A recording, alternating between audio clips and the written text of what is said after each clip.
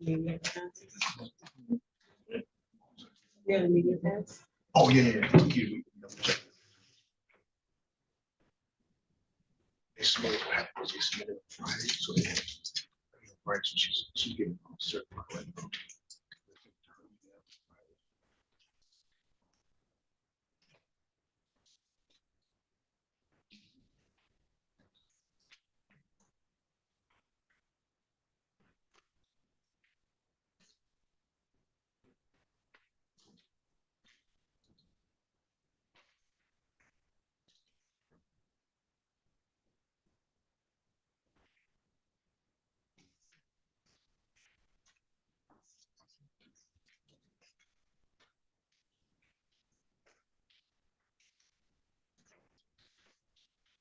The record in the matter of the state of Michigan versus David Coker, 25-01444 FY. Appearance, please.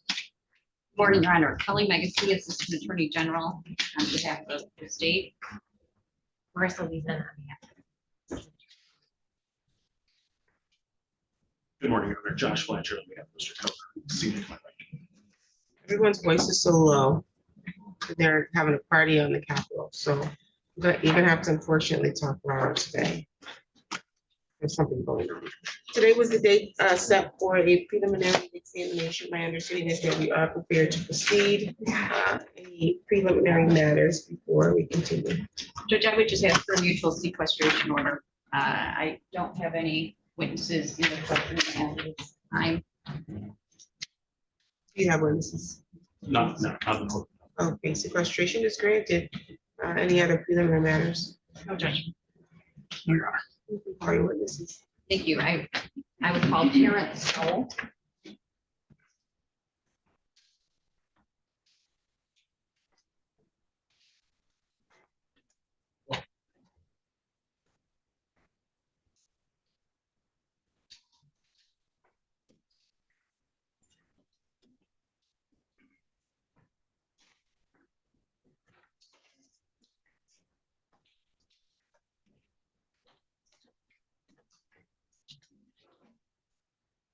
Raise your right hand. Do you solemnly swear or affirm the testimony you're going to give is the truth and the whole truth under penalty of perjury? Yes, ma'am. You can have a seat.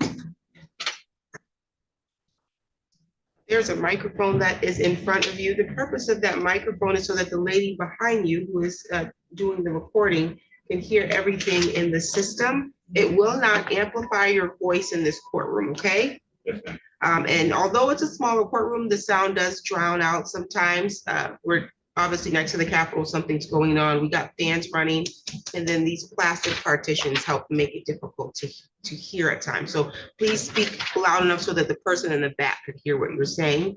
All of your responses must be verbal, no head nods, no head shakes, no mm-hms or uh-hs. If you forget to answer a yes or no with a yes or no, we'll ask you if it's a yes or no, okay? Yes, ma'am. If there's an objection from either side, you will stop speaking immediately. I need to make a ruling on that objection, and then I'll tell you if you're allowed to give us that response or not, okay?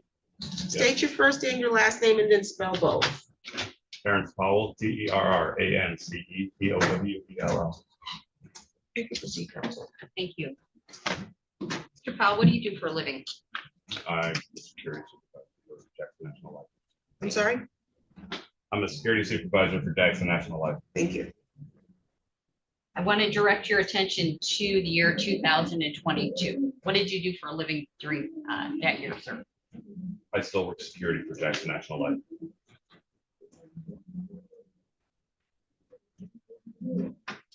You don't have to tell me what specific city you lived in or your address, but in 2022, what county were you living in? Clinton County. 2022, did you know someone by the name of David Coker? Yes, ma'am. And how is it that you knew that person? We were acquainted through our wives. They work together. Is David Coker someone you would recognize if you saw him again? Yes. Do you see him here in the courtroom? Yes, sir. Okay, you did a head nod, but could you, for purposes of the record, I need you to tell the court where he's seated and describe what he's wearing, please. He's seated to the right of you. He's wearing a black jacket with a blue shirt, glasses, gray hair. Judge, may the record reflect identification of the defendant. Any objection to identification? Identification statement. You said you were acquaintances through your wives, That's how we met, yes. and was 2022 the first year that you had met Mr. Coker? 21, 22, right around it. What would you describe your relationship with Mr. Coker? Said you met and you were acquaintances. How, I guess, would you consider him to have been a friend in the year 2022? Yes, ma'am. Had you gone over to his home? Yes, Had he come over to your home? yes, Did you do activities together with your wives? yes. No, not trying to be silly, but in terms of a friendship, would you consider him in the year 2022 to have been a close friend of yours? Yes, Had you ever worked with Mr. Coker before? No. And I put the word before. Had you ever worked with him? No.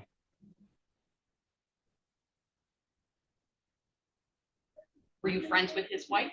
yes, In the year 2022, did you have occasion to have a discussion with Mr. Coker about a project for Clare County? Dave called me while I was here. Okay, and this is when I'm going to ask you to keep up your voice like the judge Sorry. said. You said Dave called you while you were at work. Yes, Okay, was that in the year 2022? to the best of my recollection, yes. Okay. And do you recall what time of the year it would have been in 2022? It was later summer, early fall, if I recall. Because timeframes mean different things to different people. When you're saying later summer, early fall, what months is that? August, September. And so Mr. Coker calls you while you're at work. Is that a yes? Yes, And what does he tell you, if anything? he told me about a project that he had coming up in Clare. He kind of describes the project, asked me if I would consider being on the board. Asked you consider doing what? Being on the board, Recognizing we're in the year 2026, and this discussion would have happened in 2022. Do you recall what information he would have given you about this project? if I remember correctly, it was a brief overview of what the project was going to be. Would you recall being described as what? A health park in Clare. Did he describe or tell you how he came to be involved? I don't recall him at that time doing that. No. Calls you at work, tells you about this project, and tells you that, or asks you that to be on the board. Is that correct? Yes. When you say the board, what is it that you understood the board to mean? Back then, I wasn't really sure. I just knew that I knew that it was a position that David wanted me to be on for our discussion. Basically, I knew at the time that it was for, helping make decisions, support the project. When you say the project, did you come to find out that this project was the Clare Health Project or the Complete Health Project? The Clare Health Project. We didn't have the Complete Health Project name until a little bit later. And I said Complete Health Park Project. Okay. You said back then you weren't sure when I asked you about what board you were going to be on. Did you come to find out at some point in time that was a board of directors for Complete Health Park? Yes, and he may have explained that at the time. Prior to being asked to serve on this board, had you ever served on any type of board of directors before? No, Did you have any experience with a nonprofit? no,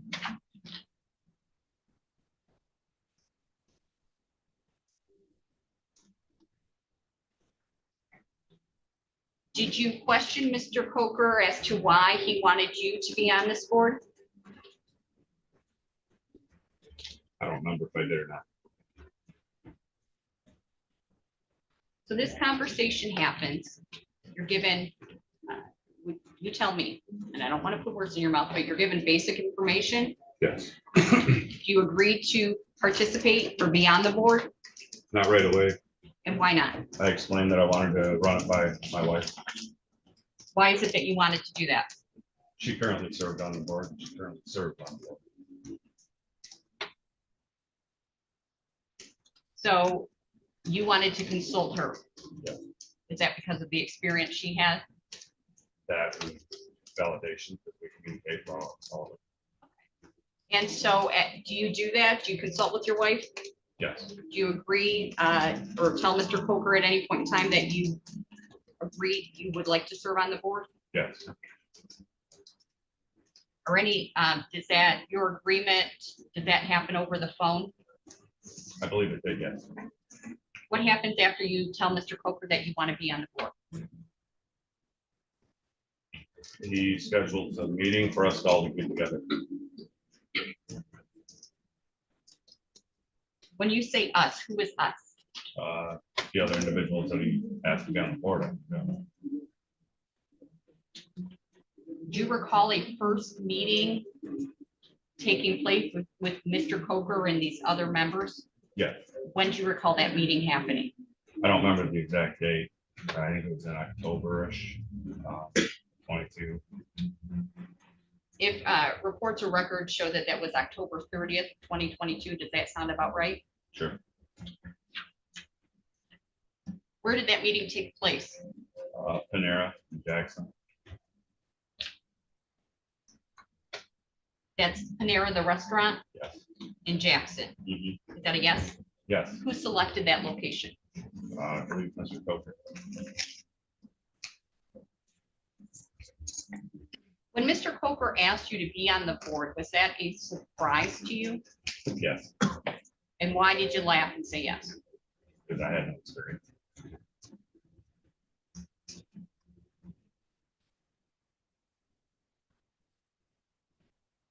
You went to this meeting at Panera. Yeah. Who was present, if you recall? Dave Coker, Sarah Coker, some people I didn't know, Len, Anthony Tomasi, Alex Stemme. Another girl there. I don't recall. Okay, when you say, obviously you knew David and Sarah Coker, some people you didn't know. How many people do you recall there being that you didn't know? Everybody else that I knew. Okay.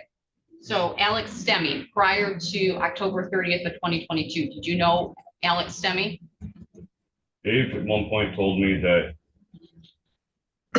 we met down in Kentucky, but I didn't recall. Okay, so on October 30th, you see Alex Stemme at Panera, but on that date, you didn't recall previously meeting this individual. I did not. And I'm not trying, what you testified to though, is at some point in time, Mr. Coker said, yeah, you guys met in Kentucky before. Correct. Okay. So Mr. Stemme on the 30th was not someone you would have considered a friend? No. Len Wixon, did you know him prior to October 30th No. of 2022?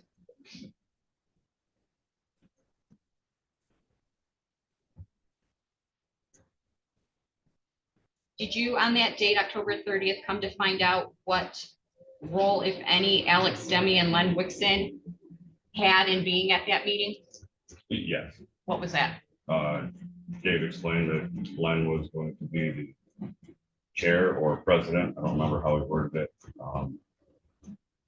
And Alex was another board member. I don't remember what the title was. Okay, when you say chair or president of what?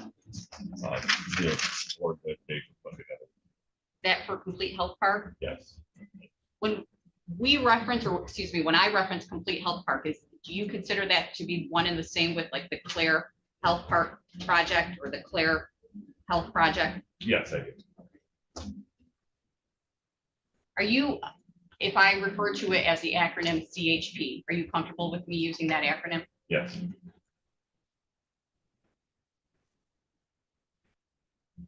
What happens or what is discussed, if anything, during this meeting on October 30th at Panera? A lot. There's a lot of new information to me, so there's a lot for me to take in. I know we went over a lot of the requirements of the board. Let me stop you because we have to be clear. When you say he, who is he? Dave. Okay. He went over the requirements of the board. Yes. What does that mean? Was he reading from a piece of paper? He was, no, Okay. he was explaining what our duties were as a board. Do you recall what was explained to you? No. Okay. When this meeting is taking place, what's that restaurant like at that point in time? It wasn't very busy. Not busy. Okay. This is occurring during the afternoon, evening? I think it was, I don't remember if it was late morning or early afternoon. I don't remember. You explained your duties. Were you given a, you said, were you given a specific assignment or title? Treasurer, Were your duties as a treasurer ever explained to you? probably. Sorry, they probably were, but I don't You don't recall. recall. Okay. Did you have any experience prior to October 2022 in any type of financial work? No. Had you ever worked as a CPA? No. A CFO? No. Have you ever been a treasurer No. or any type of agency, No. PTO, anything? No. Had you ever conveyed to Mr. Coker that you had worked or held roles in any financial capacity? No.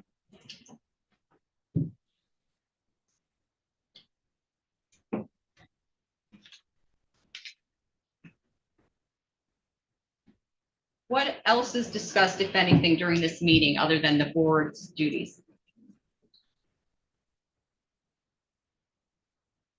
I mean, Dave gave us all the paperwork that we would need. We had to sign some papers. When you say all the paperwork that we would need, what does that mean? I assumed at the time that it was the paperwork so we could be designated as the board or as the party of the board, if you will. Does that mean a contract or something else? I don't know if it's exactly a contract, but sure. Judge, may I approach the witness?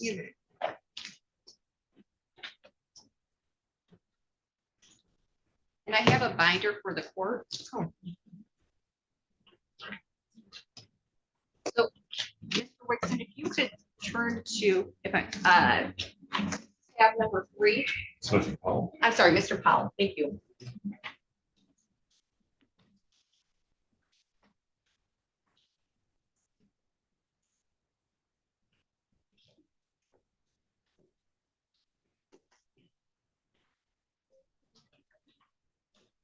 Judge, I believe I have to switch because yours has the exhibit stickers, correct? I don't know, I haven't opened it. I believe the witness should use the one with the exhibit stickers. If you could go to 3 in that one, thank you.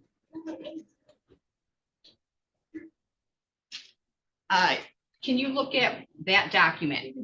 Just flip through the pages and let me know when you're done.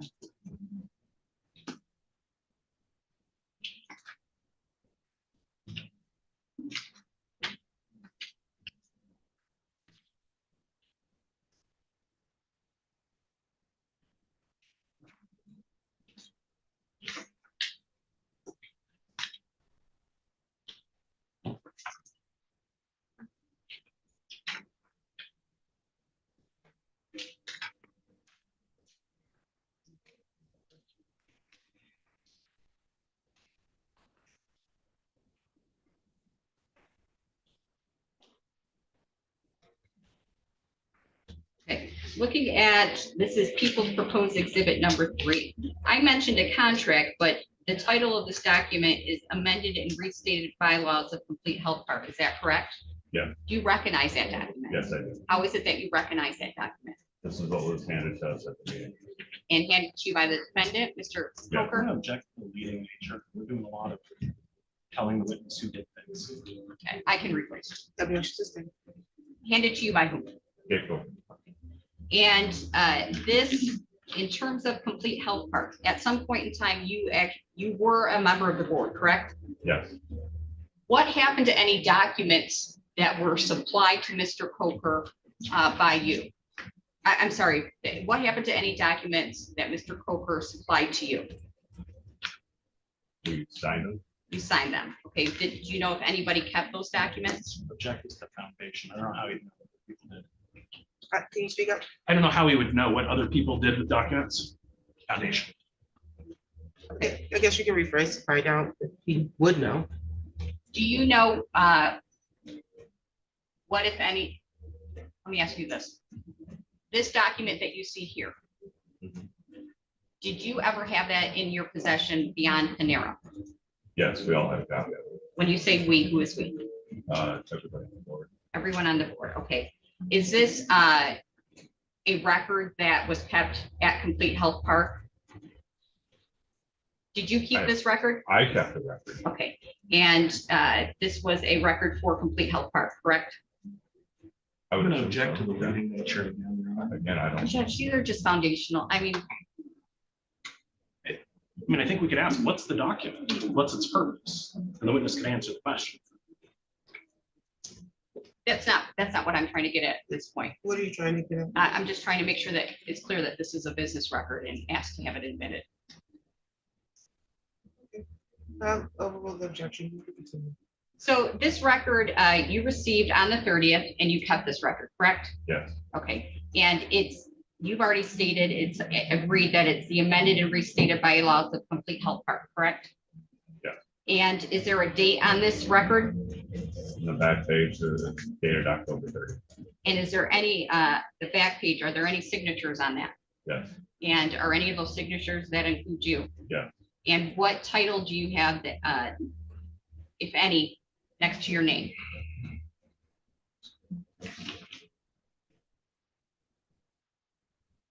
Vice President Treasurer.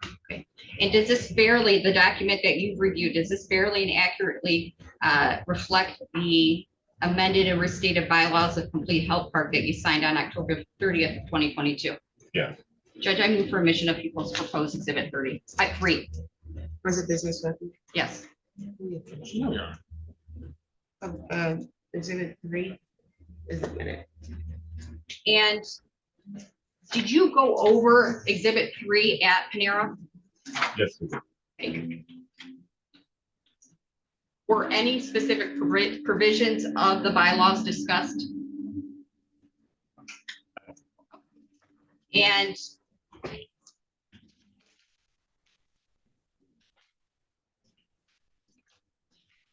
with respect to that last page, there's 2 other people's names, is that correct? Yes, And who are those 2 people, 2 other people who signed this document? Len Whitson and Alex Demi, And what's the title for Alex Demi? Secretary, And what's the title for Len Wixon? President. Other than this document, do you recall signing any other papers on the 30th? I don't recall. Okay, I want you to turn to tab number 4, which is People's Proposed Exhibit number 4. Just tell me if you recognize it.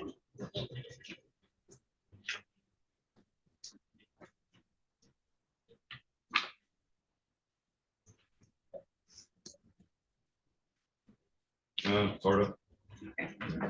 Do you see your signature anywhere on there? Last week. The last page? Okay. What is People's Proposed Exhibit number 4?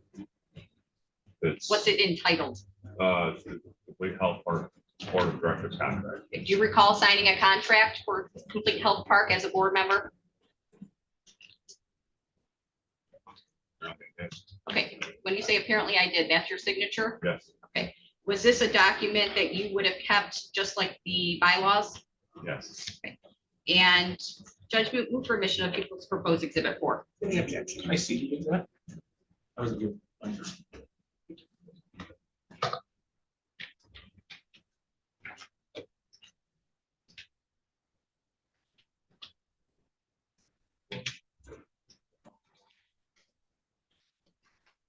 objecting now. Equal scores admitted. Were you receiving any compensation as a member of the board? No, That was that explained to you? yes, And you understood that you wouldn't be receiving no compensation, why? that was the way they wanted it, so we weren't. So it didn't look like he was buying this, I guess. Okay. Did you have any understanding that if you served on the board of a nonprofit, you couldn't receive compensation? At the time, I didn't know. You didn't know it. Okay. Is it fair? Tell me what your knowledge regarding a board of directors. What knowledge, if any, did you have? I didn't have that. None. Okay. What, if anything else, is discussed at this meeting on October 30th that you recall? It was overwhelming to me. I don't really remember what happened, what we talked about. Why do you say it was overwhelming to you? There's a lot of information. I didn't know what was going on. It was all new to me. Was there a meeting after, do you know if that meeting was recorded? I believe it was. After the meeting ended, which I should have asked first, do you know approximately how long that meeting lasted? Or Okay. And after the meeting was over, did you have any discussions with Mr. Coker that same day? no, I went home. You left. Okay. Was there another meeting within a few days after October 30th? We had our first board meeting. You had your first board meeting. Yeah.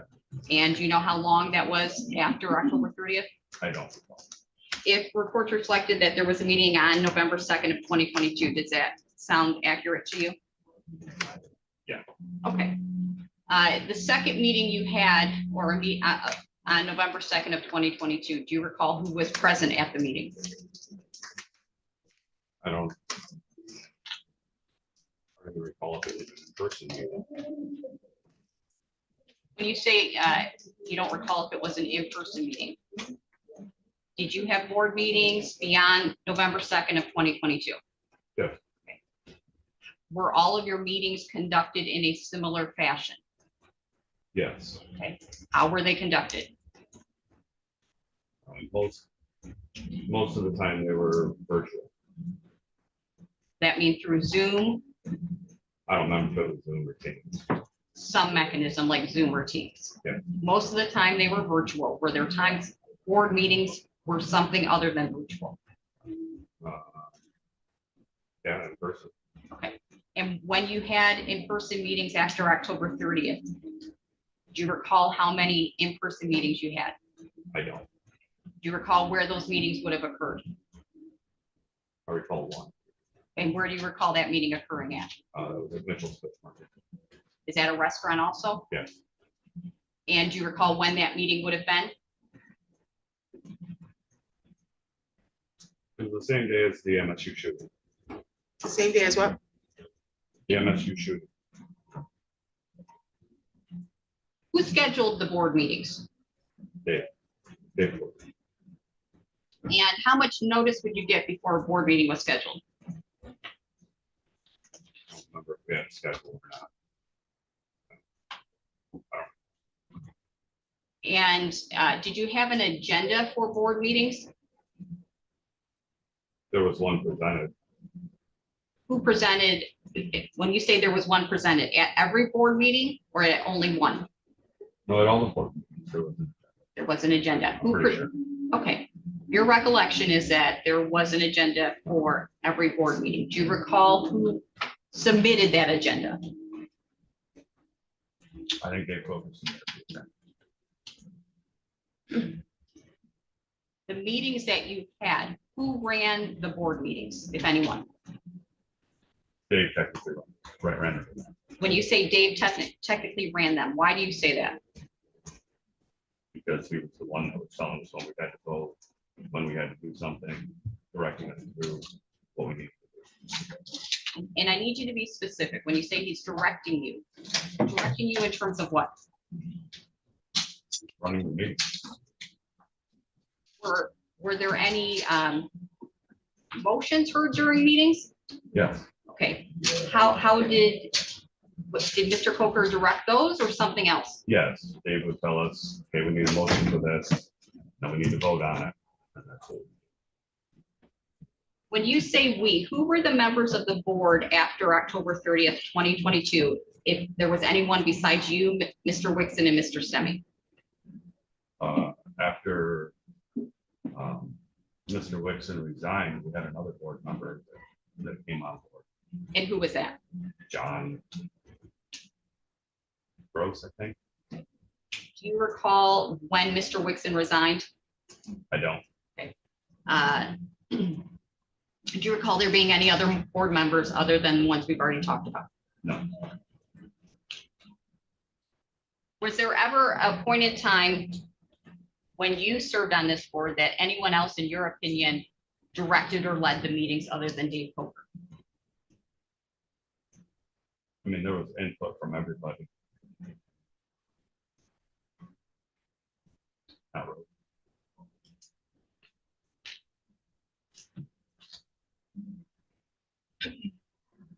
I now want to talk about November 2nd of, actually, let's stay on the 30th of 2022. I'm going to have you look at People's Proposed Exhibit number 6, turn to tab 6, please.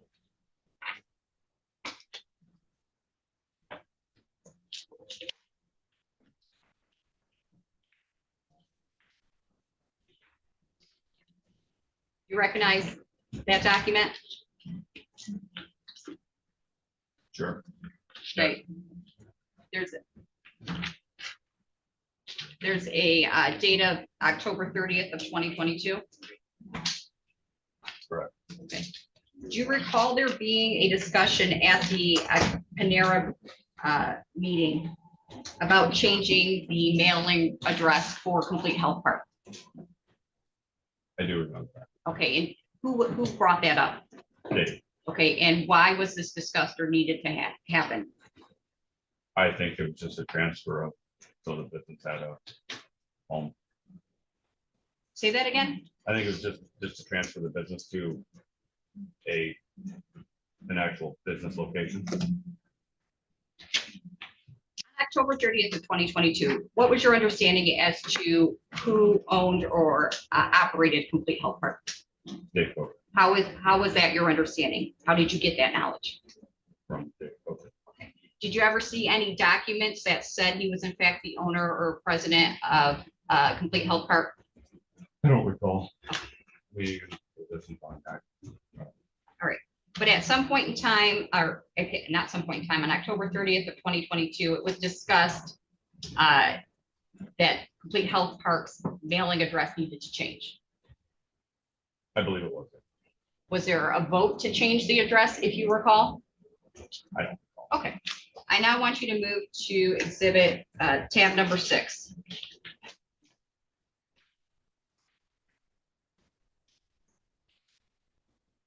It's 2 pages, correct?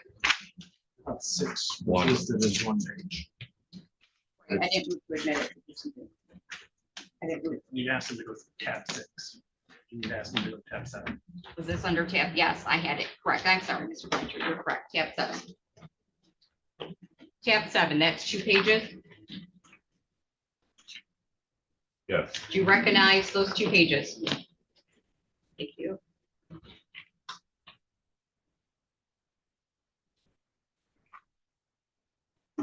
not really, but Is your signature on that page? it is. Okay, on the second page, excuse me. Yep. And that shows those 2 pages is the board resolution regarding the change of Complete Health Park's address. Is that correct? Subject to the leading in nature. He testified he doesn't recognize it. And now she's telling him what it is. That's fair. In terms of looking at this document right now, you don't recognize it at all. Is that what your testimony is? Like I said, I saw a lot of papers that day. Okay. At any point in time on the 30th, was it discussed? Did Mr. Coker discuss giving up his interest in Complete Health Park? What do you mean? You understood on October 30th that he was the owner or president or controlled Complete Health Park, I correct? guess I object to the form there. We've got, she's presenting three different things. That's You might fine, I'll want ask to- this. On October 30th of 2022, what was your understanding as to Mr. Coker's role with Complete Health Park? That Dave was basically in charge of this operation. Was there a discussion on October 30th with the board that he would no longer be in charge of the operation? Yes, it would go to the board. Okay, what would go to the board? Complete Health Park. So then going back to exhibit number 6 then, or proposed exhibit number 6, was that action voted on October 30th of 2022? I don't remember if it was voted. Okay. Did you ever agree at any point in time, do you recall if the board, including you, ever agreed at any point in time to transfer, absolve Mr. Coker of any ownership role with Complete Health Park? Yes, we did. You did do that. How was that done? We signed a paper. I don't remember if we voted on it. I don't remember how that came up. But you do recall signing a paper? Yeah. Okay.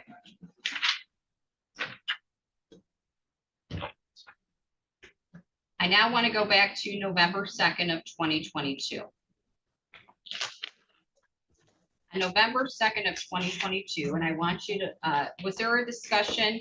Do you recall if there was any discussion about having a contract for project management services with Complete Health Park? There may have been. I don't- You don't recall? 2020. Okay. I want you to look at people's proposed exhibit number 10. This is tab number 10.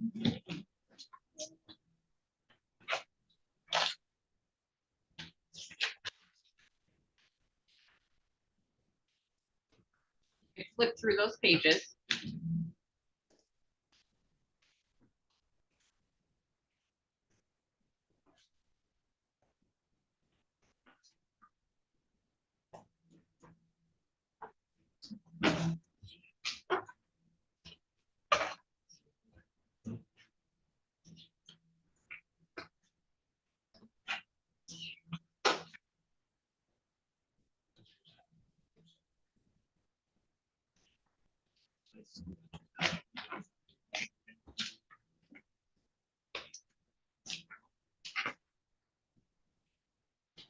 You-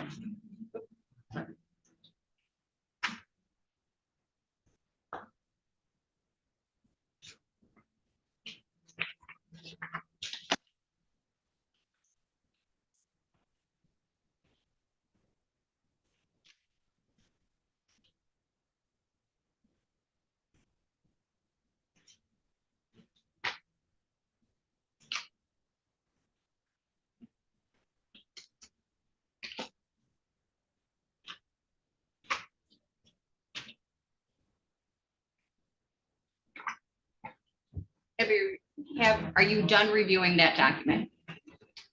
Okay. And do you recognize that document? Sort of. You say sort of, there's a lot of pages, is that correct? Right.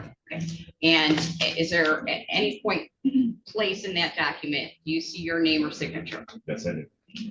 When you say you sort of, what do you recognize this document sort of being? This is basically the contract that for Dave Coker to run the project itself. And was this Dave Coker running the project itself? Did the board discuss that? We authorized it. You authorized it. How is it that you authorized it?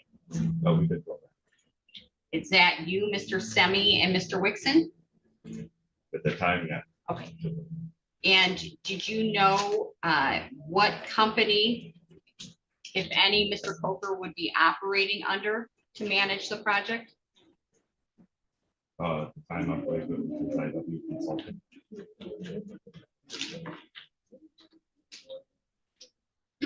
How was this, excuse me, strike that. This contract that you see in front of you, did you draft it? No, Do you know who drafted it? no. Was this document presented to you on November 2nd of 2022? I don't know what they. You don't know what day. Okay. Do you know how you received the document? uh, Do you know who handed it to you? No, Okay. And did Dave Coker himself ever have any discussions with you to your and the board about this specific contract? I don't recall what was discussed about. Is it fair to say though, with your signature on the last page, that that was your approval of this contract? Yeah. Did you discuss any provisions specifically about this contract with Mr. Coker? Not that I recall. Was there ever any discussions about salary or wages or percentages? I believe it's in the contract.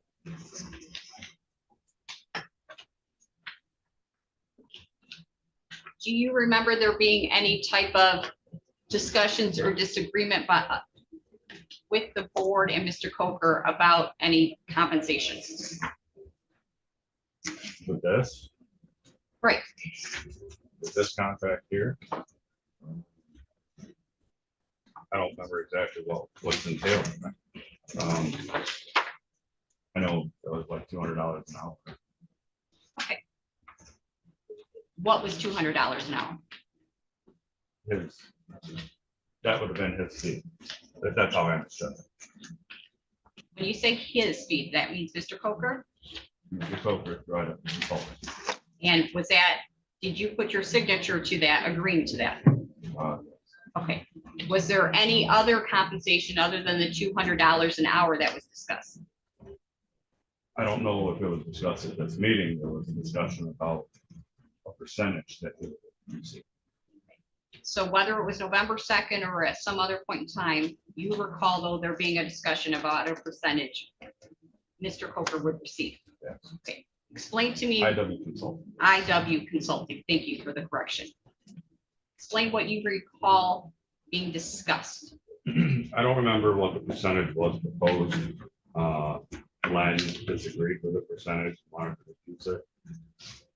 I voted to reduce that percent. When you say we, again, that's the board. Board.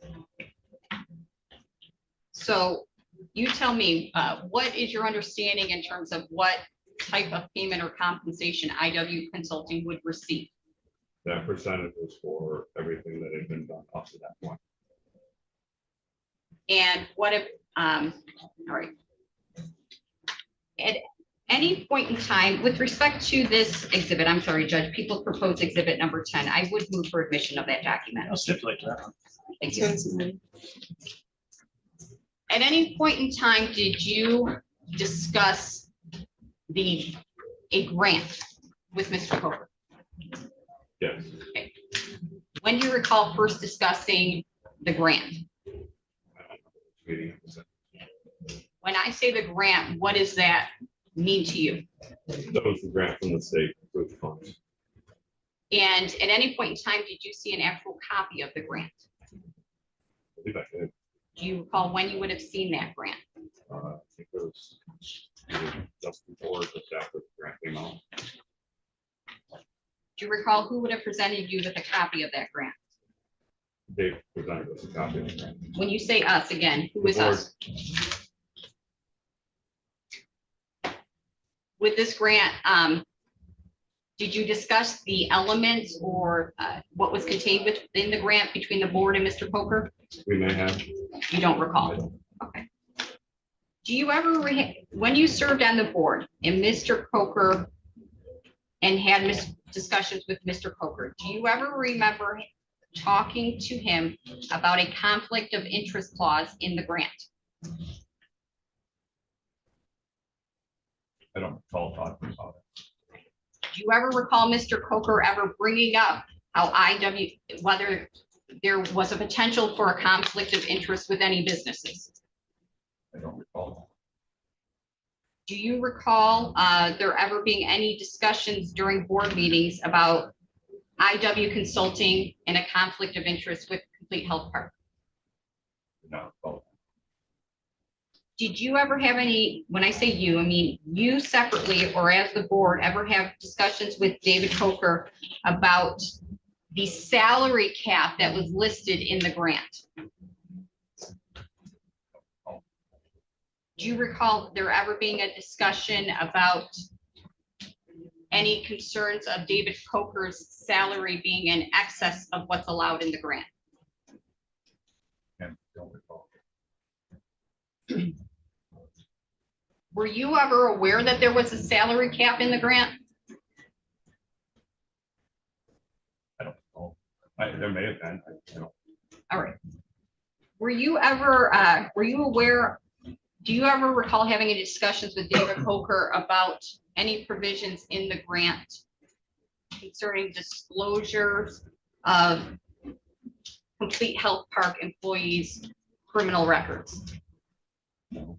Do you ever recall having a discussion, when I say you were the board, having any discussions about a requirement to disclose any type of fraud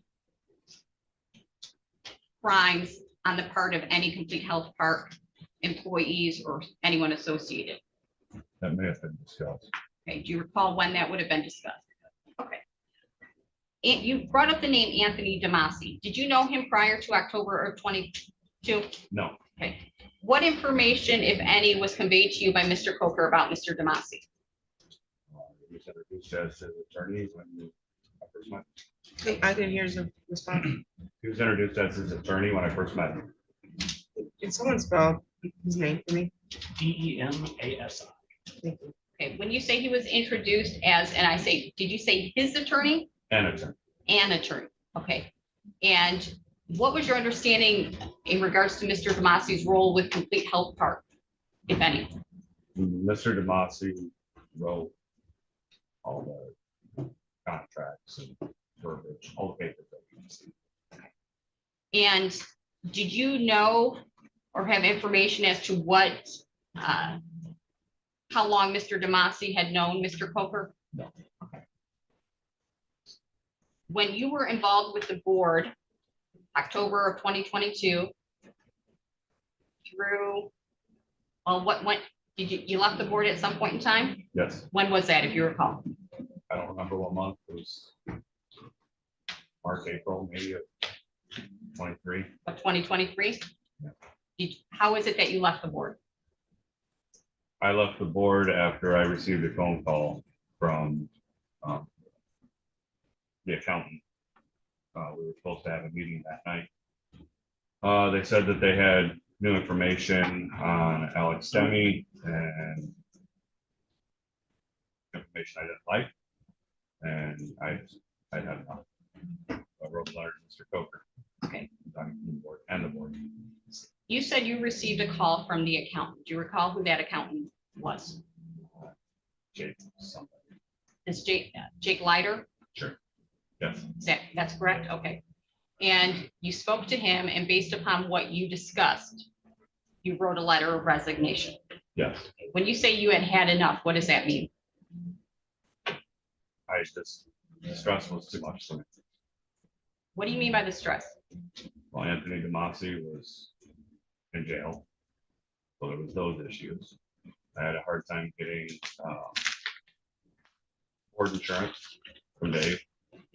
We argued, Who's we? myself and Dave.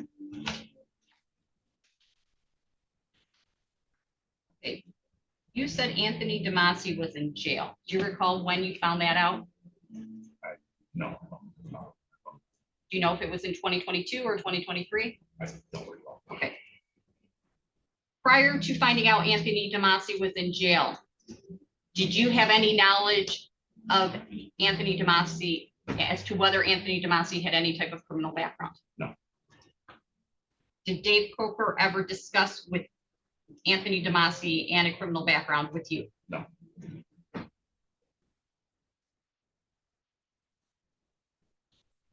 You said all, in terms of why you resigned, what led up to it, you said all the paperwork?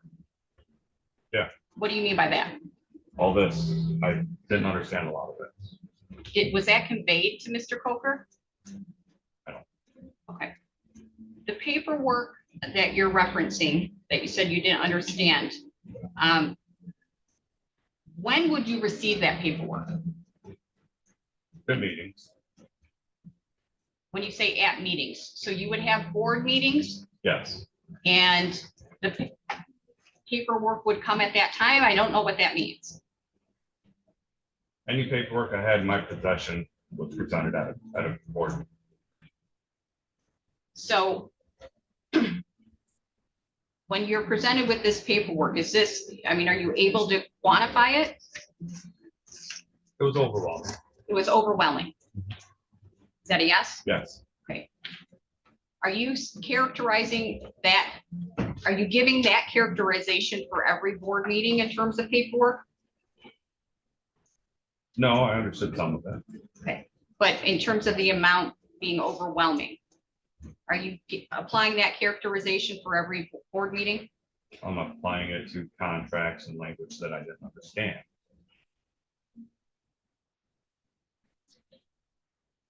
Was the language or the contracts, was that discussed by Mr. Coker at all during the meetings? Everything was explained. I don't know. I mean, it seemed at the time, I felt like I understood it. When I go back and like after the meetings, I go through stuff and I might have questions or whatever about certain words, terms. Who were you relying on during meetings to give explanations in terms of these documents? Capable. Anyone else? Possibly Anthony Massey when he was there.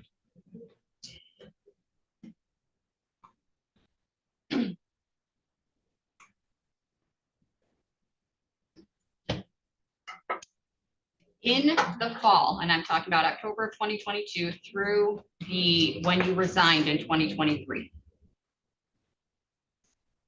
Did you said you were friends with Dave Coker initially. Did your relationship change? Not during that time. You said the two of you, though, would argue. We argued about the board insurance. Explain what type of argument you had specifically. Okay. We were supposed to have board insurance in place and it wasn't in place. Who was responsible for getting the board insurance? Dave said. You said Dave's what? Dave said he was gonna get the board insurance.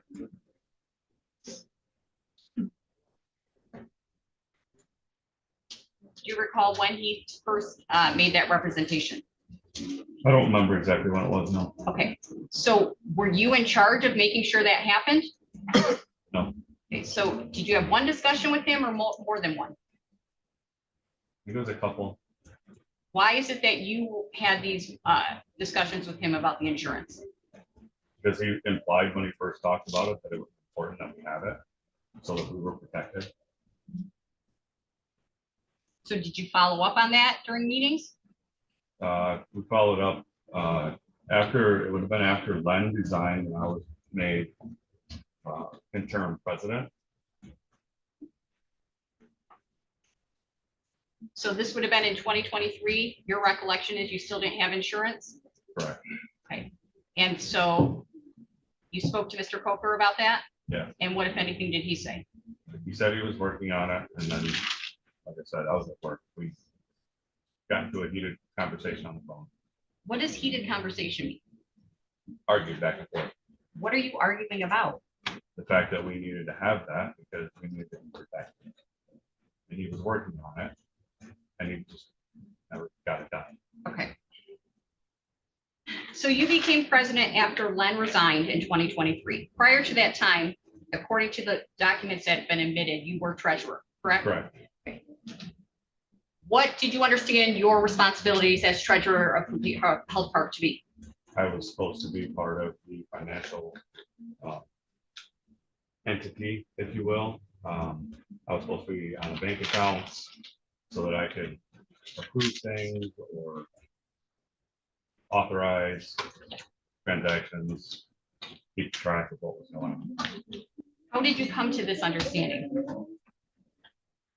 I'm sure if it's explained. Can Did you ever have discussions with Dave Coker about your role as treasurer? Afterwards, At any point in time when you served on the board? and not that I can recall. Okay. Did you ever ask the board or Dave Coker to be put on accounts? I did ask when I was going to be put on the place on the bank account. Who did you ask? Dave. Do you recall if you asked that on one occasion or more than one occasion? I don't recall. Do you recall what Mr. Coker's response was when you asked? No. Were you ever put on accounts? No. During the time you served on the board, my question was, were you ever put on accounts? Did you ever have access to Complete Health Parks accounts? Not. No. Do you know if anyone on the Complete Health Park board had access to Complete Health Parks bank accounts? I don't know. What about Dave Coker? Do you know if he had access to Complete Health Parks bank accounts? Yes. Yes, he did, or yes, you know? Yes, he did. How is it that you know he did? I believe we put him on When you say we put him on, who is he? the board. How did you put him, when you say I put, believe we voted to have Dave as manager of account. do you recall whose idea that was? No.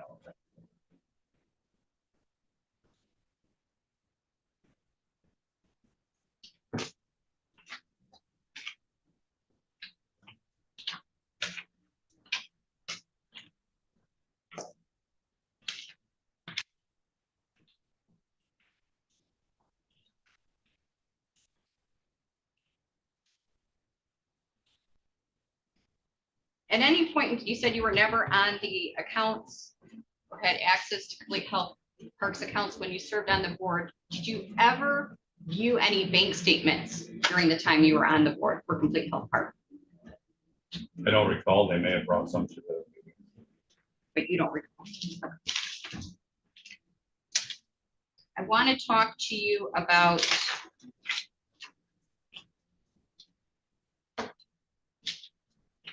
certain invoices. I want you to, if you would look at, please, People's Proposed Exhibit number 14.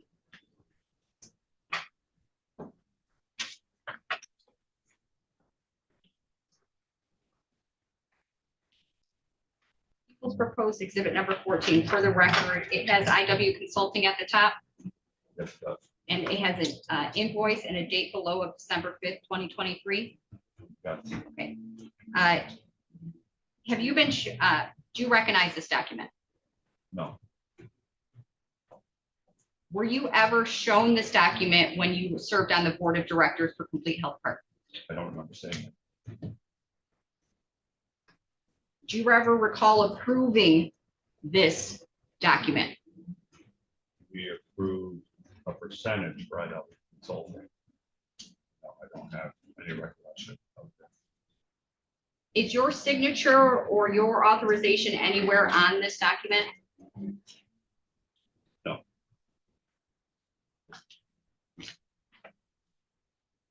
Do you recall, in terms of the descriptions that are on this document, there's a multitude of descriptions. Do you recall ever going through each of these items during a board meeting? No. Do you ever recall discussing the hours for each of these items?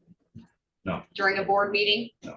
Okay, do you ever recall approving each of the hours listed for each category during a board meeting? I do not. Want you to now move to People's Proposed Exhibit number 15. Same type of document, correct? Yes. It says IW Consulting at the top and it has an invoice. Yeah. Okay.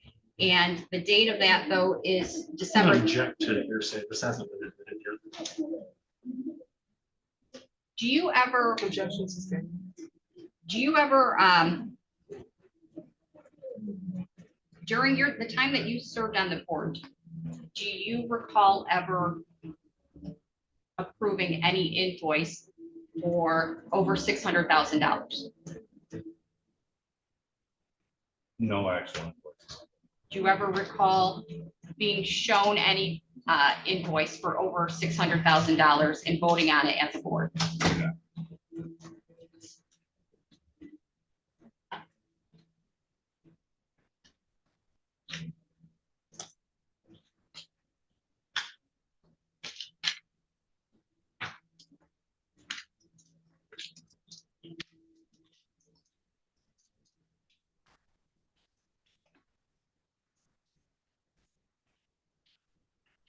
Have you ever heard the term financial status report?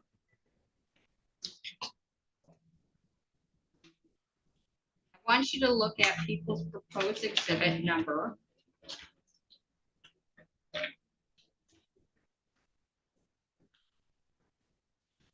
13.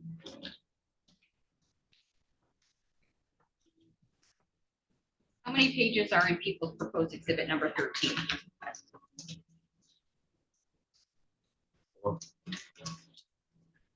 Did you recall ever seeing that document when you served on the board? No. Do you ever recall discussing this specific document when you served on the board? No.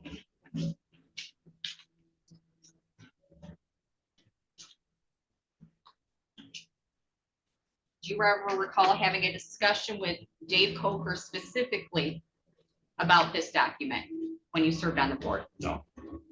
The two previous documents you saw, people's proposed exhibits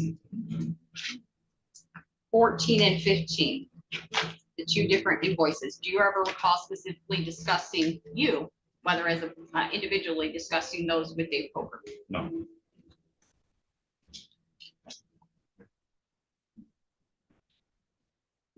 Did you ever have a discussion with,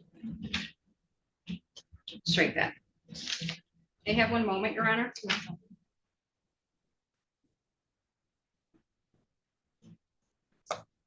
In December of 2022, did Complete Health Park have any salaried employees? I don't remember when the salary employees started. When you were on the board, who do you remember the salaried employees being, if anyone, for Complete Health Park? There was, it would have been Dave Coker, Danielle, I don't remember her last name, she was the project manager. At some point we had, there was another guy who was working with FEP. I don't remember his name. And at some point we added Jake. Leiter? Yeah, it's the accountant. So your understanding when you served on the board is that Complete Health Park paid a salary to Dave Coker? Is that what you just said? Yeah, I believe we were paying him a salary. To Jake Leiter? Yeah. To Danielle, you said you didn't know her last name, but you recall her role being a project manager. Correct. Okay. What was her role? Was there any difference in her role that you understood versus Mr. Coker's role? Dave oversaw everything, and Danielle was taking care of other day-to-day items, was my understanding. Did you know specifically what she was going to do? Probably at the time. Okay. I don't recall doing. Anyone else that was a salaried employee that you recall being for Complete Health Park? Except there was another guy who was working with FEP, I remember his name.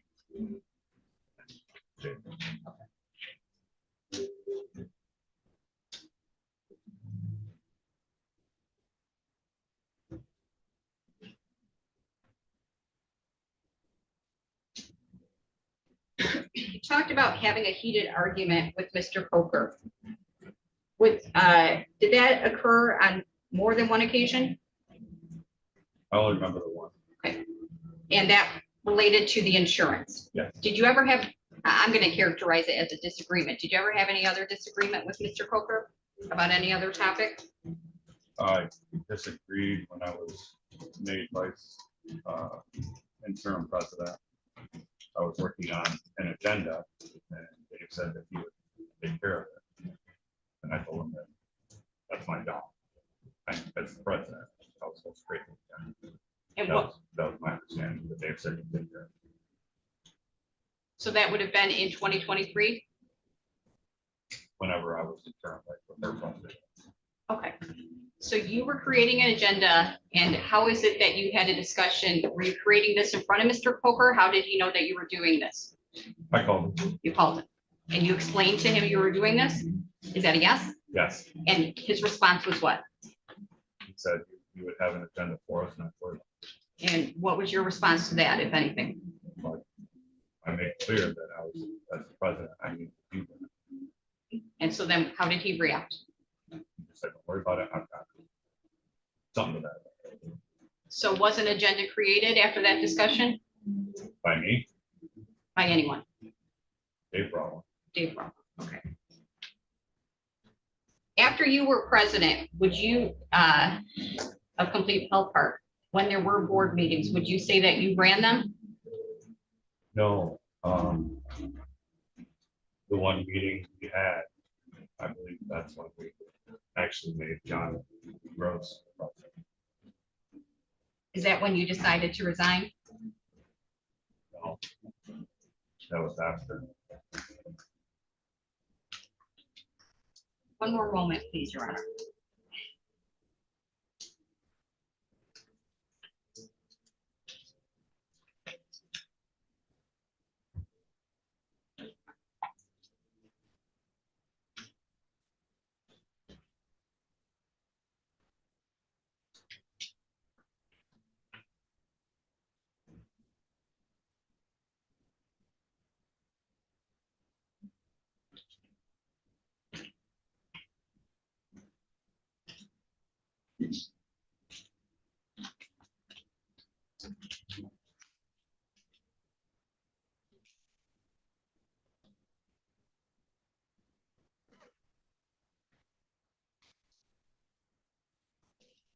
I don't have anything further. Thank you. Pass it to you.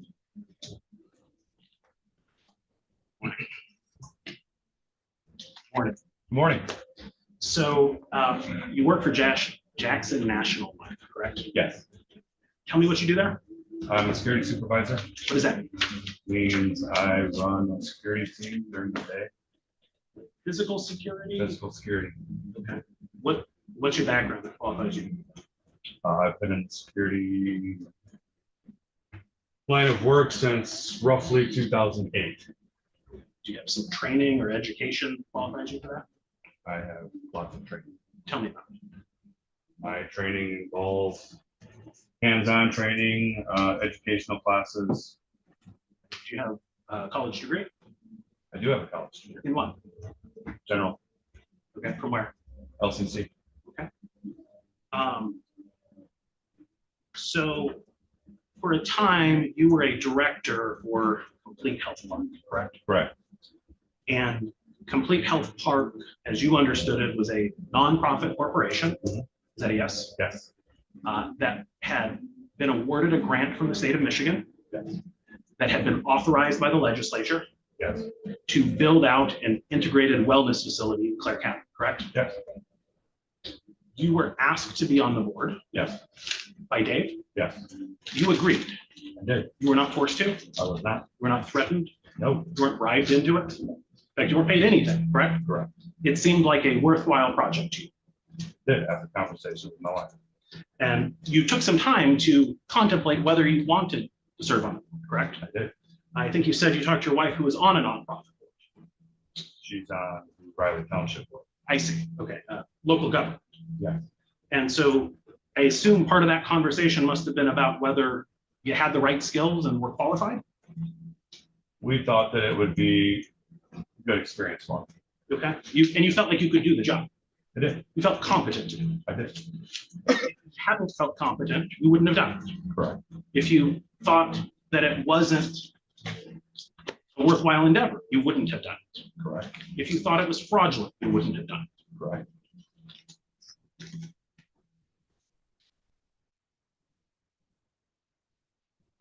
Didn't express as best as you can recall, to Mr. Coker, any hesitancy to be on the board, correct? Correct. You didn't ask him, well, why do you want me? Okay. I don't know. I don't recall. Okay. Now, this board your involvement was relatively short-lived, correct? Yes. From, I don't know, about October 30 is when it started, yes? Yeah. And then sometime in early 2023, you resigned. Yes. So somewhere between 3 and 6 months you were on the board? Approximately, yeah. In fact, sort of the Complete Health Park project was somewhat short-lived, correct? Yes. Because it started to get off the ground, right? Funding was obtained. Yes. And that funding was spent on the project, correct? Yes. For example, acreage was purchased to build on, correct? Yes, it was. For about $3.5 million. Yes. And that was paid to a third party to buy land to build on. Yes, it was. You were aware of that? Yes, I am. You approved of it? Yes, we did. You thought it was a good idea? I did. There was a builder that was hired, Yes, it was. FED Corporation. Yes. They're a well-known builder. Yes. On the up and up. Yes. They were paid about $5 million, correct? I didn't know how much they were paid, but yes. They had plans, correct? Yes. They had drawings and they were ready to start moving dirt, correct? I don't know if they got to that point. You don't know if they actually moved dirt, correct? Correct. Because a stop work order came from the state before they could move dirt, right? Sure. Now, during your period on the board, you attended meetings, correct? Yes. As far as you know, you attended every meeting of the board that was had, correct? Yeah. You didn't skip any meetings? Not that I'm aware of. You didn't refuse to attend any? No. Some of those meetings were in person. Yes. There was a meeting at a Panera Bread. Yes. Now, that was like just in the open area at Panera, correct? Yes. It wasn't in some secret room. No. The public or anyone could hear what was going on. Correct. And that was the meeting on October 30 in Jackson, correct? I believe so. And then there was a meeting at Mitchell's Fish Market, correct? Yes. Now, I understand you're from down kind of south of here, right? No more. North of here. Okay. And Mr. Stimmy was from like the Ann Arbor area, is that right? I don't know where he lives. Okay. So you had those in-person meetings, you also had Zoom meetings, correct? We did. And you were able to participate in those meetings? Yes. You voted on the decisions that were made, correct? I did. You had the ability to vote yes or no, correct? I did. You only voted yes when you agreed that yes was the right outcome, correct? Correct. There were times that the board exercised independent authority, right? I would assume so. Well, you were present for a discussion about what the appropriate management fee for IW Consulting, correct? Yes. It was initially proposed to be higher, correct? I believe so. Yes. And Mr. Wixon objected to paying the higher rate, correct? Yes. And after a discussion, you all agreed to pay IW Consulting a lower rate, correct? Yeah. And that rate was 7%, correct? Sure. Sure, or it I was? don't remember exactly what the rate was. If you turn to Exhibit 10, which has been received. Okay.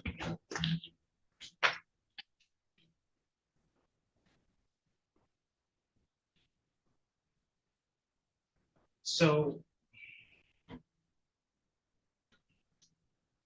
And I direct your attention specifically to page 4, section 5 of that. Is it accurate that it says the manager shall be paid a fee for performing services in accordance with Exhibit C attached here too? Oh, yes. That's it. Okay, and if you go to Exhibit C, which starts on page 23.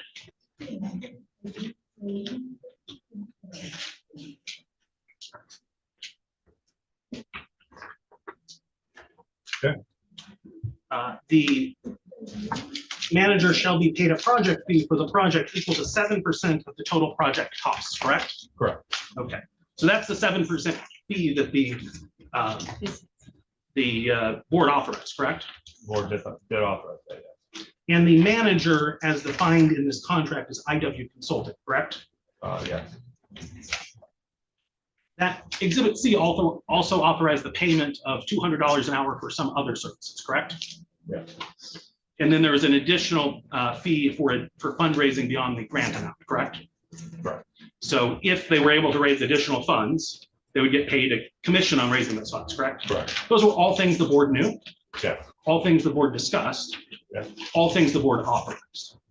It was the intention of the board that Mr. Coker's company, IW Consulting, would be paid 7% of the project costs as its fee, correct? Yeah. That wasn't a secret to anyone? No. It wasn't unauthorized.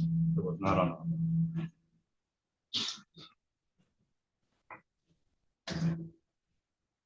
Now, you had this board meeting on October 30th where the bylaws were executed, correct? Yes.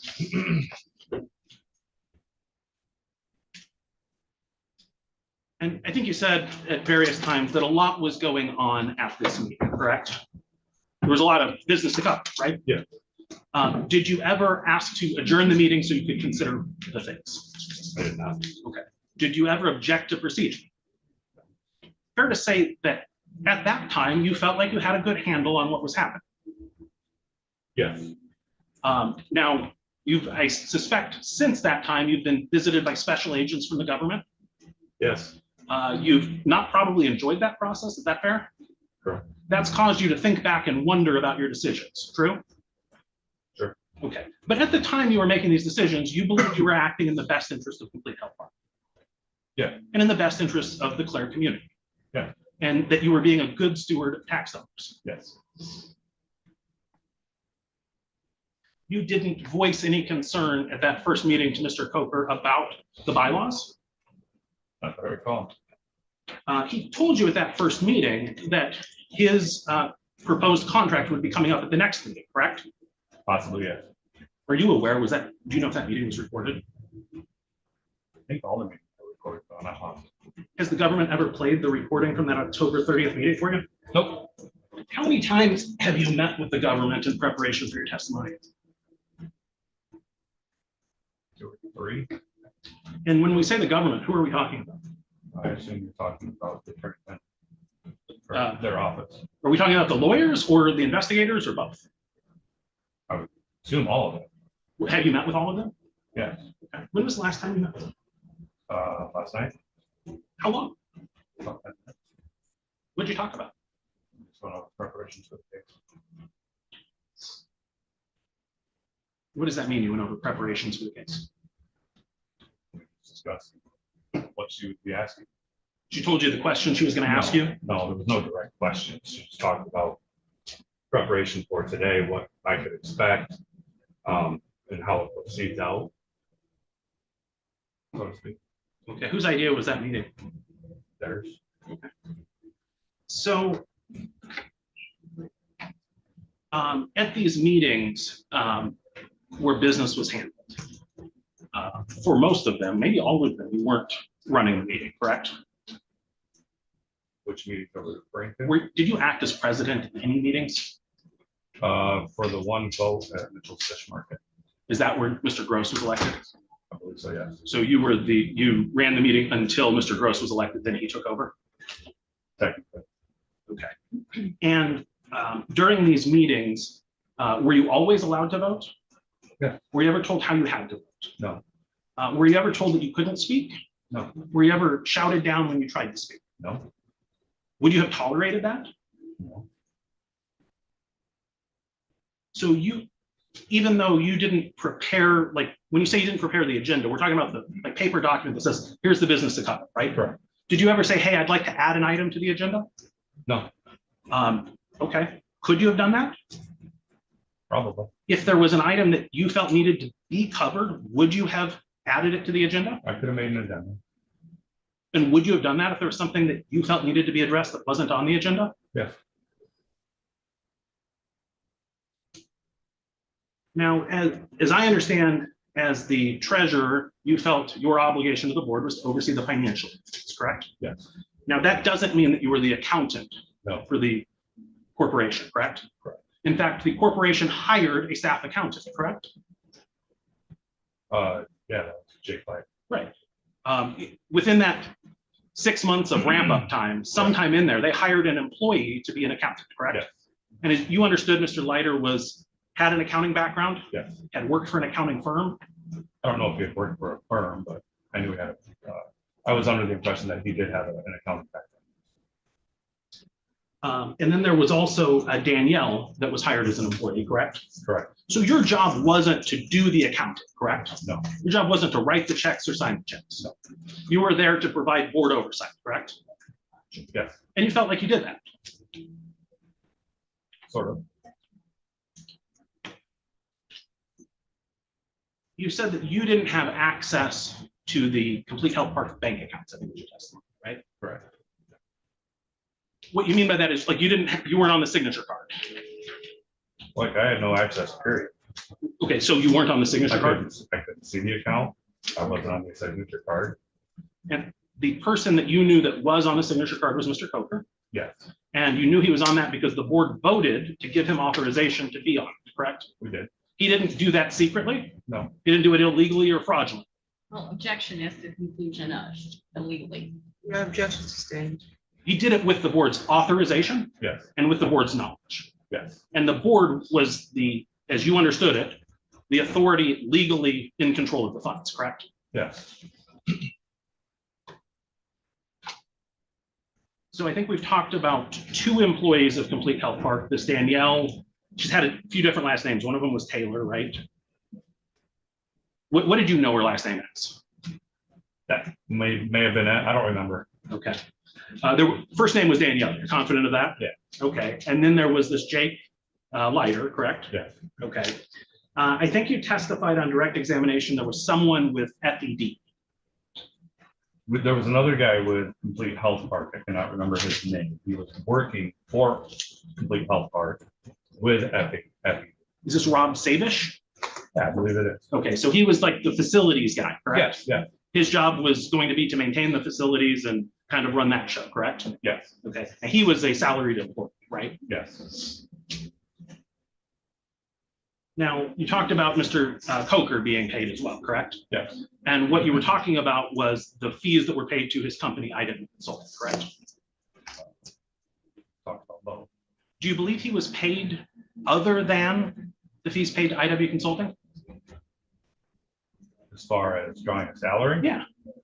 I don't know if it was salary or not. Okay, so when you testified earlier, you don't know if he had a salary or not, correct? I knew we had authorized one, but I don't know if he ever drew on When you say you authorized the salary, what does that mean? it. Then we, in the paperwork, didn't vote on to give him a salary? I don't know, can you show it to me? No. I have no idea which page it would be. I don't either. Sorry, I didn't hear your I question. said I don't either, Oh, that's why I asked. Do you know what the salary was? I don't recall off the top of my head. Okay, and you don't know if it was ever paid? Correct.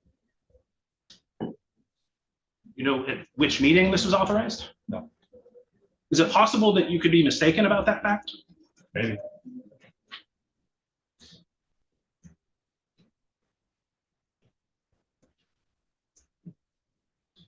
I say I've never been in a courtroom with a soundtrack. That is something else. Simmons. Sorry. Let's go. So I want to talk to you a little bit about when you were asked to be on the board. I think you testified kind of late summer, early fall. Is that right? Yeah. Can you dial that in any closer for me? No. Okay. Do you have any sense of before the first board meeting, the end of October, whether it was weeks or months? I don't. You remember it being before or after any significant life events? No. Like, for example, you were able to tie one of the meetings to the day of the demonstration. Right? Correct. Is there anything like that that can? No. Okay.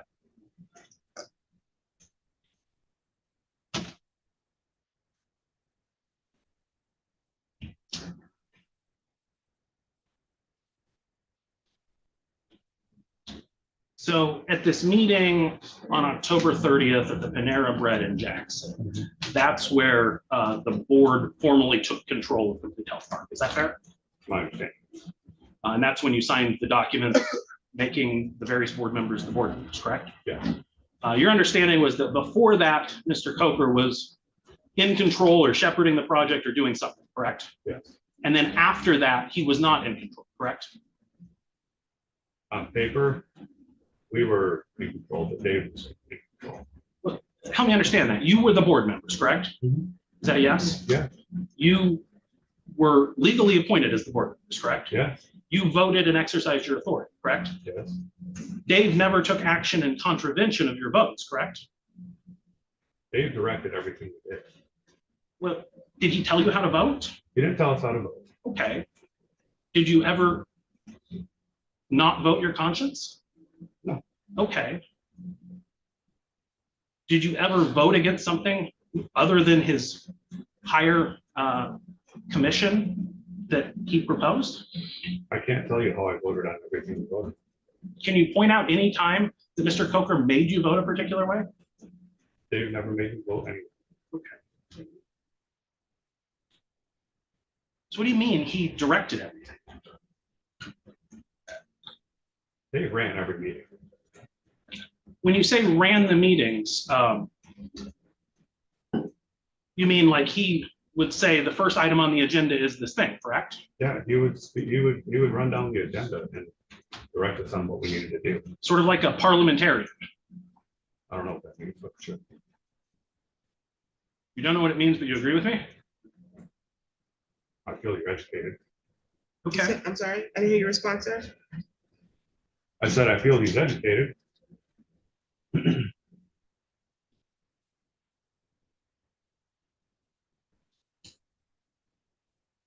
Sort of as an administrative person, he was making sure that the agenda got, everything on the agenda got dealt with, correct? Yes. But he wasn't voting on the items, correct? No.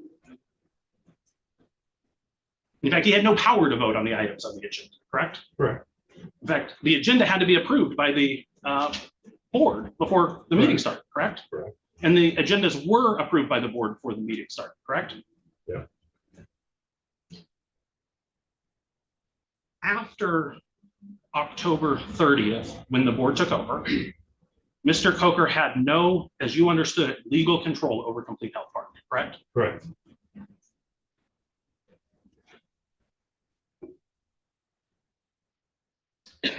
Do you remember the meeting at which, do you remember the date of the meeting at which there was a discussion about IW Consulting's contract with Complete Health Partners? No. Do you remember that there was a meeting where that was discussed? The only time we discussed IW Consulting that I recall was when we approved the 7%. And that was at the meeting where Mr. Wixon expressed concern that I think 8% was too high. Yeah. And reduced it to 7%. Yes. That was the consensus of the board. Correct.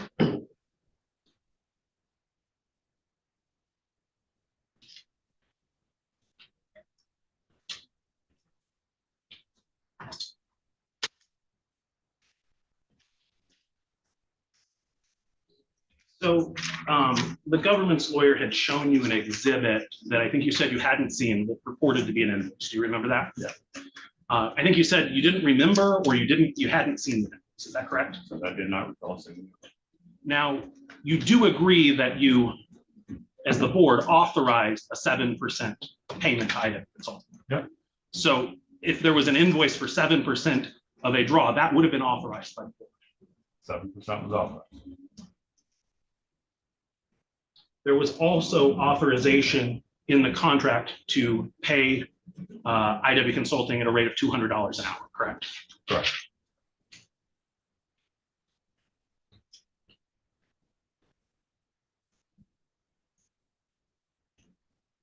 Government's lawyer asked you some questions about getting the paperwork at the meetings. Do you remember that? Yes. Now, some of the meetings were via Zoom, right?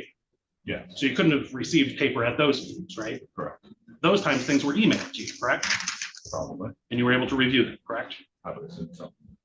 Did you ever ask that you receive meeting materials earlier than the board meetings? I don't recall. Did you ever, well, I think, straight there. I think you said everything was explained at those meetings, correct? Possibly. I take it, if you had felt like something needed more explanation, you would have voiced that concern, right? I would like to think so.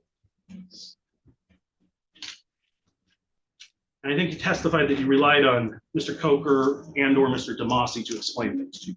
Yes, And to answer your questions?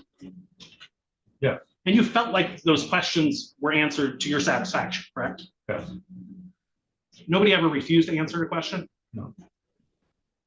And you felt comfortable raising concerns about the things that came up in the meetings, correct? I would have, yes. You, I think, testified that Mr. DeMasi, you believed he was a lawyer, correct? Yeah. How did you come to the conclusion that he was a lawyer? My recollection that that's how he was introduced to us. He certainly didn't dispel that. Not that I'm aware of. Are you aware that later, after the stop work order, there was litigation between Mr. DeMasi's firm and IW Consulting? I learned about that, yes. Specifically over whether Mr. DeMasi fraudulently portrayed himself as a lawyer? I don't remember.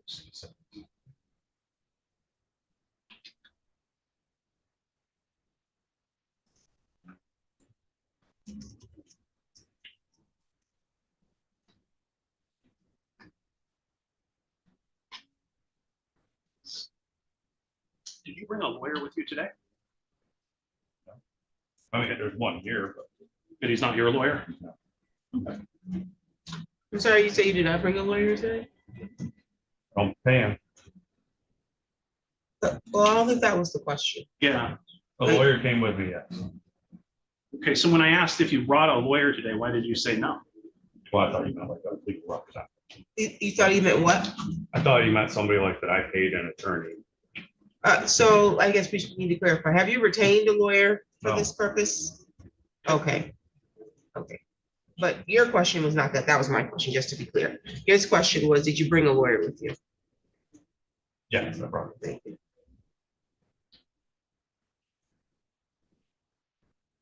What is his role in being here, as you understand it? Support for me.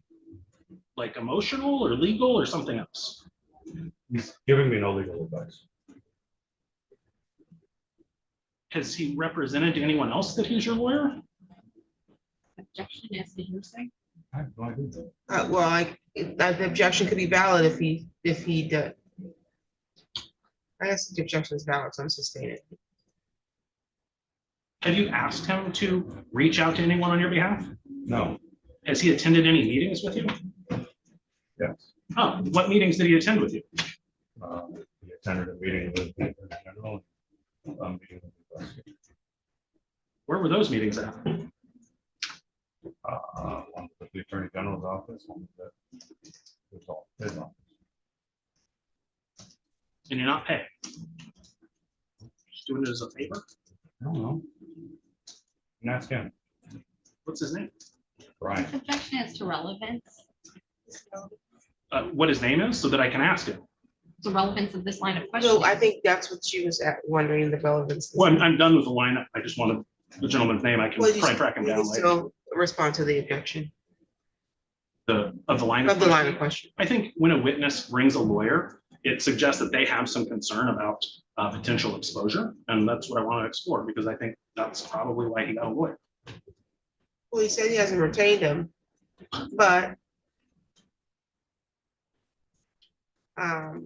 you're trying to see if he maybe brought someone as support for potential retention? Is that what you're trying to explore? I guess I'm wondering, maybe I can ask a different question.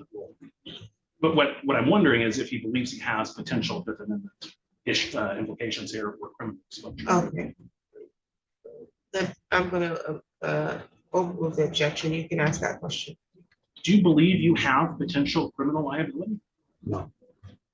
Has anyone advised you that you might have a Fifth Amendment right not to testify? No. I'll pass the witness. Thank you. Ready, redirect I this do. witness. Judge. So, Mr. Powell, you said the board took legal control, correct?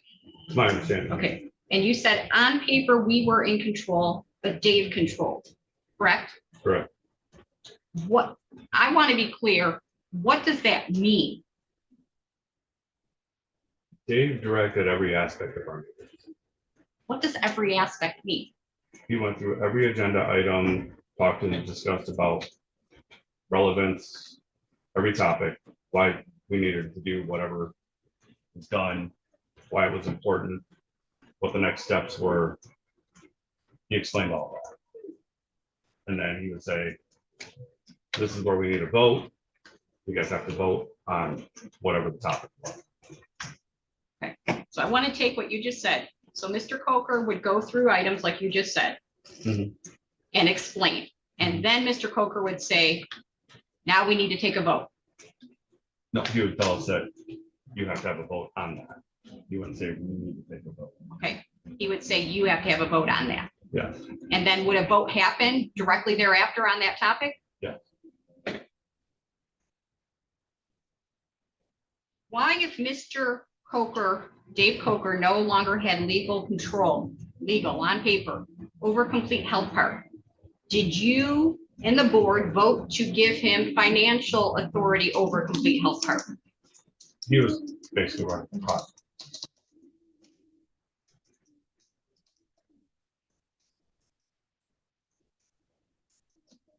So because he was running the project, that's why you made that vote? Yes. Did he ever explain whether having that control over the finances was beneficial?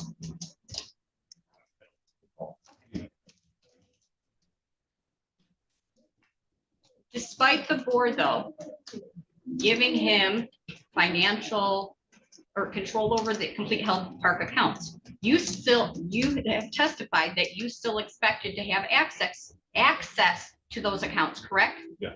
Why did you have that expectation? Because I was told I would have access. By whom? I gave Coker. Did you ever, and you never got access? Did you ever follow up with Mr. Coker about why you did not receive access? I don't recall.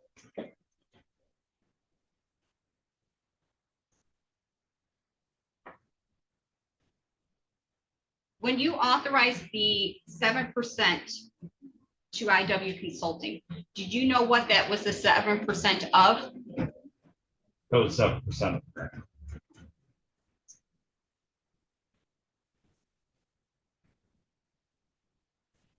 When you discussed this 7%, was there ever any information from David Coker supplied to the board that according to the grant, he could not be paid for work prior to December 1st of 2022? I don't recall that.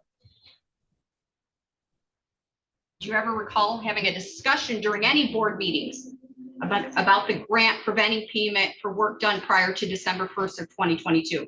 I don't know how it was discussed. What do you mean you don't know how it was discussed? To answer your question, I don't know how that was discussed. Do you know if it was discussed? I don't. I don't recall.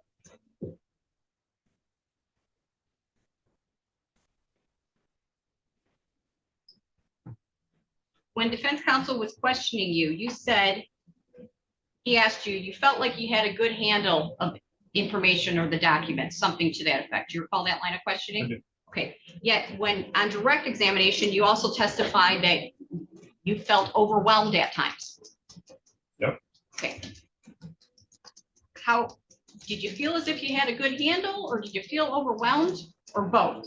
During the meetings, I felt like I understood, and afterwards, it's a lot to process. And that's when it was, to me, it was kind of overwhelmed because it was a lot there.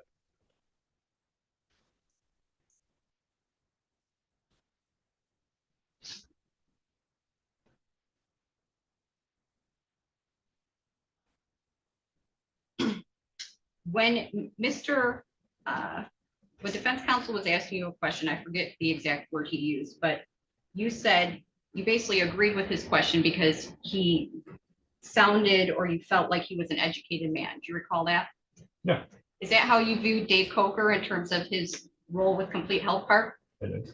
Did you view Dave Coker as educated in the area of running this project?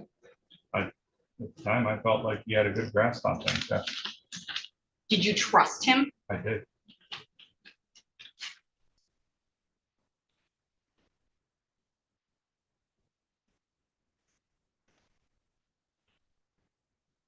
Council asked you, did you feel as if you had no power when you were voting? Do you recall that line of questioning? I do. Okay, and you said you did not feel that way. Who, in terms of the board though, who had the power to talk to the state of Michigan? David, Who had the power over the bank accounts? David,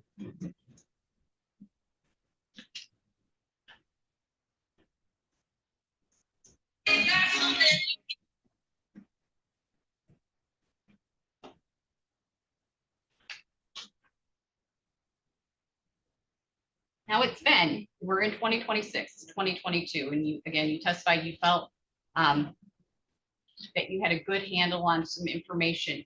Do you have a different opinion now? um,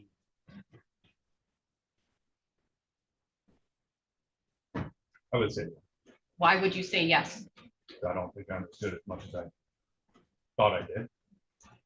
Why? Can you explain that anymore? And there's a lot of, paperwork and a lot of things that go on here.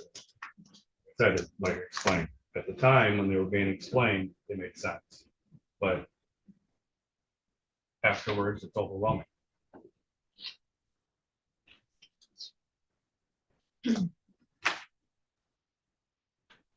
In talking about the board,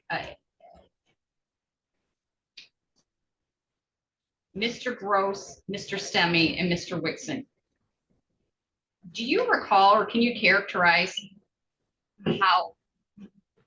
what their involvement, what Mr. Stemming's involvement in board meetings was? Sometimes we talk, sometimes we wouldn't. What about Mr. Whitson? Same, What about Mr. Gross? same. Was there ever a time Mr. Coker wasn't talking at board meetings? During the board meetings, was there was there ever a point in time that Mr. Coker was silent during board meetings? I don't recall.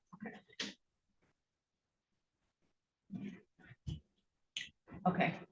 You said that you trusted Mr. Coker. Why is it that you trusted him? We were friends.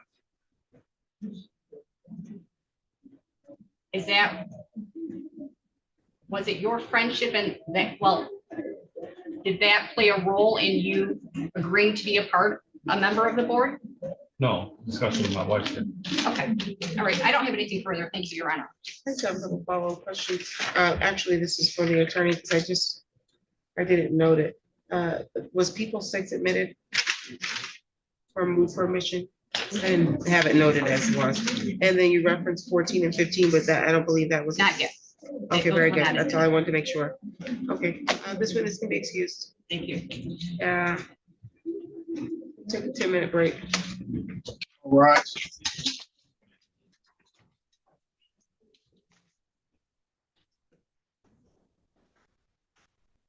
I should make sure their phones are off.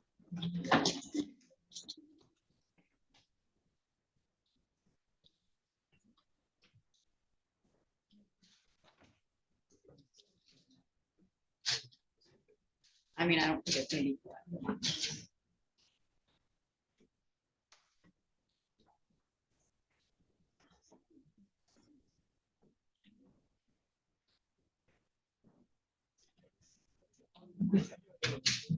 Okay, so maybe after it's planned.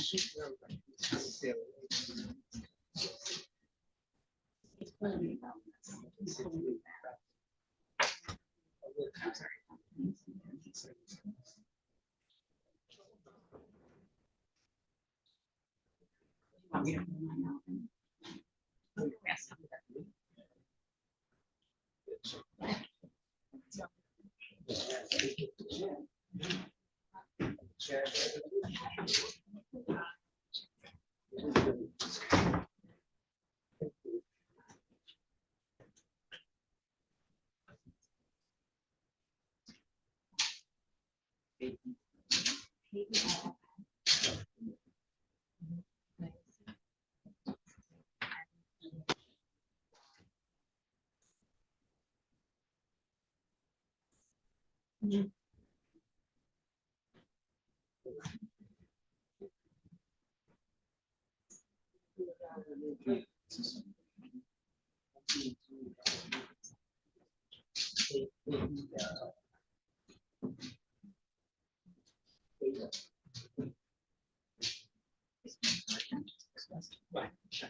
No.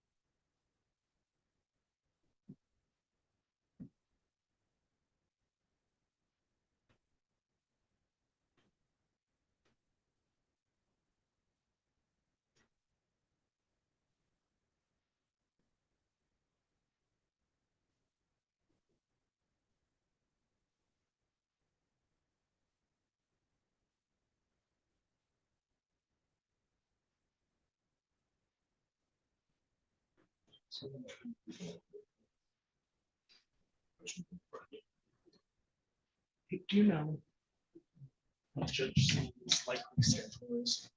We just charge on to, should wait for lunch? No, I'm not her normal court Okay. reporter. I'm filling in today because my judge is gone. Gotcha. So, Okay, we'll find out together, I guess. yeah.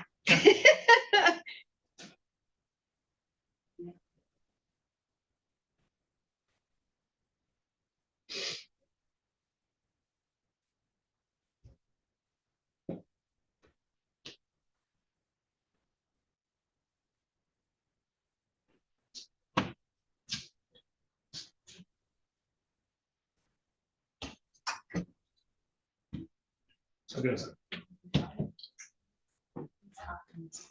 Yep. Marquette in the summertime.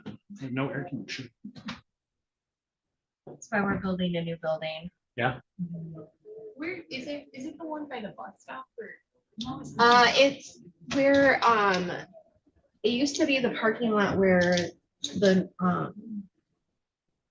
old McLaren or what, the old hospital or whatever that used to be down on Washington, down there. Just past the railroad tracks. It's the, it's gonna be the police, fire and court complex. So not downtown? Huh? It's not gonna be downtown anymore? No, they're turning this into a hotel. Yes, the one across, the street, like by Greenlawn's. I'm not. So I'm not 100% sure. Like where they used to be. building. Yes. That may be nice. It's right next to Debbie Stabenow Park. You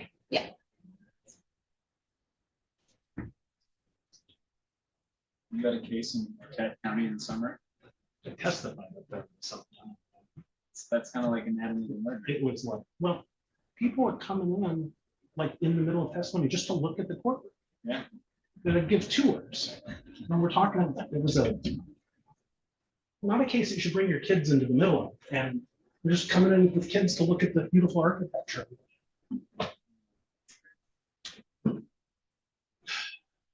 But they filmed that movie there. We did, yeah, that's why people want to go see it, and it's a beautiful courtroom. Anatomy of a murder. Classic James Stewart.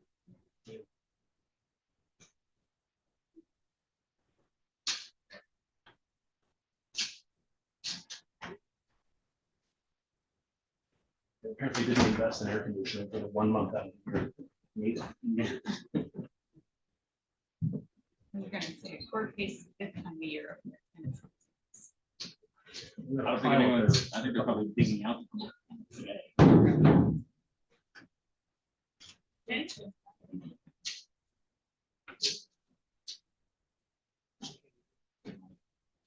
You wanna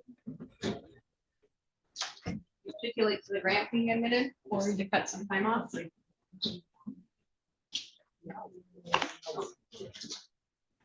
Where are you gonna put them? Daryl. Pardon. Are you not calling Daryl otherwise? No, I'm still calling. Well, let's just put it Okay. first.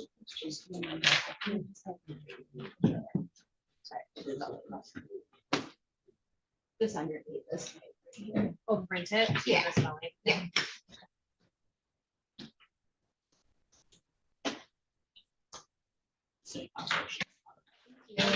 Appreciate it.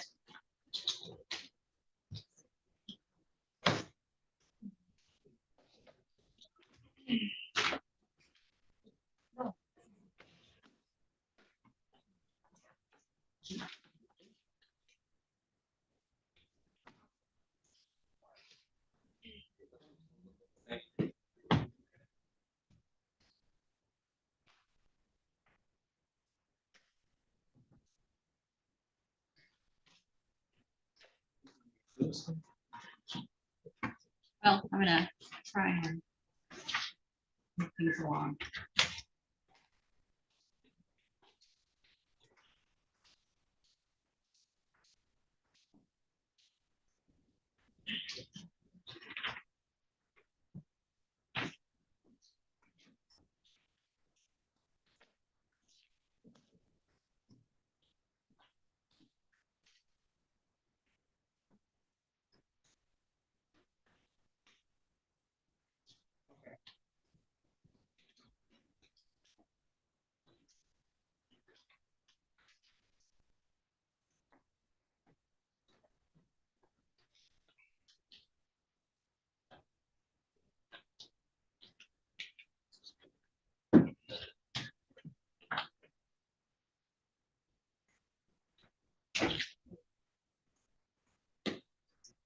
So.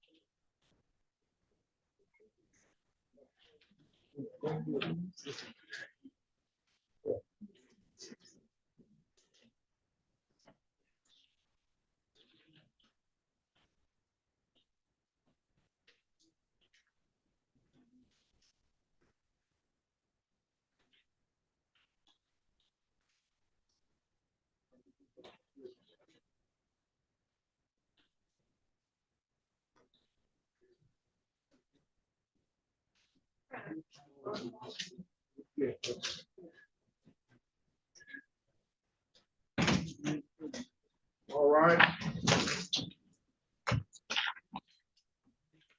Okay, you can be seated.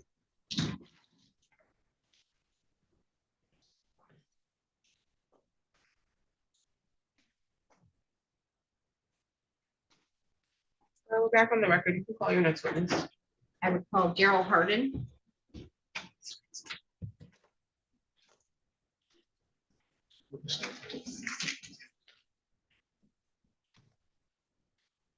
You solemnly swear or affirm the testimony you're going to give is the truth and the whole truth under penalty of perjury. Yes, Your Honor. You can have a seat. That microphone is going to make sure that the lady behind you can hear everything through the system and her headphones, but it will not amplify your voice in this courtroom. So please keep your voice loud and clear, okay? Yes, Your Honor. All of your responses should be yes or no to yes or no questions, because we cannot articulate in the record accurately uh-hus and not the questions. If you forget, we'll ask you if it's a yes or no. If Understood. either attorney objects to anything, you stop speaking. I have to make a ruling on the objection, and then I'll let you know if you can give the answer to their question or not. State your first and last name and spell both. Daryl Hardin, Darrell Harden. Thank you. You can proceed. Mr. Hardin, what do you do for a living, sir? I am the section manager for the section currently named Behavioral Health Financial Support section in the Health Services Administration of the Department of Health and Human Services. My team manages behavioral health. Okay, it's a lot of information. You work for the state of Michigan, Yes, you work in the behavioral health, yes. and you specifically, you're the manager of a section that does what? We handle grant agreements for the state for behavioral health. When you say you handle grant agreements, what does that mean? We oversee the contracting. We handle the financial status reports, the work plan reports, often in partnership with program staff, the staff who are overseeing the work itself. And we also process amendments to grant agreements as warranted. We work with our Bureau of Grants and Purchasing on continuation of current year grants and other duties as assigned, but that's the bulk of it. Okay, and how long have you been employed in this role? 4 years and change. Prior to that, what was your job? I spent 5 years working in the Bureau of Grants and Purchasing, both as a grants analyst and as the specialist overseeing competitive behavioral health, or competitive grants, not just for behavioral health. So in total, you worked for the state of Michigan for how long? 21 and a half years, roughly. And in total, you've worked in an area dealing with grants for how long? 9 years. Have all of those 9 years been with behavioral health? No, 4 with behavioral health. My 5 in the Bureau of Grants and Purchasing, I covered the entire department. So any type of grant? Yes, Okay. Have you and I met before? yes, Have we had meetings? yes. Do you know how many different meetings? 3, And have there been meetings with other members of the Attorney General's office? yes, Okay, but who would that include? Mr. Campbell. Anyone else? You had a student assistant in one meeting with me, but I cannot remember who that was. Okay.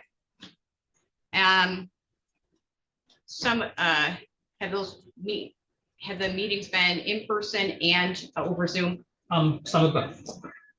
We had one in person at downtown and the others have been on Zoom or Teams.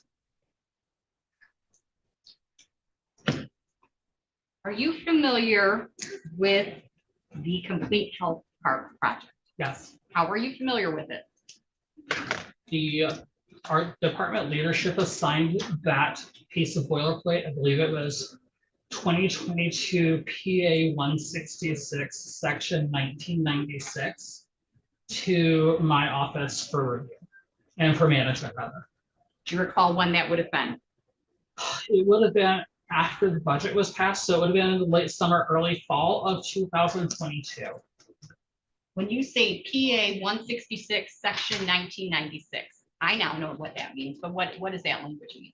It means that it was for calendar year 2022, it was the 166th law passed, and it was section 1996 of whichever article it was in that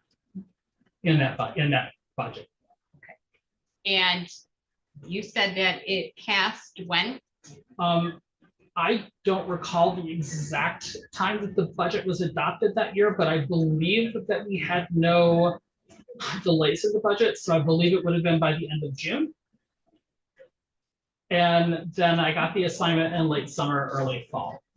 All right, you said boilerplate. Why did you use that word? That's a term that we use, at least within MDHHS, to refer to what we now call legislatively directed spending items. It's an item that was included in the language that was adopted and then signed that directed spending on a certain. Okay, is it uncommon for there to be legislatively directed spending? No, So receiving a boilerplate that's and or a grant that is legislatively directed, that's not uncommon in your role. correct. When this was assigned to you, what did you do? My initial reaction was upon reviewing the legislation and determining that it was for basically to construct a facility, I asked my leadership team to review. In my 21 years of state service, I have 0 experience as a construction manager or construction engineer. And I asked them to review whether that project should be reassigned to someone else within the department. Was the project reassigned? No, Could you have asked to be removed from the project? in so many words, that's what I did when I asked for it to be reassigned. Okay. So it's not reassigned, so that means you're still on the project. Correct. Okay, which you're supposed to do what specifically when you're assigned? For an agreement related to a boilerplate appropriation, I would work with the grantee agency in question to get the information needed to establish a grant agreement, request a grant agreement be set up in eGrants, our electronic grants management system, by the Bureau of Grants and Purchasing. Then ask the grantee to complete the application and then work through reviews and approvals until it is signed. And at that point, the grant agreement is effective, either depending upon the language of the grant agreement, either by the date that it was signed or by a specified effective date in the grant agreement language. Who was the grantee for this grant? We were advised that it was Complete Health Park. Did you ever have contact with anybody from Complete Health Park? Prior, do you mean prior? Sure, yeah, that's a really bad question. Okay. When you found out the grantee was Complete Health Park, did you specifically reach out to anyone from Complete Health Park?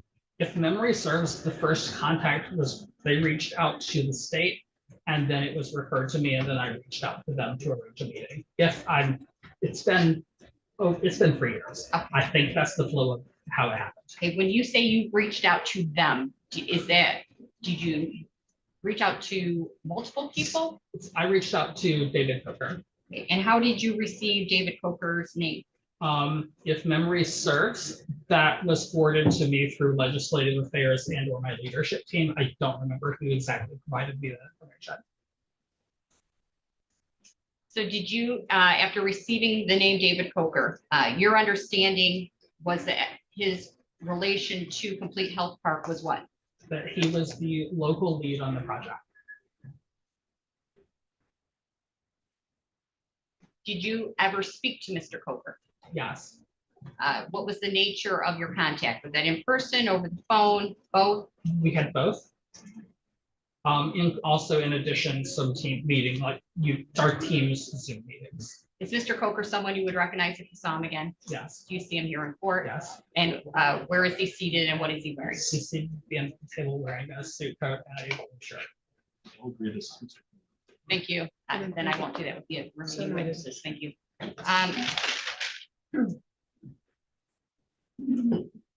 After your first contact with Mr. Coker, what would have been the purpose of that, if you recall? We met, he gave me a rundown of the project, showed me some of the schematics that had been prepared. I talked to him about the mechanics of getting a grant agreement set up so that they would have an application to fill out in grants, and which would ultimately lead to a signed grant agreement. Okay. What is eGrants? eGrants is the Department of Health and Human Services electronic grants management system. What can be accomplished through eGrants? We handle grantee applications, both allocated and competitive. Grant agreements are signed in eGrants. We process amendments to agreements. We handle reporting. How does one get access to eGrants? For a grantee, the grantee would have to, if it's a new grantee agency, and if memory serves, Complete Health Park was at that time, they would register their agency first, and there are instructions to do that. And then individual users would register for access.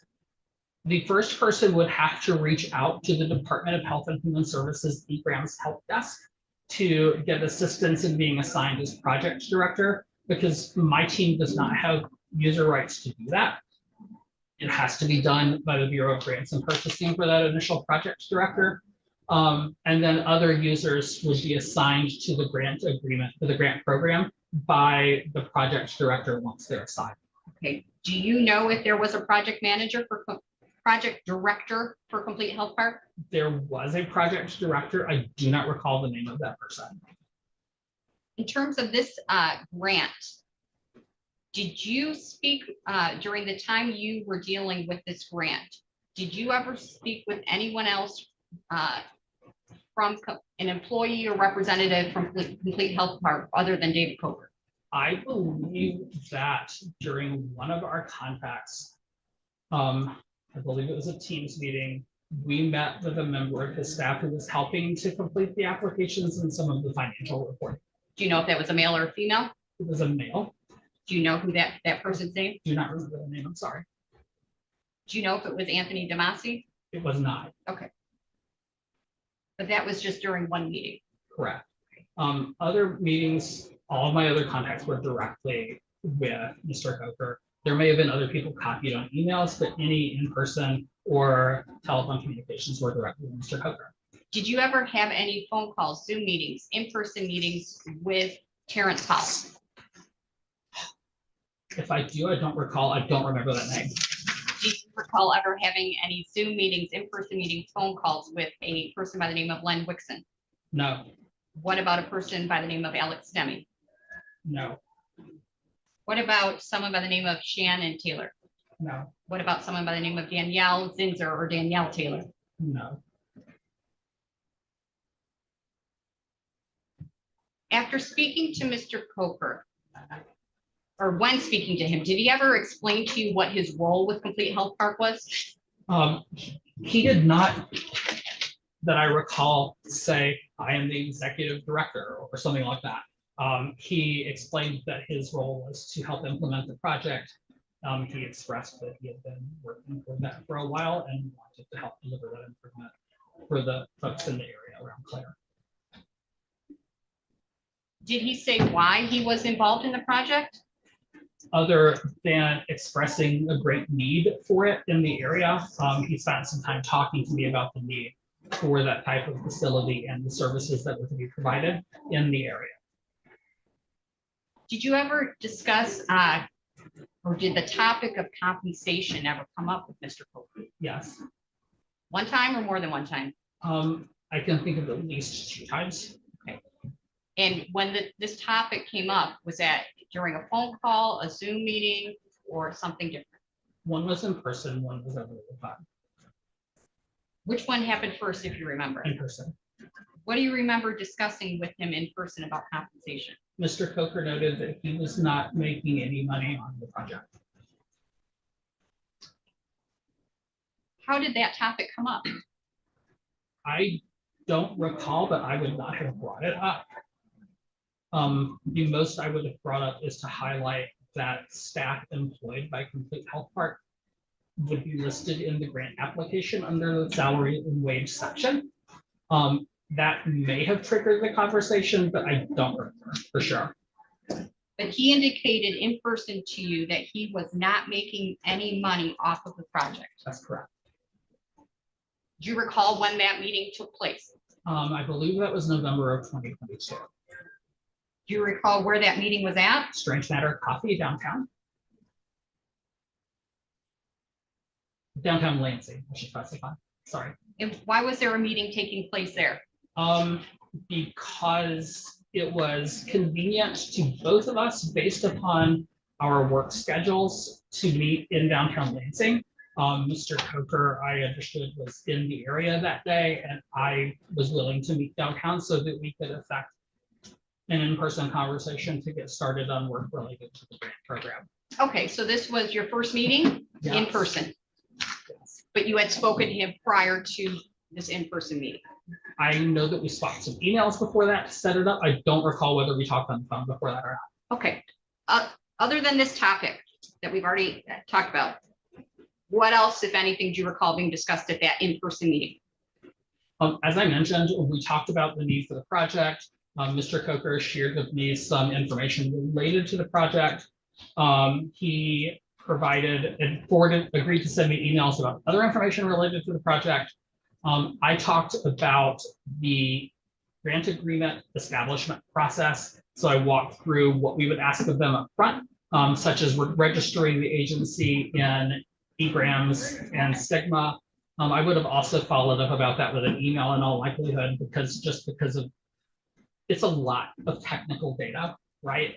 And I would have followed up with an email so as to not expect them to just memorize all of that. Okay, But we also talked about what then, once we get that information, what my job is to get the paperwork completed, get it circulated for approvals, get it turned into the Bureau of Grants and Purchasing, get a grant agreement out the door, or get a grant application out the door rather, so that the grantee could complete the application and then it would go through more approvals before it's signed. We did discuss, there was a hope to get a grant agreement in place by December 1st because of, it was, if I recall, it was a fairly warm early winter that year, and there was hope to start construction early and before snow fell. okay. So there was a grant agreement, ultimately for Complete Health Park in the Correct. state.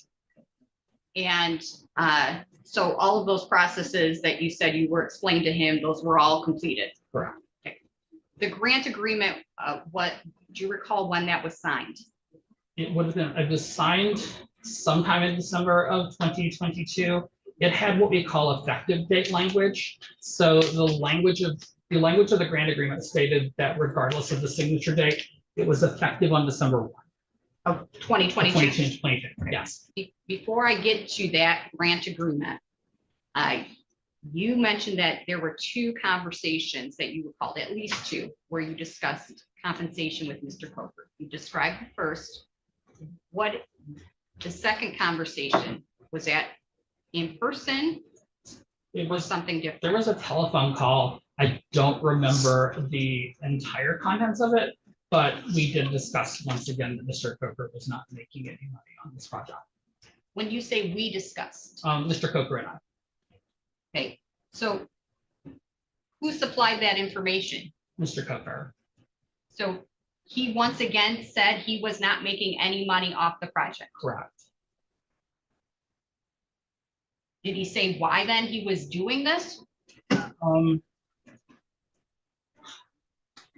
I think he made a reference to seeing the importance of the project for the folks in the area of Clare, and that he was trying to leverage that to make that happen. And so that was the most important thing to him at that time.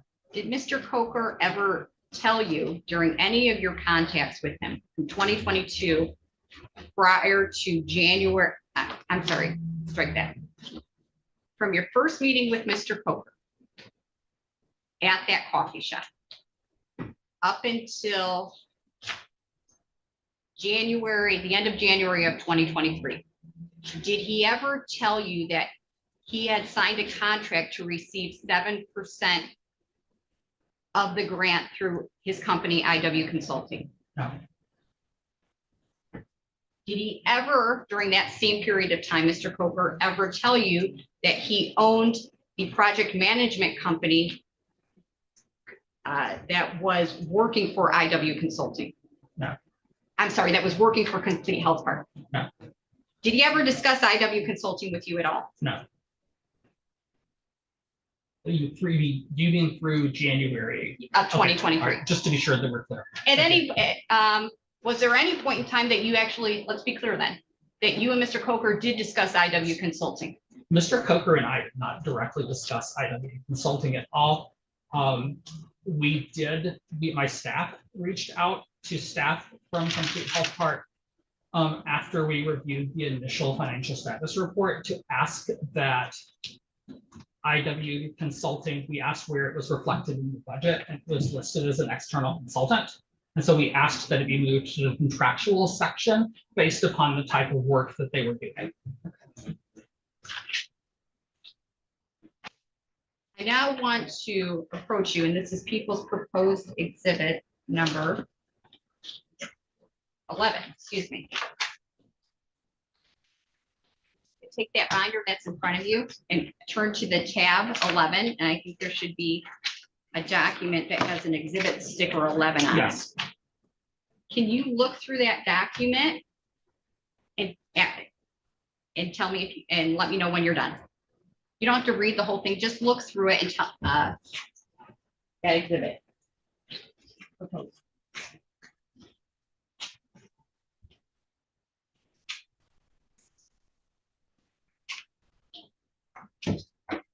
This will take a minute. As you know, these initial grant agreements are long.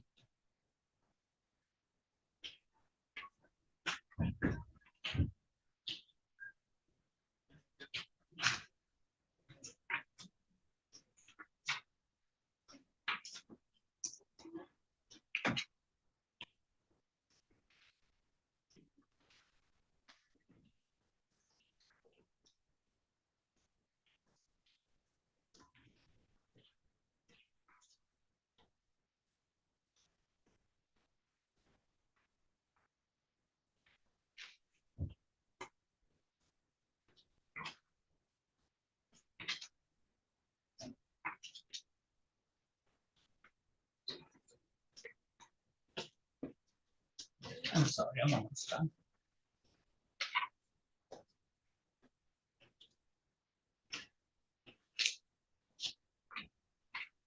All right, I'm through.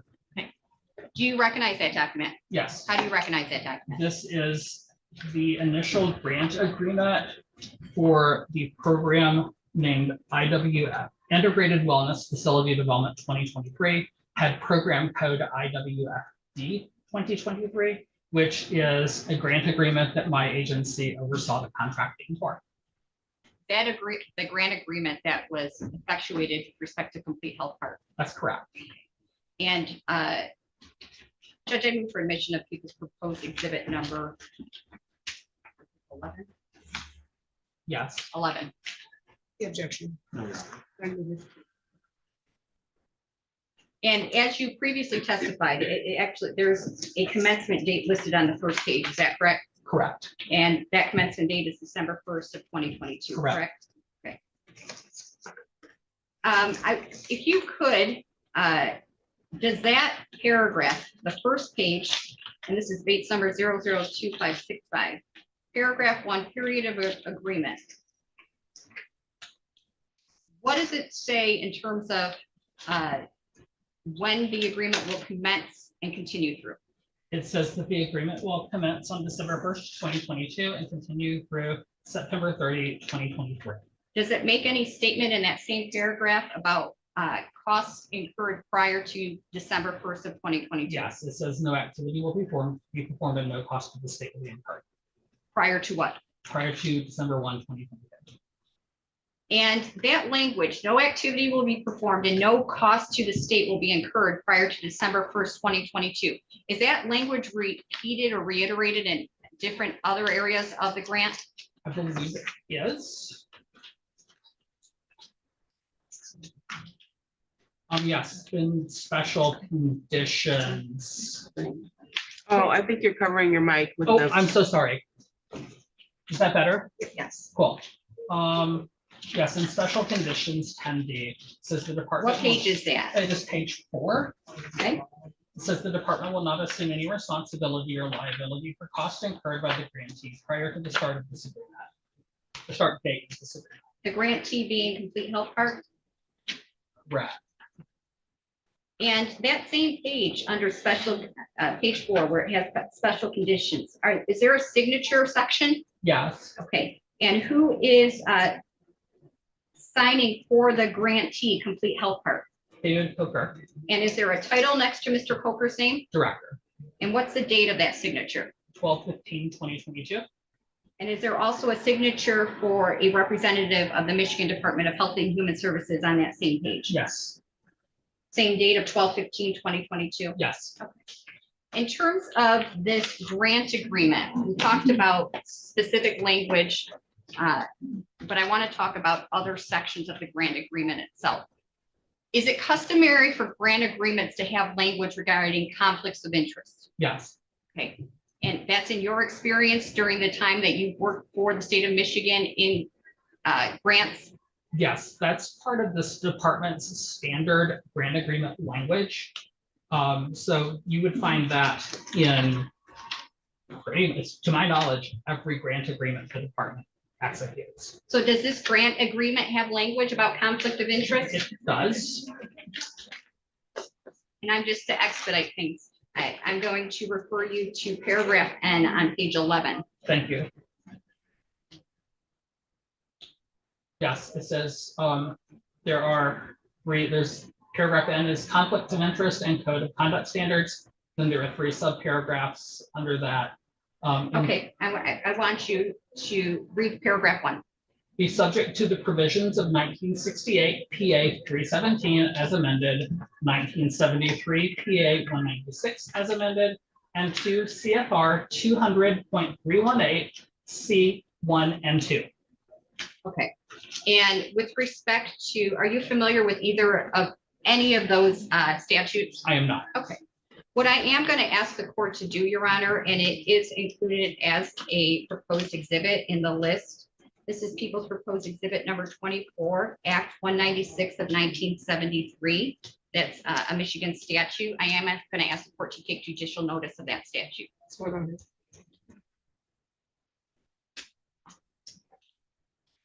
Continuing paragraph 2, what does a paragraph 2 say?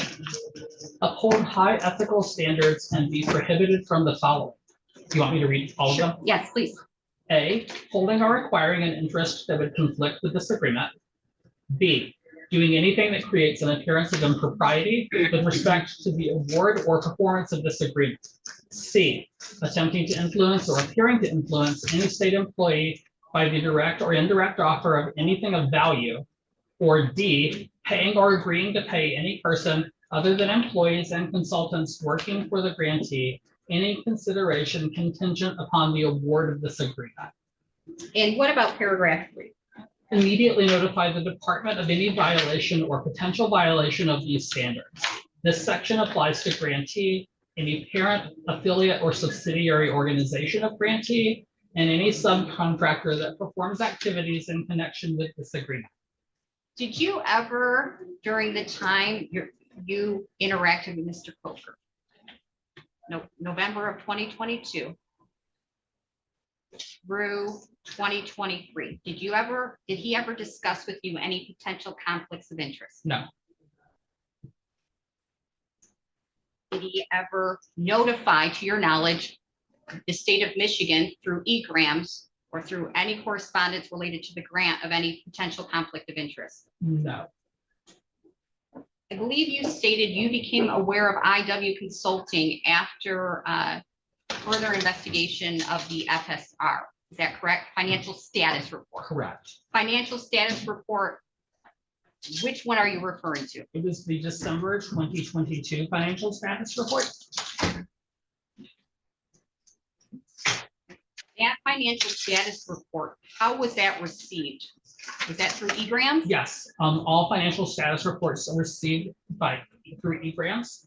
The financial officer's account is the only account that can submit a financial status report. So it has to be someone who's assigned to that role in egrams.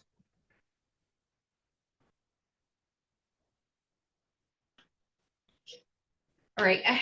In terms of, I'm going to come back to this conflict of interest, but I want to, since we're talking about certain sections in this grant, I want to grant agreement, excuse me. I want to talk about additional sections. Was there a section in this particular grant agreement that dealt with Complete Health Park having responsibility to do criminal background checks on employees? Yes. And just to expedite things, I'm going to refer you to paragraph S on page 13. Yes. Okay. And generally, what is Complete Health Park required to do? The Complete Health Park is generally required to conduct background checks on the staff, especially key staff associated with the project, and to notify the department if there are any concerns. For example, and it was to notify. So for example, the grant agreement requires new employees who work directly with clients or have access to client information to notify the grantee in writing of convictions, either felony or misdemeanor, pending felony charges, and things of that sort. Okay. And then the grantee would be obliged to notify the department. Okay. And then is there another section following from that deals with a grantee's requirement to notify of any employees or subcontractors that have been disbarred or suspended? Yes. And as I'm referring specifically to page 16, paragraph D. Mhm. Is that the section you're talking about? Yes. Sorry. Yes. And that section is included in this specific grant agreement. Yes. Okay. I'm And sorry, can I ask, did you say disbarred or debarred? you're right. Debarment. Different. Yeah. So he's correct. In terms of this Complete Health Park, were you ever notified by Mr. Coker that any subcontractors or employees had any criminal background?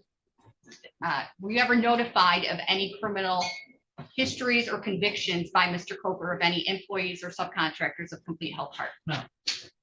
were you ever notified by Mr. Coker of any employees or subcontractors of Complete Health Park that had been suspended or lost their law license? No,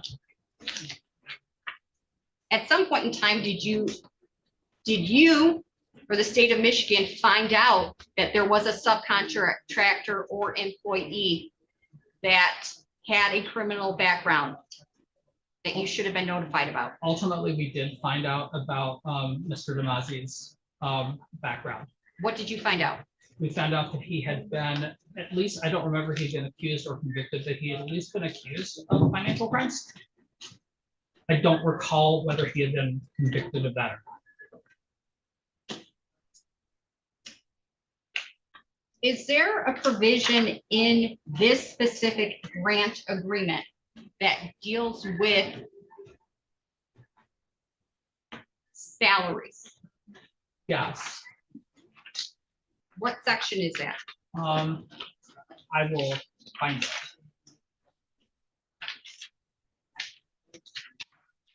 This would be way easier if I were in front of my computer because I could just do a control F. How about page 23, paragraph Q is. Great, thank you.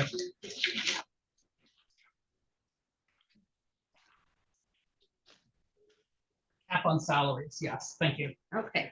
Can you read that paragraph, please? Yes. None of the funds awarded to the grantee through this agreement will be used to pay, either through a grant agreement or other external mechanism, the salary of an individual at a rate in excess of executive level 2. The current rates of pay for the executive schedule are located on the United States Office of Personnel Management website, http://www.opm.gov. By navigating to policy, pay and leave, salaries and wages. The salary rate limitation does not restrict the salary that a grantee may pay an individual under his employment. Rather, it merely limits the portion of that salary that may be paid with funds from this agreement. And you had an understanding at the time of this grant agreement what that salary cap was, correct? It was approximately $200,000. I know that it's gone up a bit since then, but at that time it was around $200,000. It wasn't 600,000, Not that, no, wasn't a million? No. Was it 2.1 million? No. Approximately $200,000. yes. That's one of those numbers that I would have to look up to give you an exact number.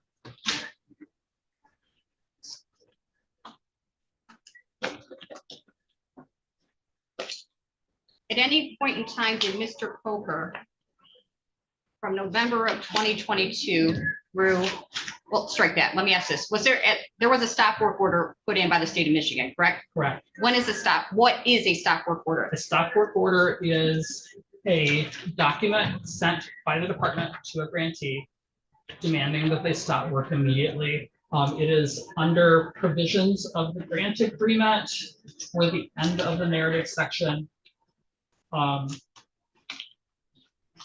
Page 26, it's paragraph 6. Okay. Stop work order. And it says that the grantee must comply with the stop work order upon receipt. At any point in time, from November of 22 through the time of that stop work order, did Mr. Coker ever tell you that he was paid by Complete Health Park a portion of Complete Health Park funds that exceeded over $200,000? No. Did you ever become aware of that? Not during the term of the grant agreement. All right, I now want to talk to you. I want to go back to the FSR. Okay, so in a grant agreement, is a financial status report or a FSR included? It is not part of the grant agreement. It is part of the required reporting for the grant agreement. Okay, what is included in the grant agreement with respect to budget? The budget in the application that the grantee commits or completes is part of the grant agreement itself. Okay. And is there information that's required to be included in the budget? Yes, there's plenty of that. Okay, and was that budget included in the grant agreement for Complete Health Park? Yes, starts on page 29.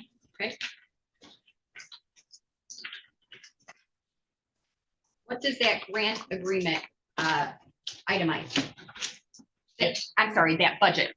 Salaries and wages, fringe benefits, employee travel and training, supplies and materials, sub-awards or sub-recipient services, though there were none in this agreement, contractual or professional services, communications, grantee rent costs, space costs, capital expenditures for equipment and other, client assistance rent and client assistance all other, both of which were budgeted at 0, and other expenses, plus indirect costs, which were not included in this budget. Okay, and it has a total for program expenses or total direct expenses in this budget of what? What's it? 25 million. And that's what the grant was for, correct? Yes, that was the appropriation included in 2022 PA 166, section 1996. Okay.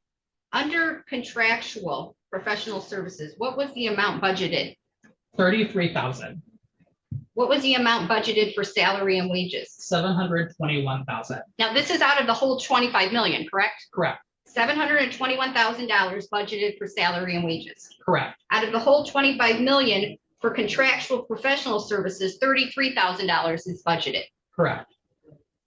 Then we go to item 13. What is listed? What is the total listed? Well, what is item 13? Other expenses covers there's, for lack of a better way of putting it, it is the miscellaneous section when there are things that are not covered by any of the other items other categories that are included in the EGRAM's budget. They would go in the other expenses section. The list is interminably long. Okay, and what's the total for other expenses? $1,484,255. And there's no other part anywhere in this where it says other expenses in this budget that was approved or part of the approved grant agreement that says other expenses being $2.1 million. No. Okay, and in terms of contractual professional services, do you recall if you ever received copies of any contracts from Complete Health Park? I don't recall off the top of my head. I will say that for the 3 subcontracts that are listed, Harrison and Newman, Wellender, Fitzhugh, and State Advising, those all were under $50,000. The department's rules for grant agreements are that grantees are required to provide statements of work for contractors of when the contract is $50,000 or more. So none of these rose to the level that the grantee would have been prompted by EGRAMS to upload that. And we generally adhere in my section to the department policy on that. So I did not ask for that, but would not have asked for that with the initial grant agreement. Okay. Application. Is that information or that requirement, is that explained to a grantee? It is, at minimum, it is included in the instructions in EGRAMS when you were completing it. Also. In what way? There is an instructions button that you can click in EGRAMS when you're filling out the application to show you that. There's also an instruction manual that I'm very sure we provided to Complete Health Park because of the complexity of filling out an application in EGRAMS, and it would also be mentioned there. Okay, so what you're saying though is when you say you click on it, so if somebody is filling out professional contractual work or who this company is in EGRAMS, are they notified that if you're going to pay them more than $50,000, you need to itemize? Oh, yes, I misunderstood your question. Okay. So you have to itemize all of them. You have to list them individually. If you have an individual subcontract that is at $50,000 or more, and you do not include an attachment in that row, egrams will not let you submit the application. Did you ever, from the time that this grant agreement was effective, December 1st, or it was signed December 5th, did you ever receive from Complete Health Park or Mr. Coker an amended budget where IW Consulting was listed under contractual work? We did eventually receive an amended budget that listed IW Consulting in the contractual section.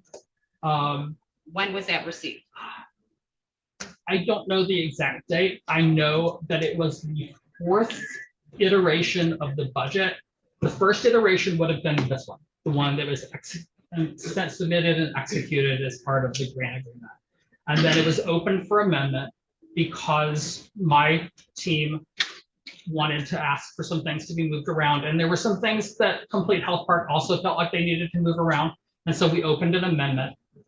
And one of the asks from us was to move IW Consulting to the contractual line. Okay. But that did not happen until the third submittal of that amended application. I would note that that was never part of an executed grant agreement because the stop work order took effect before that happened. Okay, so what I'm trying to figure out is that there was a, based upon this budget that was part of the grant agreement, correct? Yes, There, at some point in time, a financial status report followed. yes. Okay, and that's a financial status report is, remind me, I apologize, my memory is so terrible. A grantee is required to do that for what purpose? The grantee is required to submit a financial status report within 30 days of the end of every month. And that is the mechanism by which they request reimbursement for incurred expenses. Okay, and was that done in December of 2022 Yes, for Complete Health Park? yes. I think it was actually done during December. They would have had until January 30th, but I believe it was done during December. And I believe you already said that that is submitted through eGrants, Correct, which you have access to those records. correct. Okay, I now want you to turn to People's Proposed Exhibit number 13. Yes, Look through that exhibit, proposed exhibit. I believe it's 4 pages.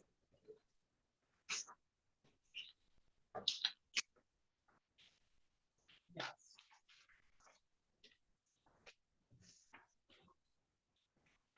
Recognize that?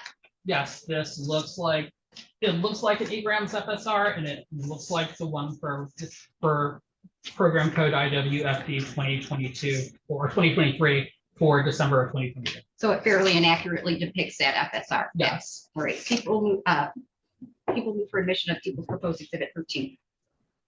I'm not sure it's on your side. I don't think it's Mr. Coker's statement. I don't think it's laid a business recommendation. He said it's part of eGrams. He has access to the grant, to those records. He's the one in charge of the grant. Why would it not be a business record? I just don't think she's laid the foundation.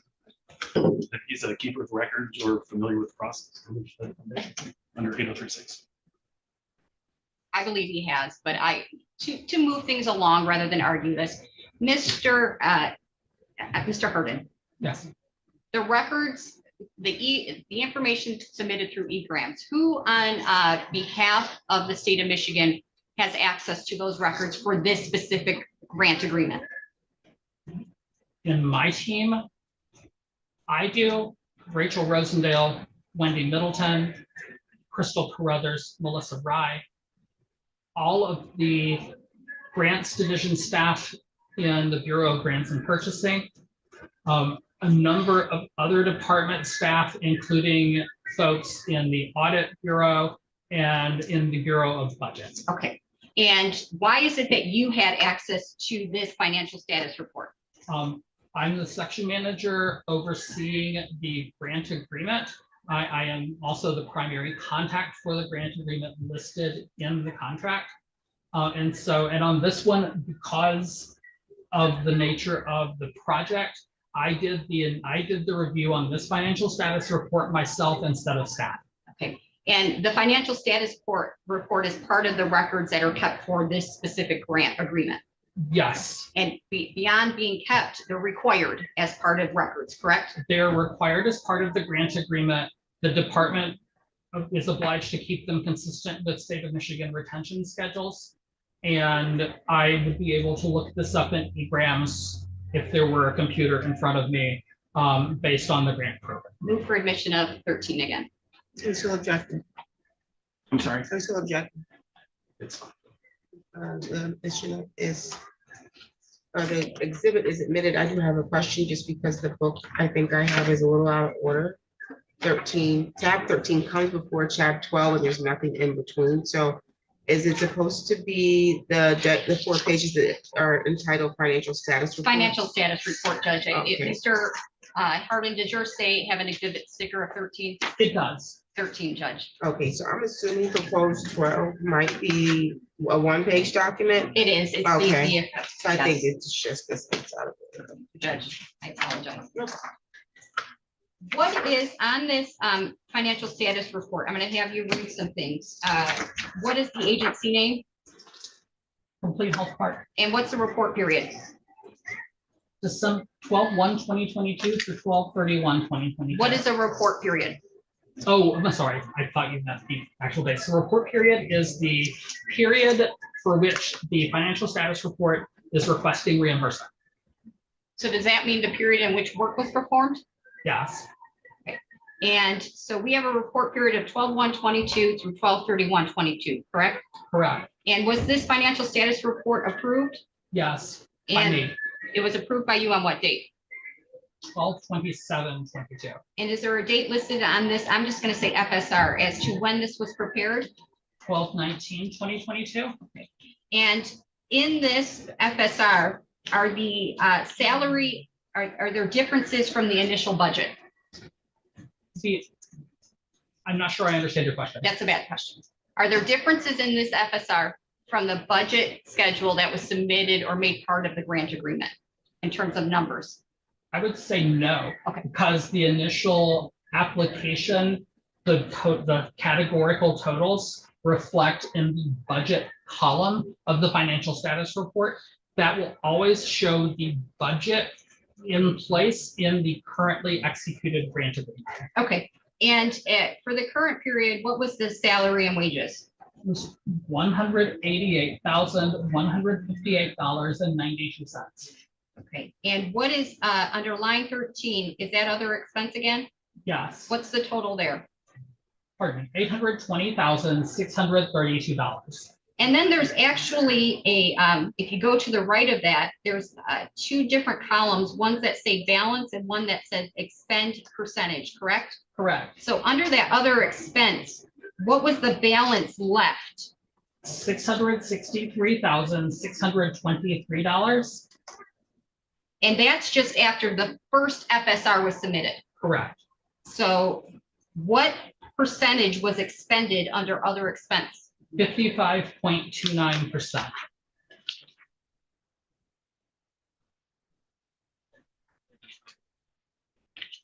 I now want to turn to people's proposed exhibit number 14.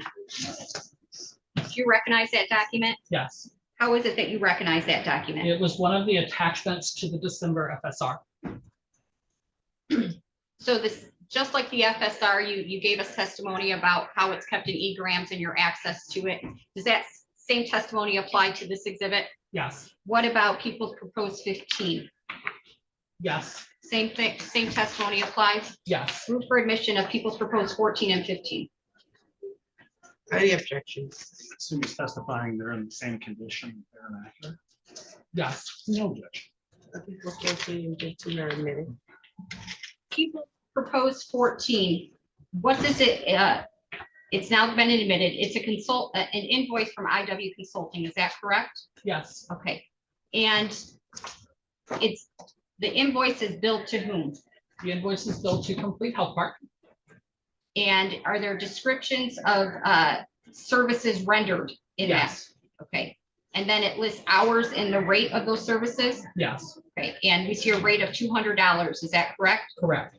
And what's the total? $182,200. And is there any signature on this invoice? There is an approved 12/19/22, but I don't understand what those initials are. But that is like presumably, like we presumed that it was the documentation that Complete Health Park had reviewed it and approved it. That is not documentation added by my team or me. Okay. And the date of that invoice is what? 12/5/23. And then, And which I assume was a typo. well, Because, let's, yeah, okay, but it says 12/5/23. yes. Okay, and then, because now moving on to people 15, same thing, an invoice from IW Consulting Yes, to Complete Health Park. yes. What's the date of that invoice? 12/31/23. Okay, but there's same with the previous invoice, there's an approved, there's a signature or some writing, is that correct? Yes, And what's the date that that was approved? approved 12, I believe 12/19/22. You believe that looks like a 9? Okay. I think it's a 9. All right, and it has a description of a date, is that correct? Sorry. Under description, Oh, what is yes, listed? yes, December 1 to December 31, 2022. And what's the amount? The amount of the invoice or the overall The amount? amount that's listed under amount. There's 2 amount columns. Oh, there is, that's my fault. Okay, the first amount. $9,120,457.16. What's the rate? 7%, And then what's the second amount? $638,432. Okay, and would you, the fact that the invoice is dated December 31st, but it's signed either what you believe it says December 19th of 2022, would that have been concerning to you? Say that again. I'm Yeah, sorry. the invoice says December 31st, but it's signed on December 18th or 19th, right? It did not cause me grave concern. Okay. No. I noted it, but I didn't find it to be particularly concerning. Okay, you said that you nowhere listed in the budget agreement or the budget schedule in the grant agreement, excuse me, was IW Consulting, correct? Correct, But we have 2 invoices from IW Consulting, correct? correct. Did you note that? Yes, Okay, so what did you do after noting that? that is when we reviewed I mean, Rachel Rosendale and I reviewed these. We felt like based upon the work included, that it should have been listed in the contractual section. We went ahead and approved the FSR, by we, I mean me, and then made a note to go back and ask the grantee to amend the grant agreement to move that contract to the contractual section. That would have eventually led to a correction to the financial status report to move that expense to the contractual section as well. Who would that have been conveyed to from Complete Health Park? Rachel made that communication. Okay, you did not. so I did not. Okay. When you approve an FSR, what happens? This, I will tell you as much as I know. Okay. When I approve a financial status report, it makes its way to the contract payables section or contract payables unit. And it is eventually interfaced into Sigma, which is the state's accounting software, and then payment is issued.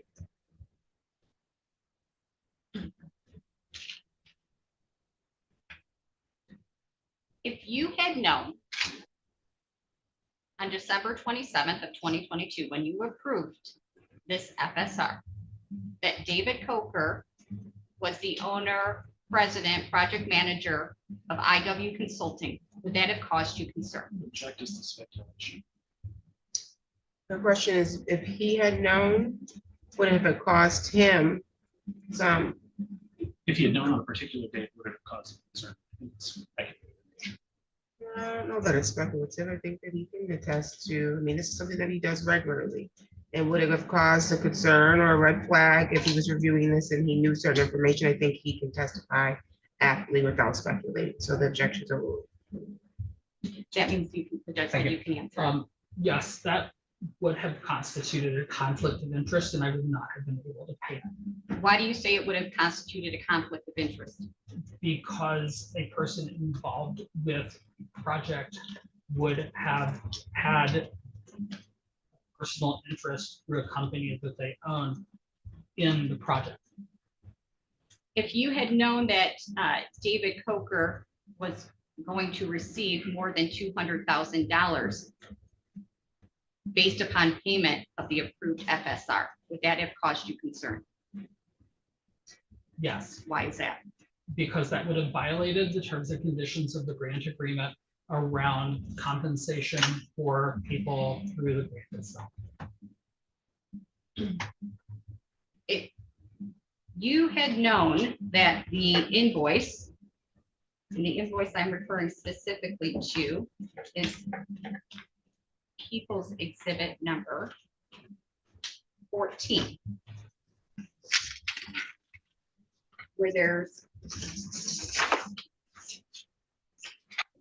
I believe 11, I could have miscounted, but 11 different activities, for lack of a better word, under description. That included work performed prior to December 1st of 2022. Would that have caused you concern? Yes, it would have been a violation of the terms and conditions of the grant agreement. Would you have been able to approve the FSR? No,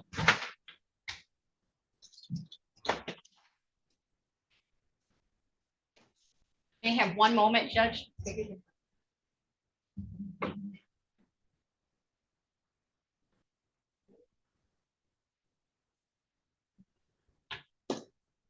I don't have anything further. Thank you.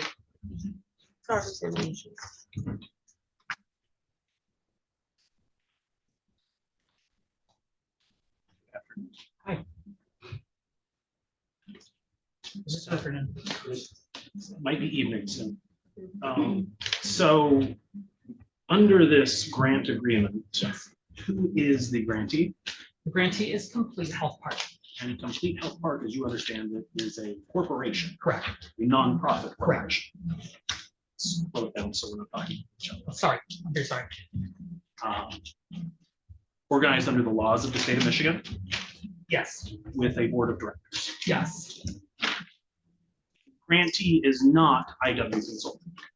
that's correct. The grantee is not David Coker. That's correct. Now, there's a provision in the grant agreement that you referenced that refers to conflicts of interest. Do you recall that? Yes. I think it's on page 11. Thank you.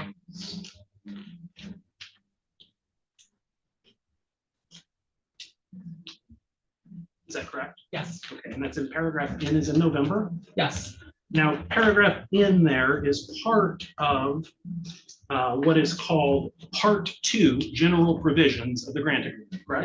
yes. Now, if you go up to page 5 of Part 2,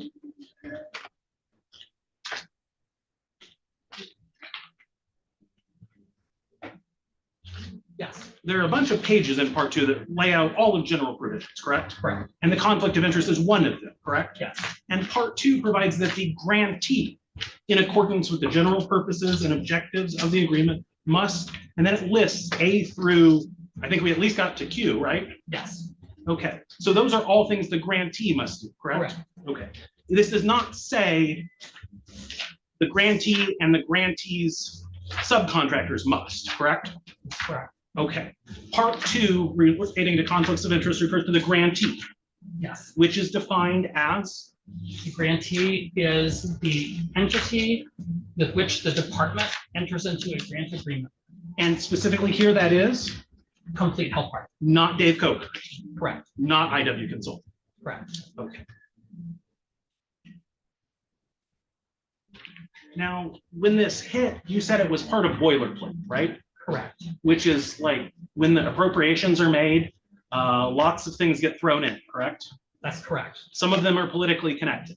Yes, You believe this was politically connected, right? yes, You believe that in part because it was awarded to a county with a very narrow population gap, correct?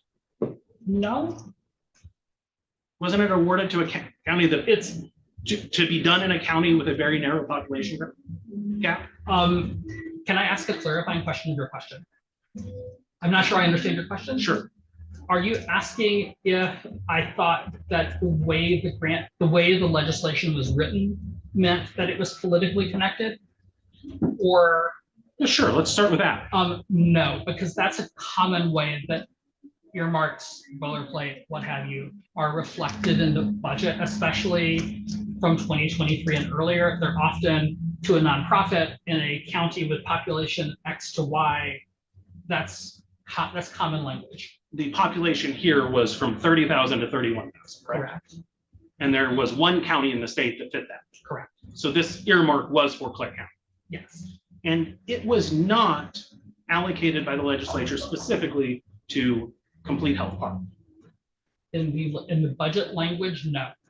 In the budget language, that was the law that was passed by the legislature, right? Correct.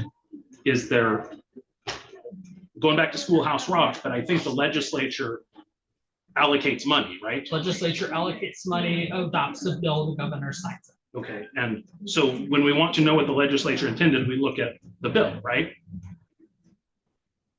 I would say for my purposes, yes, though I would also reach out to the Legislative Affairs Division within MDHHS if I have questions.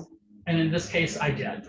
Okay, so you're saying that there are bureaucrats at DHHS that can make decisions on how money is spent beyond what the legislature has specified? No, Okay. Help me understand this. The legislature just said funds are appropriated for this community health campus pilot project, and they'll be awarded to a nonprofit entity based on a feasibility study, right? yes, Is there anything in the language that would have prevented someone other than Complete Health Park from making a proposal to DHHS? no, Okay. Did anyone else apply? no. They could have. The department did not issue a formal competitive procurement or grant application or procurement for this. Why not? My understanding, and I say my understanding because I was not directly party to the conversations, is that the legislative affairs folks worked to identify who the intended recipient agency was and were able to determine that that was supposed to be Complete Health Park. So someone at DHHS determined that the legislature wanted this money to go specifically to Complete Health Park. I would characterize my answer as someone at DHHS working with legislators and or staffers determined that that was the intended recipient of the grant. You have any reason to doubt that? I do not. The legislature can do that, right? Yes, I mean, they could grant me $25 million if they wanted to. yes,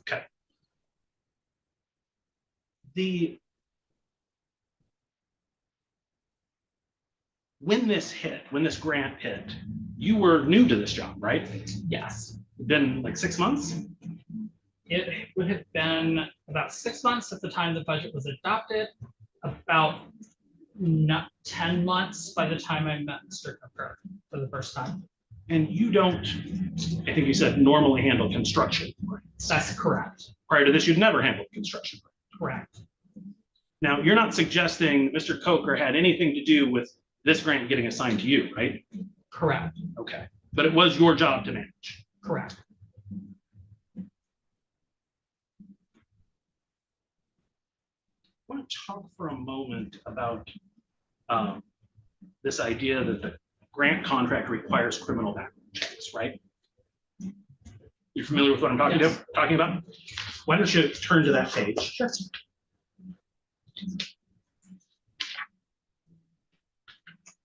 I think it's page 13. 13 and 14, yes, sir. Okay. So it requires background checks where the subject person works directly with clients or has access to client information, correct? Bottom of paragraph S is in Sierra 1. Yes, Okay, that's the condition. You must either work directly with a client or have access to client information, correct?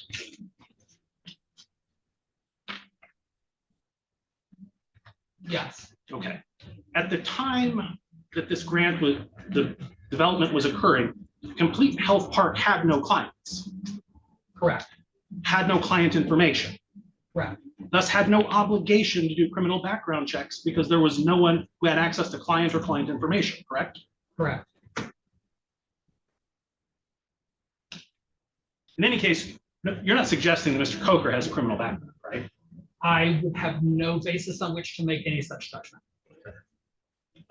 there is this provision that you talked with the government's lawyer about on salary caps. I think that we decided that was in paragraph Q. Yes, it's, Yes, Q on page 23. Q is in Quebec. yes, All right, so it talks about the salary of an individual in excess of executive level, right? Mhm. Is that a yes? yes, I'm sorry. Salary is a term of art, right? Yes, Salary refers to wages that are paid to someone, yes, like on a W-2, correct? yes, Salary does not refer to independent contractor payments, correct? I would interpret that to be correct. You have seen no evidence that Mr. Coker was paid as a W-2 employee from Complete Health Park, correct? Correct.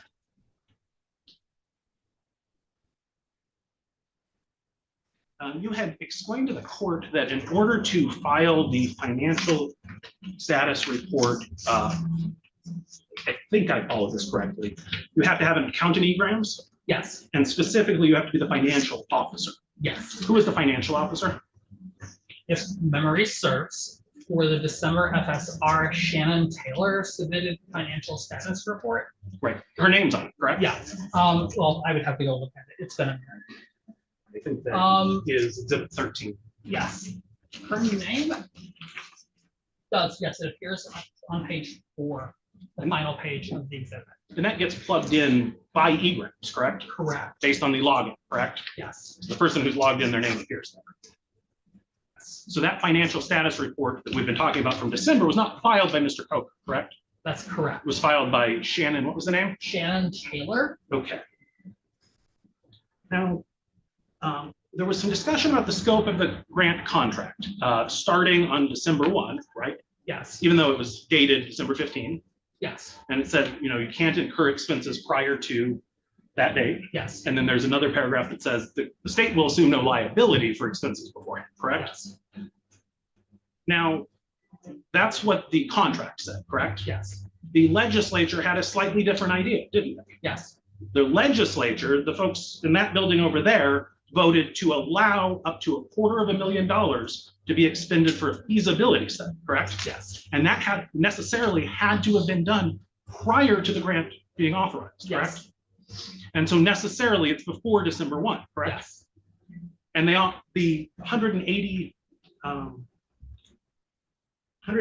$182,200 invoice, correct? yes. Those are items that you understood were related to a feasibility study, correct? I was not certain whether they related specifically to the feasibility study or other work related to the project. Did you ever ask? I did not. Did you have the ability to ask? If that was related to the feasibility study, it was authorized by the legislature, correct? Yes, And should be paid, correct? yes,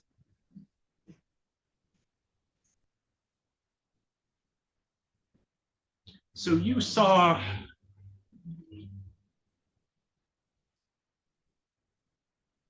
Let me strike that.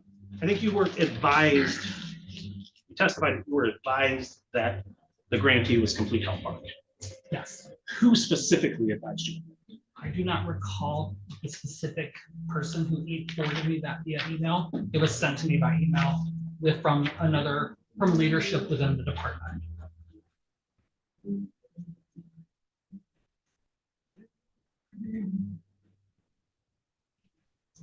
So when we're talking about budgets related to grant applications, they're not, as a matter of law or policy, set in stone at the inception, correct? That's correct. They're sort of living, breathing documents. Yes, They get amended all the time. yes, You do line item transfers from one expense category to another on the regular, right? yes. Probably to an extent that it's annoying. Is that fair? That is a fair statement. And you did some line item transfers here, correct? Yes, For example, you approved a financial status report that authorized paying $3.5 million in rent expense, correct? yes, You knew that was for purchasing land. yes, You know that purchasing land is not rent expense. yes, You still approved it yes, with the intention of we'll fix that later correct. because you were satisfied that it was being spent on an appropriate item Yes, and you authorized the payment. yes, Is there anybody above you that authorizes this, or are you the final say? I am not the final say. I signed off on it in the program office, but then the contract payables unit reviews those. And candidly, I don't know who else in the department reviews those, if any. That gets a bit out of my sandbox. And this initial budget included like $1.4-ish million for other expenses, correct? Yes, Without any detail. yes, And you learned that when you got the IW Consulting invoices, you learned that it was in the other expense line item. yes, And your intention was to move that up to contractual services. yes, Now that would be over the $50,000 threshold, yes. which would require you to ask for a contract Yeah, so at minimum, a statement of work. or a contract. Yes, And you eventually did ask for that, right? yes, Not before you paid it. correct. Now, when you asked for that, you were given it promptly, correct? To my knowledge, yes, Well, you've expressed before surprise that it was given to you, right? yes, You thought, gosh, that would be something I would hide, yes, but nobody hid it from you. They just Correct. gave it to you. Right? correct. Sorry, I didn't mean to talk over you. Now, this adjustment to the other expense line item actually did happen in the budget, correct? It was entered into egrams. It was never approved by our office, so it remains pending review technically in egrams. It was submitted by Complete Health Park That's correct. after discussions with you. Yes, It got sort of caught up in the stop work order. yes, that's correct. Right? When Bridge, Michigan wrote a story about this, a stop work order was issued, right? Yes, Okay. And that caused the whole project to come to an end, correct? yes. The land that had been purchased was, you know what happened to that? I do not. The money that was given to the contractor, do you know what happened to that? My understanding is that the state recouped some of it. You were comfortable when you were approving the financial status reports that you had sufficiently reliable information to approve them? Yes, based upon my limited knowledge of construction projects. Well, you were the person in charge, right? Yes, You were the person tasked by the department to oversee this, yes, and you had the ability to ask questions, right? And you did ask some questions, yes, and all of your questions, when you asked them, were answered. yes, You can't point to any untruthful statements that were given in response to your questions. that's correct. When you asked questions, you got truthful answers. Yes, Even when you asked for the IW Consulting contract, you got a truthful answer. yes, You didn't ask until after you paid it, correct? correct. If you had asked before, you have no doubt that you would have been given the contract before the payment issue, Well, correct? objection is speculation. I think it's the same as what he thought and what he expected before, which was asking. He's asking whether he's confident he can say somebody would have given him a document. How can he testify that somebody would have given him a document? I asked him before what his opinion was, if he would have personally, he would have had concern with this situation. They're completely different. Right, I agree that they are different. Your objection is to stay, you don't have to answer that. There was never a time you were denied access you requested, correct? Correct.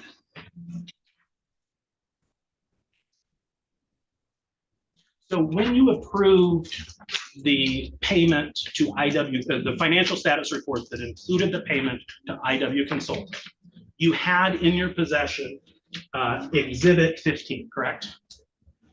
Yes, I'm sorry, 14 and 15 are dead, correct, Your Honor? Exhibit 15, 14 and 15. 14 and 15 are a minute. Thank you.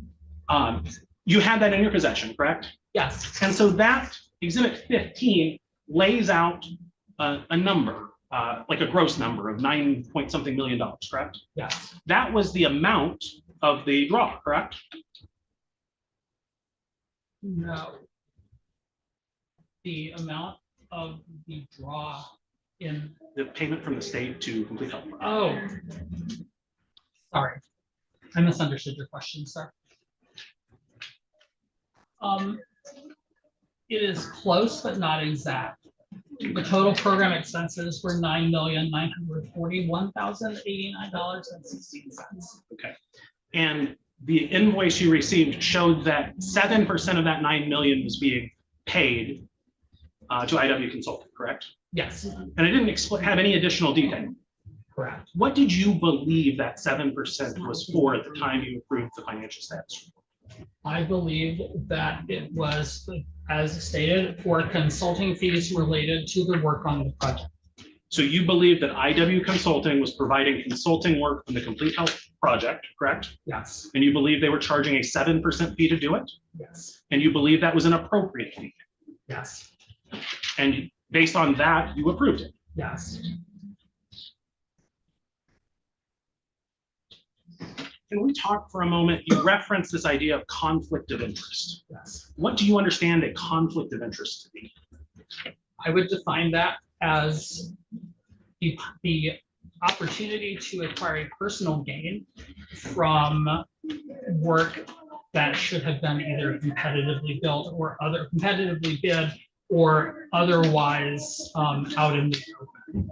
If that makes sense. Sure. So competitively bid would suggest, you're saying it's a conflict if the person receiving the work is getting work without bidding when there's a requirement that it be publicly bid. Correct. Okay. There was no requirement for competitive bidding here.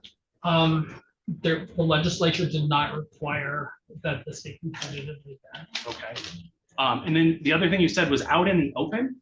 Yes. What does that mean? Sorry, I'm attempting to answer your question, sir. For example, if I were working on a project other than salaries publicly declared and listed, I don't think that I should be receiving additional compensation through another mechanism for that.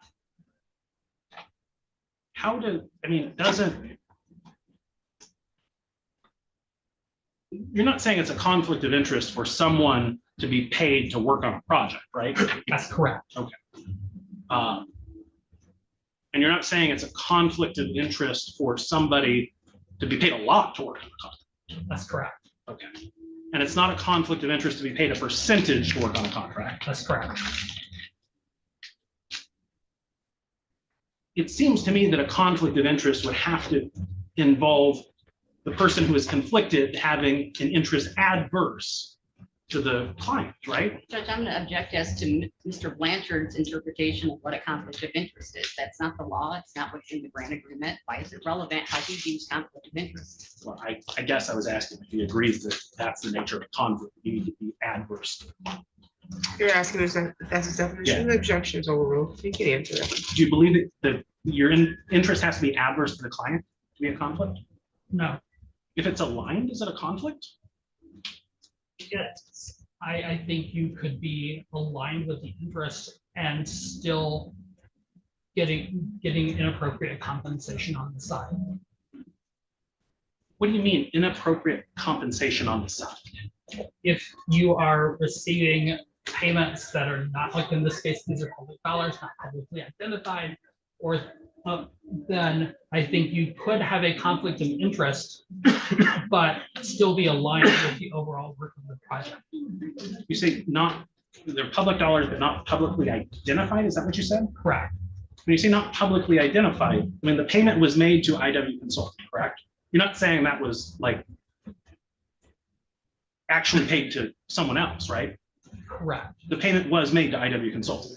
Insofar as I know, that would have been issued by Complete Health Park to IW Consulting. So I can't say for certainty that they wrote IW Consulting a check. And IW Consulting was an LLC that existed in the state of Michigan. It was real, right? Yes. Okay. And that Complete Health Park told you they were going to pay the money to IW Consulting, right? Yes. So it was publicly identified that they were giving the $638,432 to IW Consulting. Yes. That was publicly identified. Yes. What you're saying is you would like to have information behind that, correct? That's not what I'm saying. Well, how is it not publicly identified that the $638,000 was paid to IW Consulting? You asked me where I would see a conflict of interest. I don't see a conflict of interest directly in a contractor being paid by a grantee. So I would not have demanded, show me a breakdown of your budget. And if it was important to you to know who owned IW Consulting, you could have asked the question, right? Correct. You did not ask the I question. did not ask that question. I guess.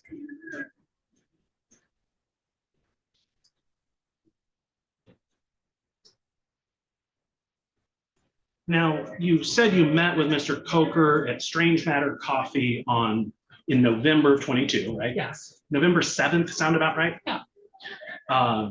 You had to be back to your office for a meeting, I think at about 10:40. your knowledge of my calendar is better than mine. Okay. And you sat there and chatted with him for a while, correct? Yes, He had with him schematics for the build out when he went there, correct? yes, And these were schematics that were prepared like by a professional, right? yes, It looked like they actually had a plan to do this, correct? yes, And you later learned that they actually had a plan to do this, right? yes, You're aware of fraud schemes where there's not actually work being done to accomplish the program, right?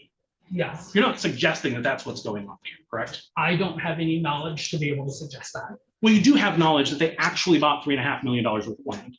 Yes, And you do have knowledge that they actually hired a contractor and actually paid them money, correct? yes.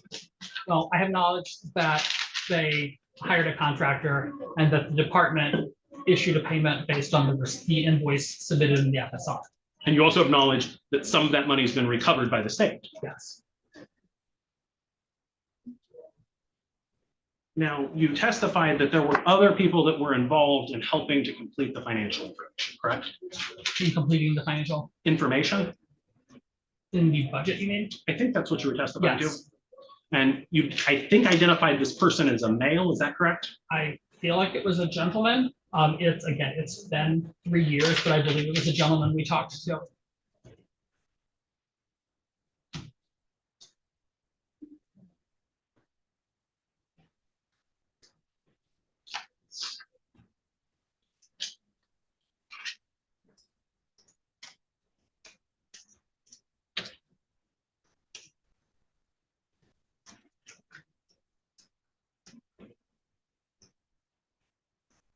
So this conversation with Mr. Coker that occurred at Strange Matter Coffee on November 7th or thereabouts of 2022, fair to say you don't have a verbatim recollection of what was said, correct? That's correct. I think you testified on direct examination. Your takeaway from that was that Mr. Coker said he wasn't in money, right? Yes, that's correct.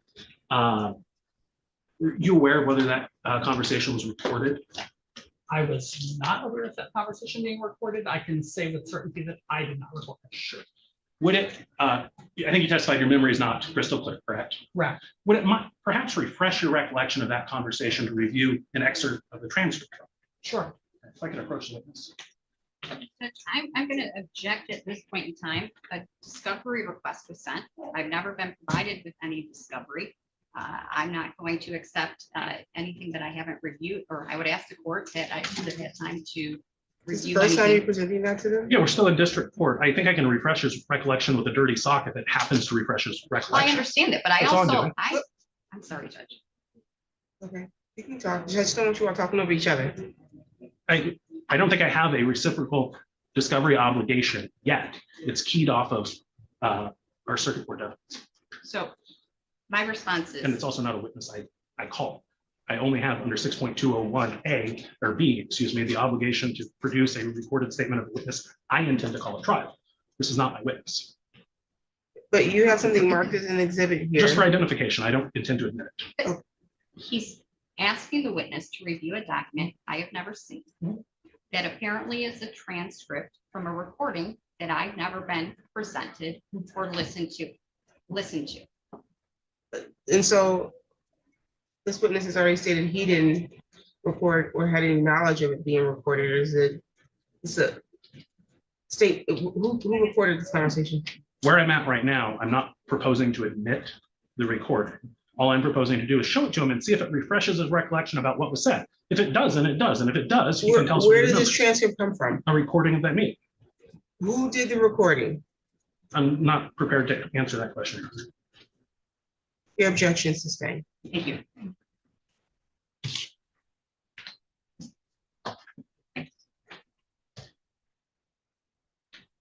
Are you prepared to testify today that it is you are certain that Mr. Coker didn't tell you during that meeting on November 7th? I mean, yes, I'm going to make a little bit of money. I got easily 2,500 hours wrapped into this project. I am not prepared to testify that. Thank you. One moment. We'll pass the witness. Yes. You previously testified on direct that there was not only the coffee shop discussion, but there was another phone call you had with Mr. Coker, correct? Yes, Okay, so your testimony was that Mr. Coker relayed to you on 2 separate occasions that he was not making any money from the project. correct. Okay, the phone call is different than the coffee shop. Correct. Okay, and did you,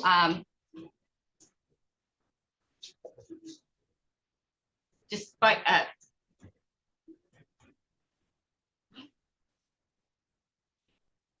okay, I now want to move on to the question about who was the grantee of this grant agreement. Do you recall that line of questioning? Yes, And it was, we were clear that it was Complete Health Card, correct? yes, that's correct. And of course, I lost the spot. Okay, I now want you to go back to that grant agreement. I believe it's exhibit 11. Yes, I want you to go to page 4 again. Go to section or paragraph 12 yes. and read that for me, please. Signature section for the grantee, complete health part, complete health part. Name, David Coker, title, director, date 12/15/2022. Thank you. I now, when we talk about conflict of interest, the court judicial notice of a statute, which means it's an exhibit, just like you're reading from exhibits right now. So if you could flip to 24. Don't have one of those. You don't have 24, it's not in a paper sleeve or. Oh, okay, I'm sorry. I ran out of tabs. Yeah. Yes, Okay, so 24, what does it say in the middle? Act what? Act 196 of 1973. Okay, could you read, this is 2 pages, is that right? Yes, Okay, may I take it out of the sleeve? sure. Thank you. Could you read paragraph 5 for me? A public officer or employee should not engage in a business transaction in which the public officer or employee may profit from his or her official position or authority or benefit financially from confidential information which the public officer or employee has obtained or may obtain by reason of that position or authority. Instruction which is not done during regularly scheduled working hours, except for annual leave or vacation time, shall not be considered a business transaction pursuant to this subsection if the instructor does not have any direct dealing with or influence on the employing or contracting facility associated with his or her course of employment with the state. Okay, could you read paragraph, I'm gonna have you read paragraph 6 and 7 too, and then you'll be finished. Paragraph 6, please. Except as provided in section 2A, a public officer or employee shall not engage in or accept employment or render services for a private or public interest when that employment or service is incompatible or in conflict with the discharge of the officer or employee's official duties, or when that employment may tend to impair his or her independence of judgment or action in the performance of official duties. Okay, and then paragraph 6. 7. I'm sorry, yeah, I'm sorry, 7. Okay. You just read 6. Thank you.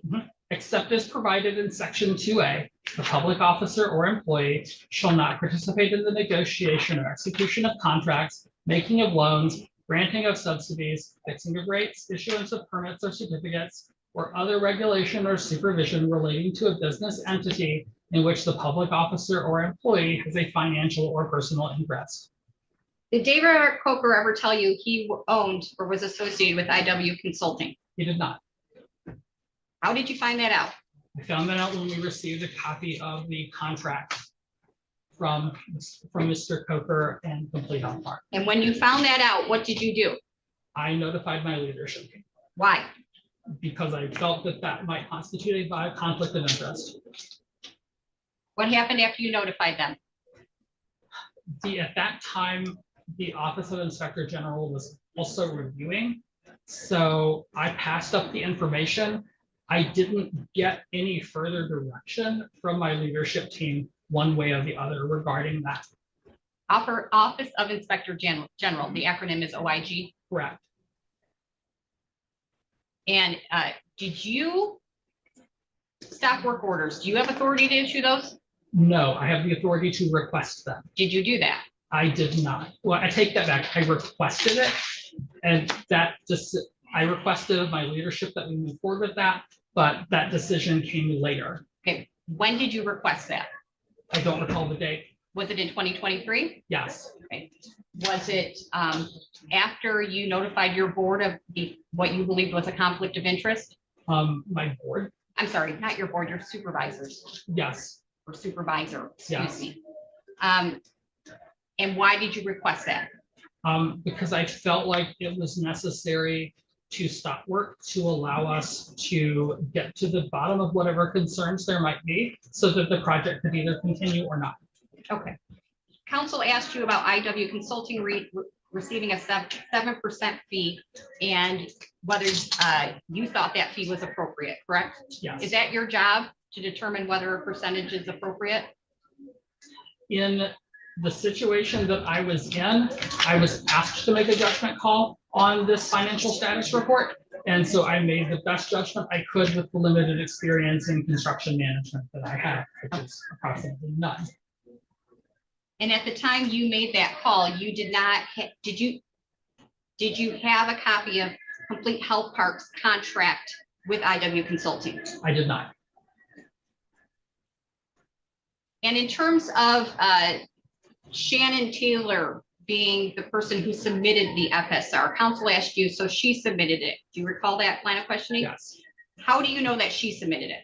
I technically don't. I know that whoever was logged in using her login submitted it. So there's you log information. Is that different from everyone? Is the log information through egrams different for every person? Yes, every individual user has a user ID and password.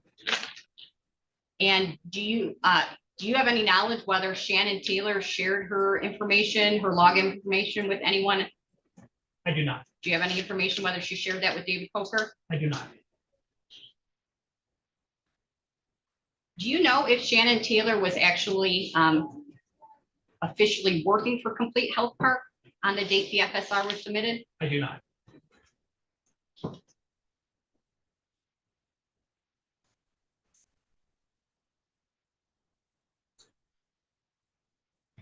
In terms of the feasibility study, there was some question about that. Yes. Did you receive the feasibility study? Yes. From whom? From which company or person, if you recall? I believe David Coker emailed that to me. Okay, but do you know which company or agency did the feasibility I do not study? recall. Do you know if it was IW Consulting? I do not recall.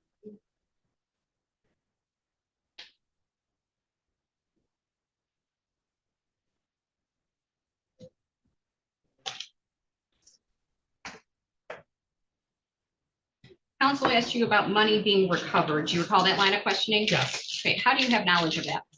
I heard about it in the news.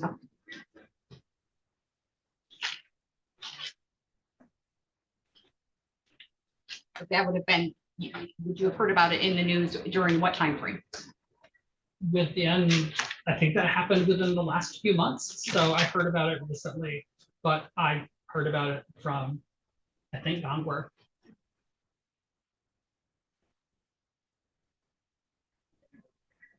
One more moment if I may, Your Honor.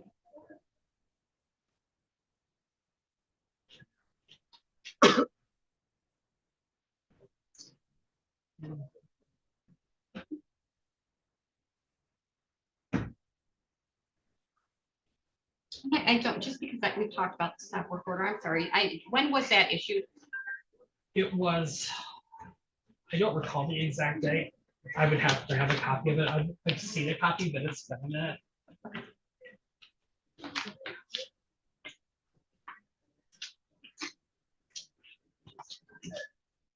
I believe it's I believe it is proposed exhibit 17. Okay, can you look at proposed exhibit 17? Yes. What is that?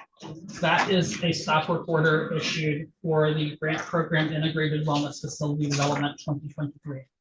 Are you included on this letter? I'll Yes, just step to its submission. Okay, so great. Then council stipulating to the emission of 17, Your Honor. 17's in there. Thank you.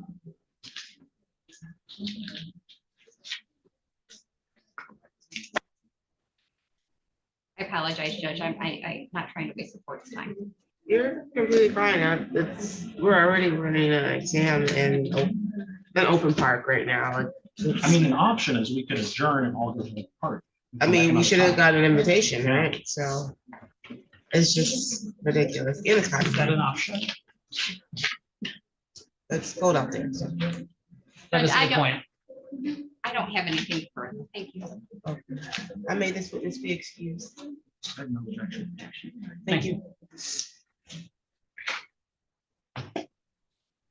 How many other witnesses are you calling today? So I have, Oh, sorry. Dumb question. That means I can just go, right? You're free to go. sir. Sorry, I've never done this before You and can I go to don't the want to screw up. party. If you like. Thank you. I have Send four us a other report on witnesses. it. Four other witnesses. Four other witnesses. Okay. We're gonna have, it's at the top of the 1 o'clock hour, so we're gonna break till 2 o'clock for lunch. Will the courtroom be? Yeah, the courtroom will be locked. Leave our stuff. Judge, can I ask, will we go to 5 today? If that's what you need to do, yeah. Thank you.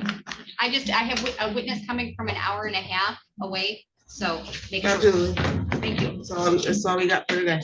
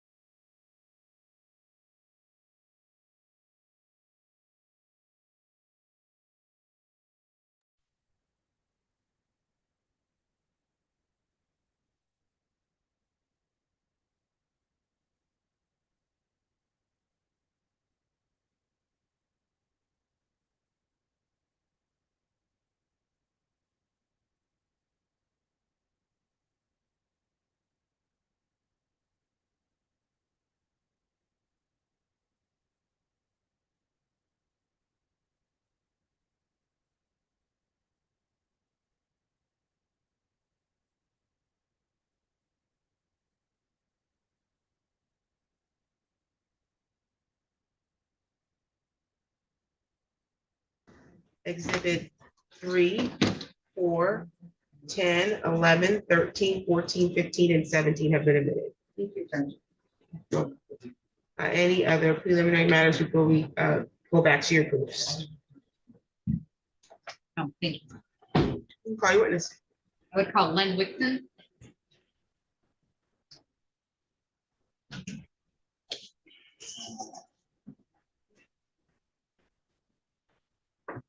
You solemnly swear or affirm the testimony you're going to give us the truth and the whole truth under penalty of perjury?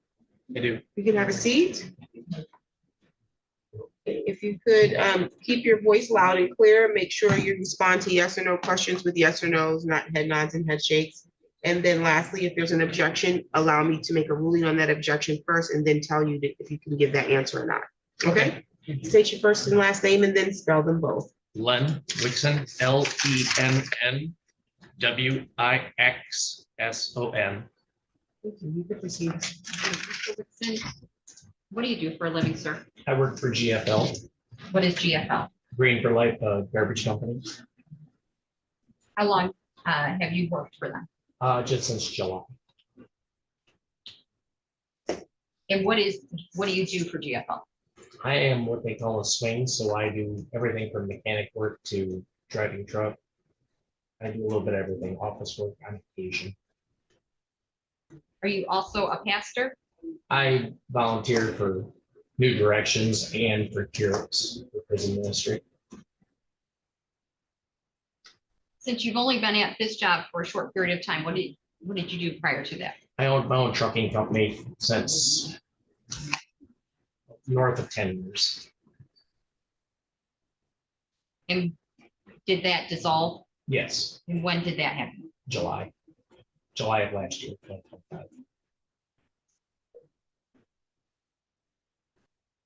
Do you know someone by the name of David Coker? Yes, How do you know that person? known him for years. I worked at his funeral home, his family funeral home. I was on the board for the health part that he was a part of. Before we get to the health part, when you say you've known him for years, about approximately how many years? It's great school. Were you friends during your school years? Yeah, we were well acquainted. Yes, Did you live in the same city or town then? yes, for most of the time, and then he moved between Claire and Farwell. And you said you worked, excuse me, for his family's funeral home? Yeah, I helped out. Yes, And how many years did you do that? 2, 3 maybe. So I want to talk to you specifically about the year 2022. Would you, in the year 2022, did you have a relationship with David Coker? Yes, Did you consider him to be a friend? yes, Did you consider, I'm sorry, I'm going to use these terms or try and get specific, but did you consider him to be a good friend? yes. What is a good friend to you? Someone you know that'll be there for you when you need them. Was David Coker someone you trusted? Yes,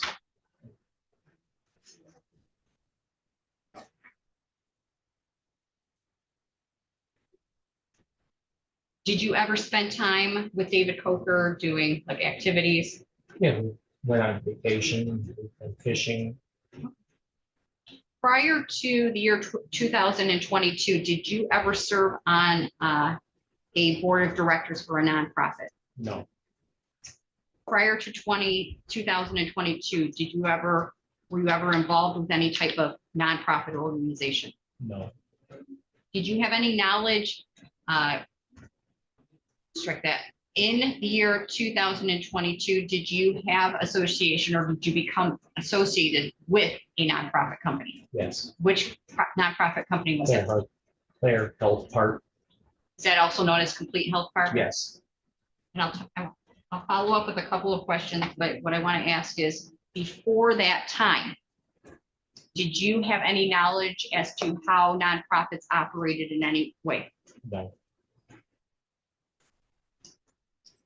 Did you know how a board of directors operated? no. How is it that you came to be associated with Claire Health for I'm gonna call it CHP, is that okay? Yes, Are we talking about the same thing Yes. if I use that acronym? Correct. Okay, how is it that you came to be associated with CHP? David asked me to be on the board. And when you said he asked you, do you know approximately when that would have been?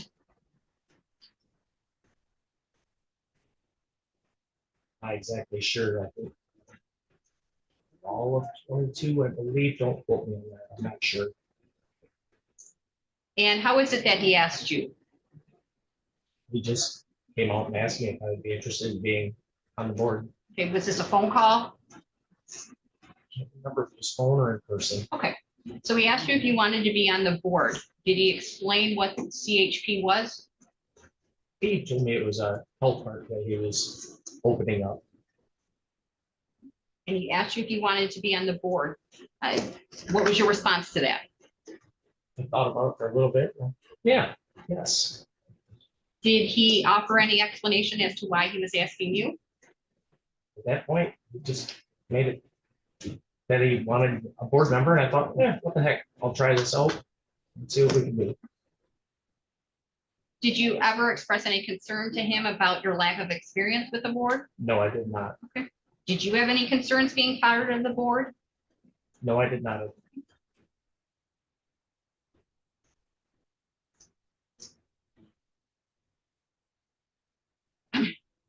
He asked you to be part of the board and you said you thought about it, and at some point you agreed. Mhm. Is that a yes? Yes. Okay, and what happened after you agreed to be part of the board?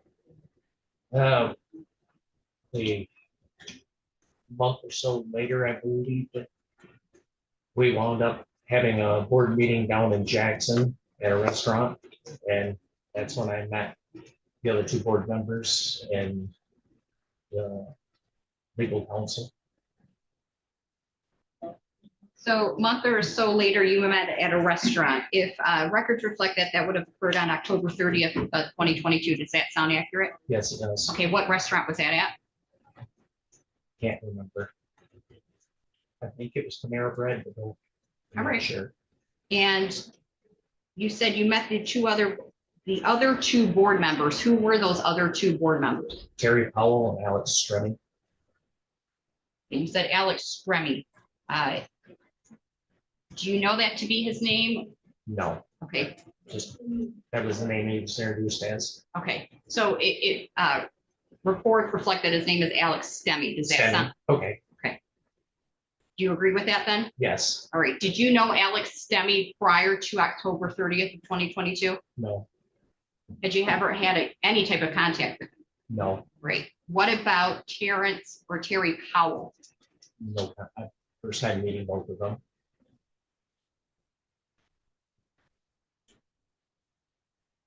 What happens at that first meeting at where you believed was Panera? I rode down with David and his wife and legal counsel Demasi. And we met up with Terry and Alex and we started the meeting off and basically got introduced to each other.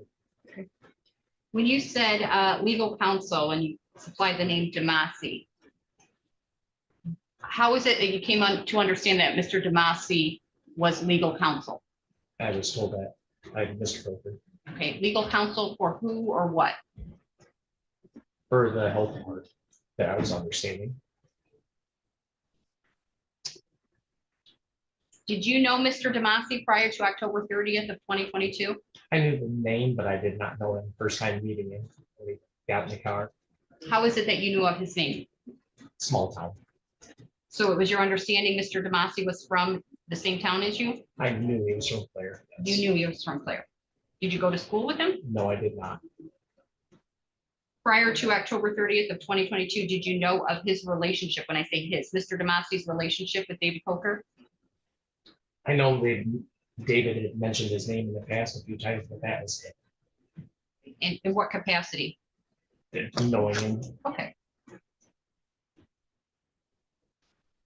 Did you ever have a discussion with David Coker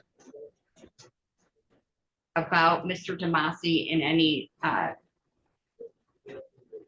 any crimes he may have committed in the past? David made the comment, he's done his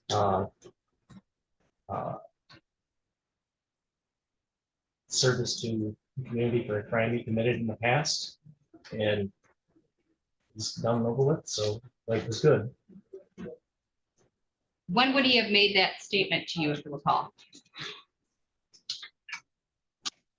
Sure, can't remember if it was prior to meeting at the restaurant or post.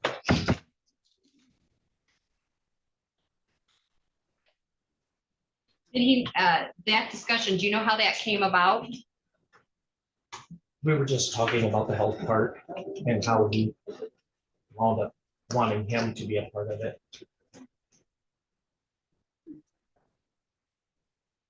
Did you ever have any additional conversations about this topic other than that No. one you've described? Did you ask for any details I did not at that point. at any point in time, did you? When I was talking to my wife before I resigned, I started checking into it. Okay, so let's stop there.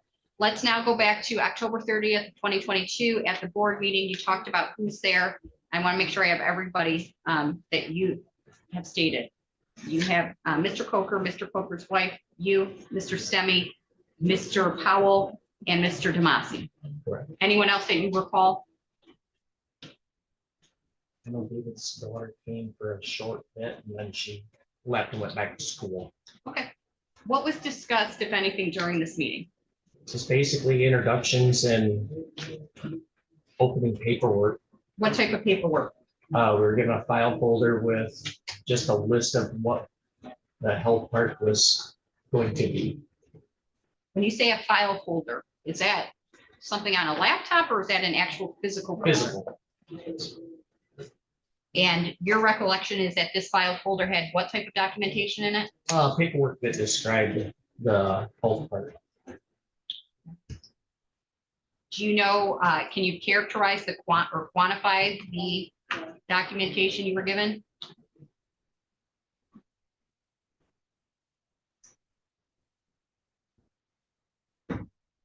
Without seeing it. Okay, that's fine. All right, so you're given a file folder. When you say that do you know if other council or other board members, meaning Mr. Stemme or Mr. Powell, were given a file folder? Yes. Okay. What happens after you're given this file folder? We had small talk and wound up going home. Okay, are any, oops, I'll get that, don't worry. Are any, is any paperwork, if you recall, signed during this meeting? Yes, Okay, what paperwork do you recall being signed? just signing being board members. Okay, with that, did you ever sign a contract to be a board member? I believe that was one of them. Okay, I want you to go to, in that binder, it's tab number 5. It should have an exhibit sticker on it also. And it should say exhibit number 5.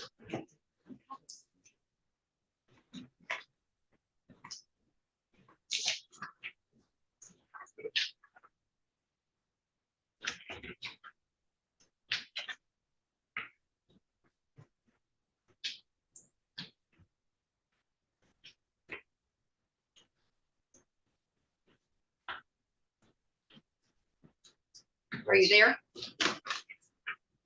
Yes, Did you look through all pages of that document?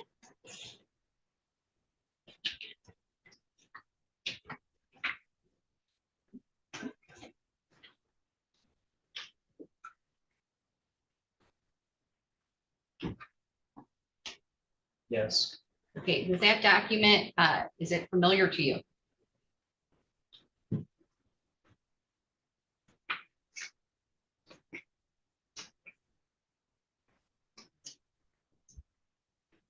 it appears to be the file, the document. Okay, when you say the document, what document does this appear to be? It appears to be the one from the meeting at the restaurant. Okay, and is your signature on any pages of that document? Yes, Is it on the last page? Is yes, there a date on that page? 10/30 of 22. Okay, and does this fairly and accurately look like this is entitled Board of Directors contract that you signed on that date? Correct. Judge, move for admission of people's proposed 5. Objection? No, Your Honor. I've submitted. Do you recall whether you read through that document on the 30th? Skim through it. In addition to that document, I want you to now flip to tab 3, and this has already been admitted. Let me know when you're there. I am there. Do you recognize that document?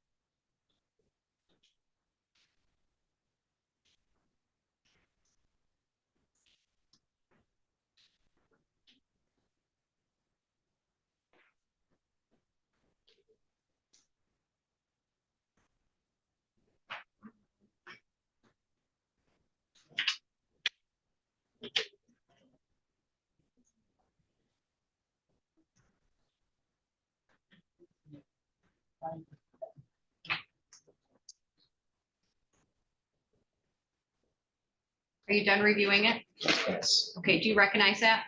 Yes. Okay, was that a document that your signature is also on that document, correct? Correct. Same date, 12/10/30/2022? Yes. Okay, and this is the amended and restated bylaws of Complete Health Park, correct? That's what the title says. Yes. All right, did you read this document on the 30th? Skim through it. You skimmed through it, but you still signed your name? Yes. Okay, why, if you did not read it completely, this or the other contract, did you sign your name? It was kind of I don't want to say rush, but rush through, for lack of a better term, to get the ball in motion. Was there something that made you feel that way? I guess it was implied. Well, I don't want you to guess, or It was implied. what does that mean? We're here to get this ball rolling to get the adult part going. Here's your other 2 board members. Let's get everything rolling so we can get it turned into the state to get things going for finances. All right, so who is giving this implication? David. In addition to the contract and the amended bylaws, I want you to turn to tab 6, exhibits, proposed exhibit 6. Okay. Are you there? Yes. It's a 1-page document. Do you recognize that document? Yes. How do you recognize that document?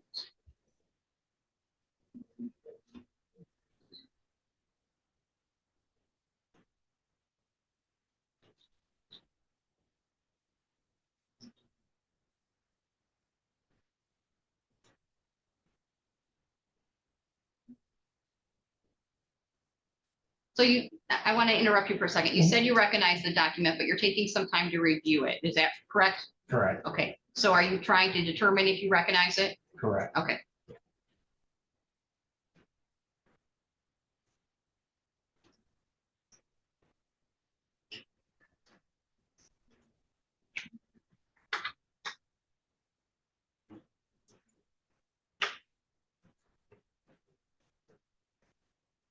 And this is, Do you recognize it now? Well, strike that. Are you done reviewing it? I'm done reviewing. Do you recognize it?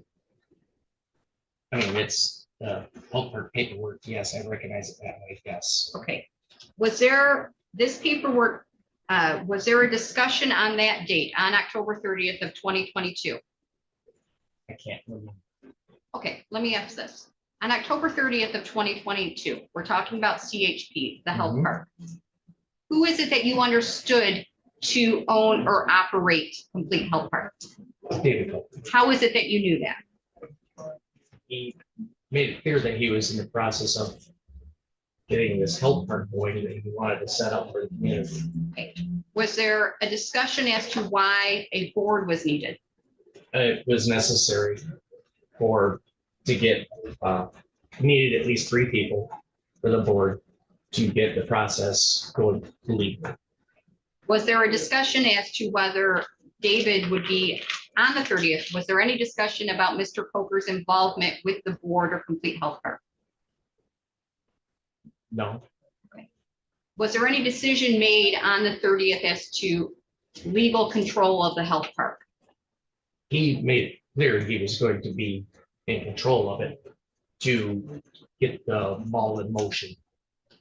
Was there any paperwork signed that they said, strike that, let me just ask this. Okay, you said he was gonna be the one to get the ball in motion. What else is discussed, if anything, during this meeting, other than the amended bylaws, the contract, and what you've already testified to? That's all I can remember. Okay. I want you to go to proposed exhibit number 7. Just 2 pages, right? Correct. All right, and as you're looking at these 2 pages, Mr. Wixon, have you met with me before? Yes, Approximately how many times? 3 times. and Okay, Once online. once online, Well, twice online, I'm sorry, and were any of those meetings in person? twice. We had 2 meetings in person? I'm certain, Okay, 1 or 2. all right, and were other members of my office present for those meetings? Yes, Okay, and were you shown certain documents? yes, Okay, I now, in terms of proposed exhibit number 7, 2 pages you said, the second page, does it, do you see your name or signature anywhere on there? yes, Right, and is there, do you recall or recognize this 2-page document?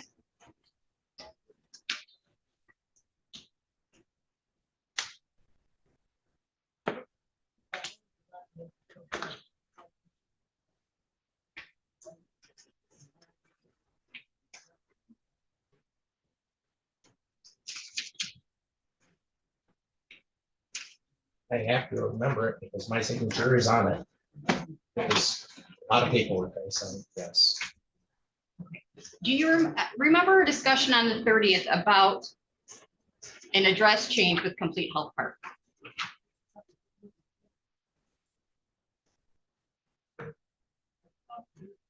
Don't know what date that was done. Okay, that's good. All right, so let's take the date away. Okay. After you sign the contract to be a board member for Complete Health Park for CHP, is there ever a discussion about Complete Health Park's address, mailing address changing? No, it just happened. What, it just happened? Yes, Okay, when you say it just happened, looking at that exhibit before you, yes, People's Exhibit number 7, and your signature is on this page, is Correct. on the second page, correct? correct. All right. Do you ever remember there being a board resolution where you agreed that it would be in the best interest? I'd object, I asked and answered. He's several times you tried to get him to agree that he remembers this. He said, I don't remember it. It's my signature. We're just gonna ask the question until he agrees. No, so this is impeachment.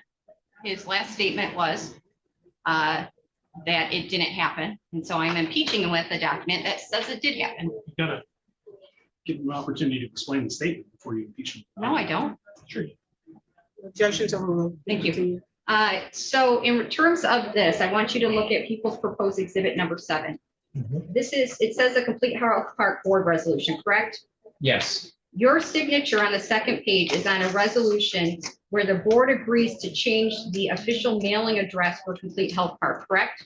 correct. It's changed from 511 Wilcox Parkway in Clare, Michigan to 103 Schoolcrest Suite 105 in Clare, Michigan, correct? Correct. Okay, so you agreed to do that, right?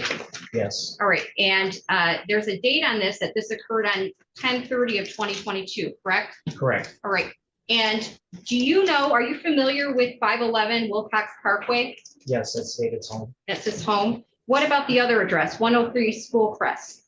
I actually did a Google Earth and it's the fact of the pharmacy there. Beyond the Google Earth, was there ever a discussion at a board meeting about renting space for Complete Health Park at a pharmacy? Not that I remember. Okay.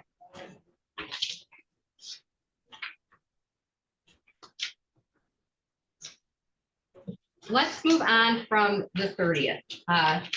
Well, before I move on, what is your, at some point in time, the meeting ends on the 30th, correct? Correct. What's your understanding as to what the next steps are, if any, as it relates to Complete Health Park in your role?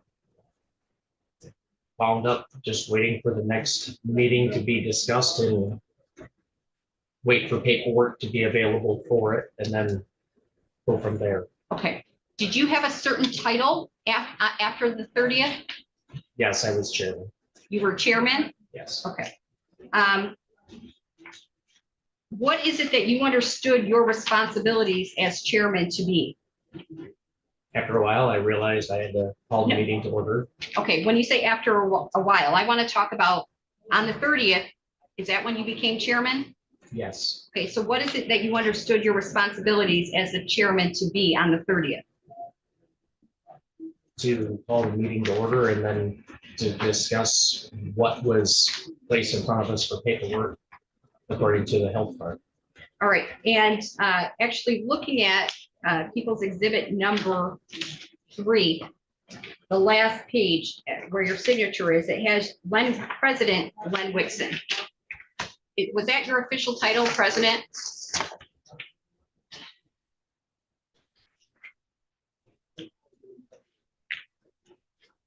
Yes. And then going back to your contract, which is Exhibit 5, on the second page, does that spell out what your responsibilities are?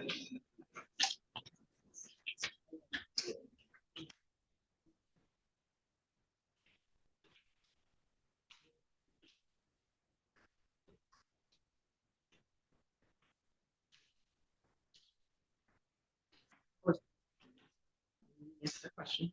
Yes. And the actual duties of the president itself of the board of directors, that's also listed in the amended bylaws. That's People's Exhibit 3, correct? On page 4.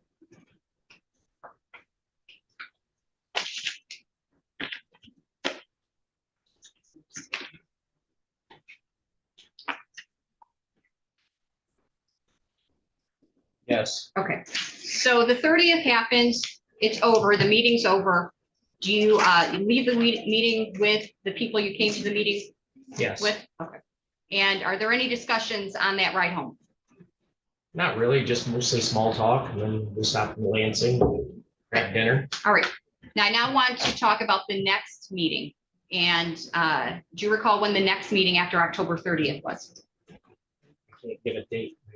I don't remember the date. If there are records that indicate a meeting happened on November 2nd of 2022, does that sound accurate? Yes. Do you recall what, if any, who was present at a meeting for Complete Health Park on November 2nd of 2022?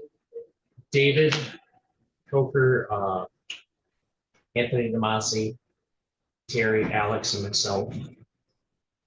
And at one point, one of the meetings had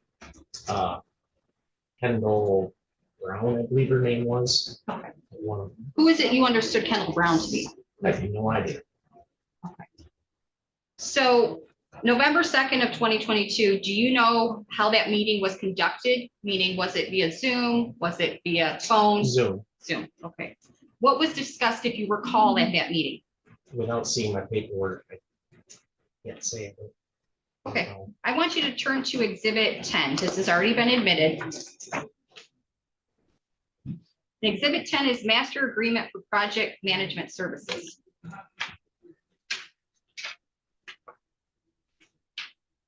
Are you there? Yes. Okay, specifically page 22.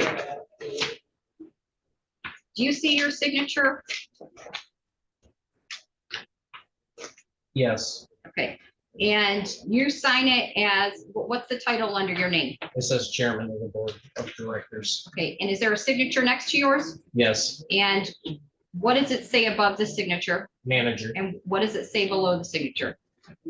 David Cooper Jr., IW Consulting, Anything else? managing member, Before managing member, ITS. and then a colon? Yes, Okay, and if you go back to the first page of that exhibit, there's a date at the top of when the agreement is made. Is that correct? November 2nd. Of 2020. Okay. And who is this an agreement between?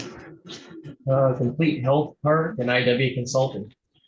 So do you, looking at this document now, having answered questions about this document, do you remember this document being discussed on November 2nd of 2022? Yes. Okay. What were the discussions surrounding this document? If you recall.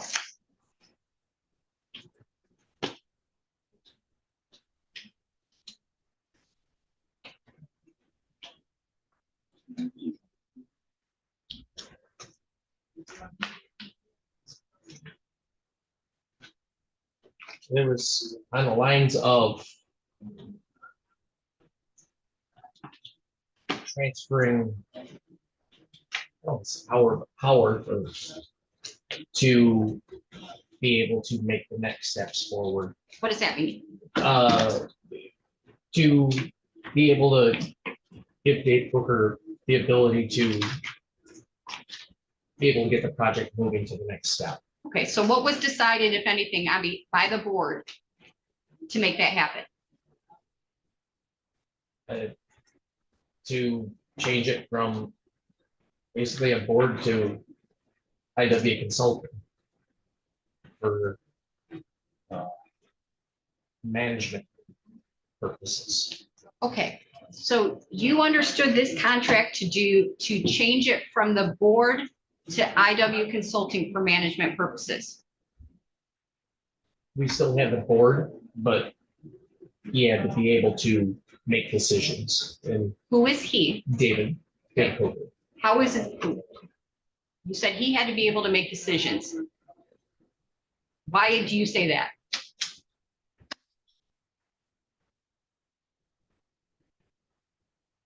All right. Can you answer that question or no? No, I posed the can't question, answer so I that can't. one. Okay.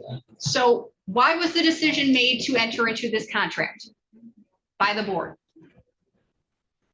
It was brought upon us that this needed to happen to get the health part in motion. Who brought it upon the board? David. Who did this contract come from? David. Meaning, did he supply it to you? Yes. Okay. And did you review or go through each page of this document with the board and Mr. Coker on November 2nd of 2022, if you recall? Usually when board meetings happen, you would get a slew of paperwork sent to you 10, 15 minutes beforehand. And then you go through it as good as you can, and then we rush through it and go on to the next step. We've had meetings from as late as 11 at night where you would pick a meeting out, and then at that time I had a trucking company, so I had to be able to get some sleep so I could go do my job the next day. Okay, let me ask you this. I know you said, I believe your words, and if I said it wrong, please correct me. Most of the time you would get a slew of documents. To be fair, on the 30th, you got a file folder, correct? Correct. Okay. So you said you had a trucking company and talked about the times of some of these meetings. Were there times you would be working during a meeting? I made it clear that during the week, I mean, it would have to be vitally important that I would have to stop, because my trucking company, I was a one-man pony show, so I had to be there for my customers. That's what I'm wanting to ask, and I didn't do it in a very efficient manner. So your trucking company, you were the sole truck driver? I'm a one-man pony show at the time. Okay. Were you, did you ever participate in any CHP board meetings for driving your company truck? No, I did not. No, okay. So I then want to, you don't dispute, because you're, that this agreement with IW Consulting was agreed upon by the board, correct? Correct. Was there ever any discussion about IW Consulting or Mr. Coker's compensation for the project that you recall? There was, and I think we agreed to 7%, I think. When you say you agreed, was there ever discussion about going back and forth about that 7%? Yes. Okay, what do you recall? We wound up going through, Who's we? David and I, and then after, when the meeting started, the other board members and I, You wound up going, back and forth on, percentage. what were you going back on and forth on? We were specifically? trying to figure out what was a fair percentage for a wage. Okay, and who came up with the 7%? The board did it at that, when it was all said and done. And did Mr. Coker agree to that amount? Yes, I believe it was 7%. Prior to that, all right, do you know if he was asking for anything higher than that, or do you not recall? I do not Okay. recall.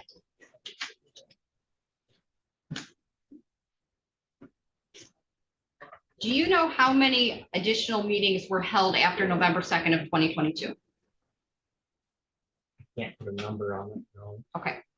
And was anybody responsible, if you recall, for recording or making notes of the meetings?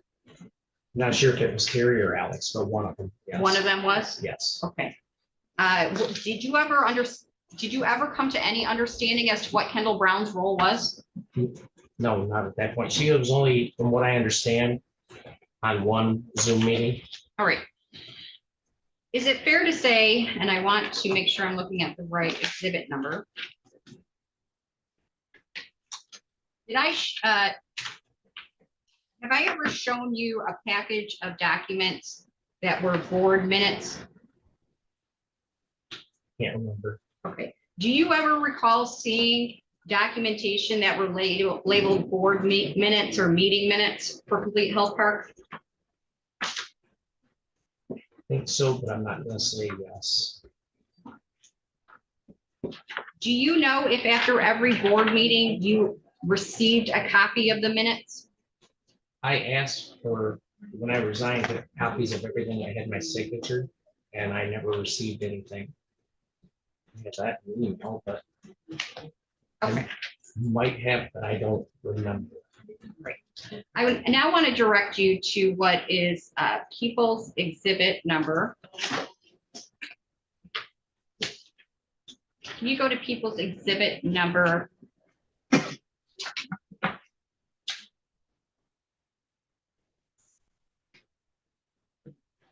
$13. So tab number 13, please. Yes, ma'am.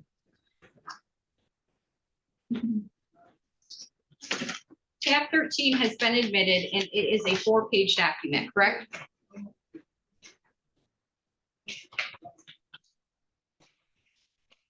Correct. Do you recognize that document? No, Were you ever shown that document by Mr. Coker?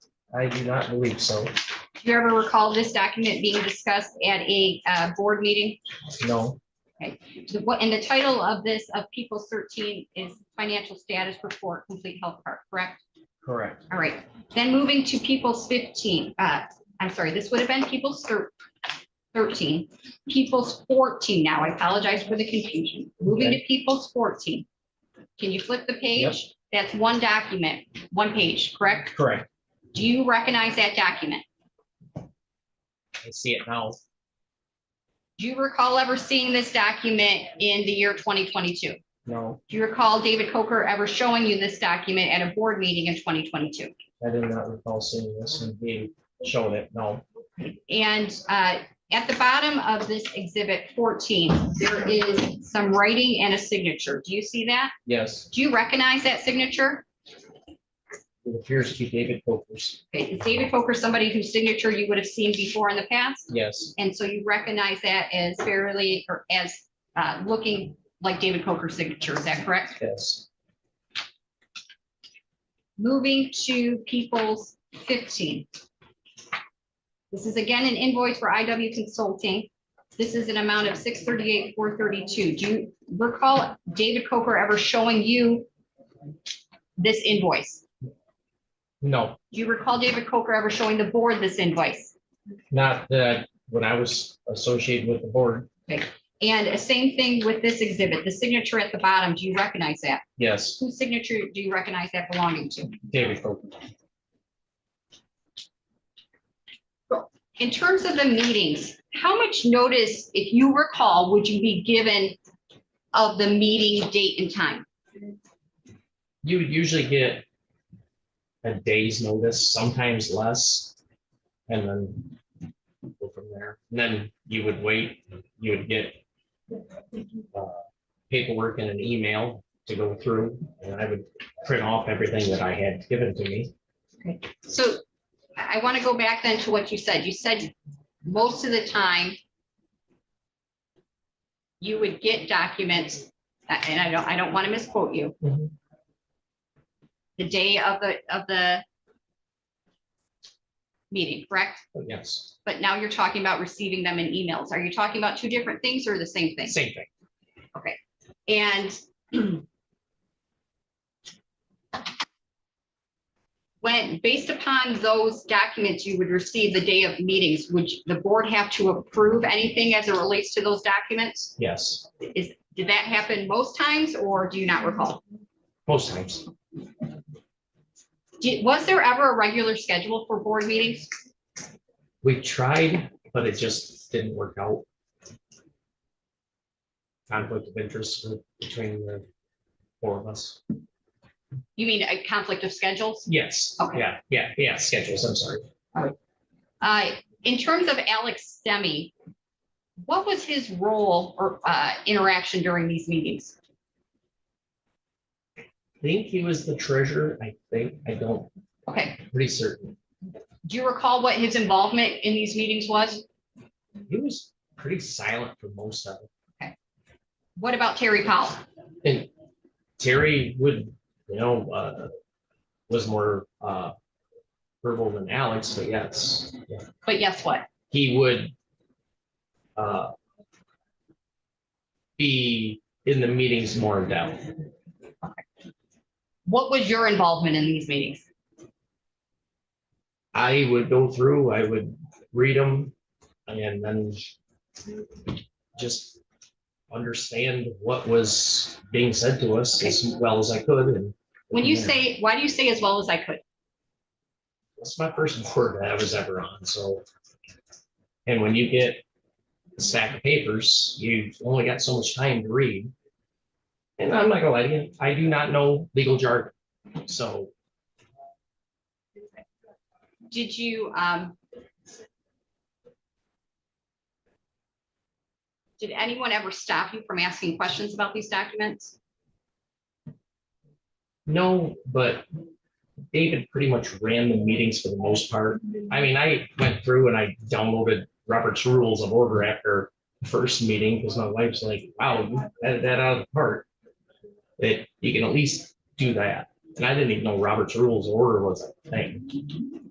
So I'm gonna stop you because I'm confused. What are you talking about batting out of the park? I wasn't professional with the meetings because I'd never been on a board or been through a meeting at all of Okay. anything of importance. So you downloaded some rules, Yes, okay? And did you try implementing those rules in the meeting? one time, yes. One time? One time. Why only one time? Basically, it was a waste of time, for lack of a better term. Okay, and I need you to explain that, please. What does it- that mean? It just.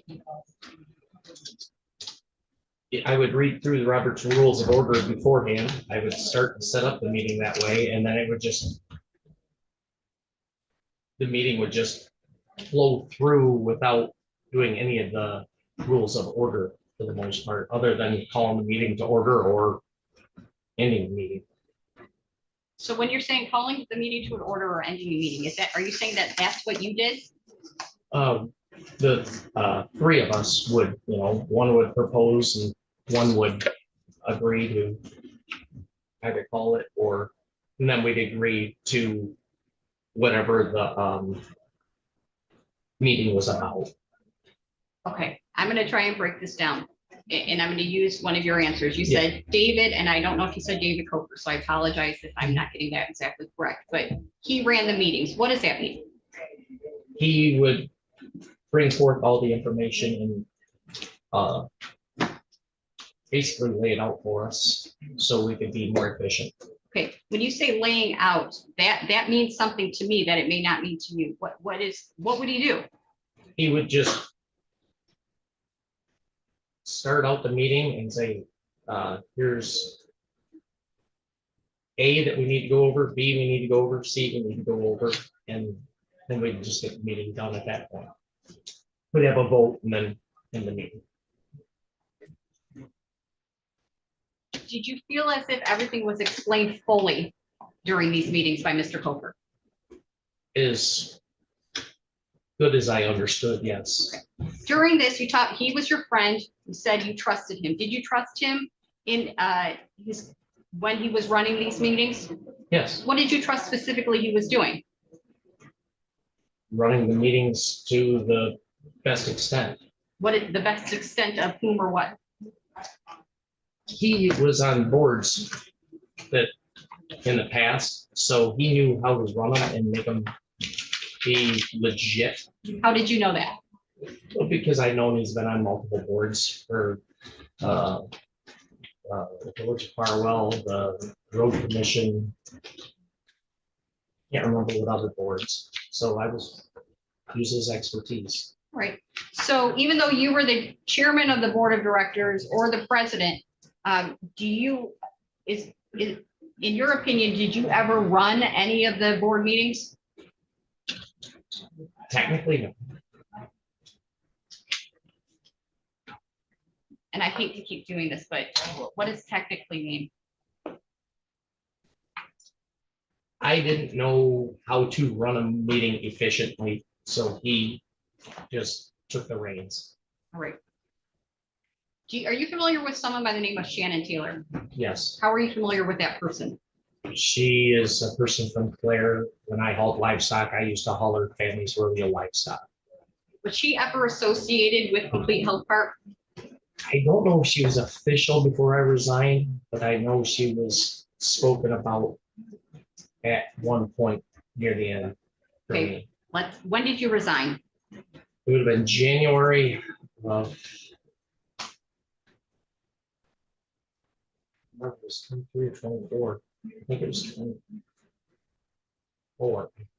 Okay, because there was a stop work order on the project in 2023, so you would have resigned before the stop work order Okay. from the state, is that fair? Yes, Okay, so you resigned in 2023, and do you ever remember signing or approving any contract between Shannon Taylor and Complete Health Park? I don't remember.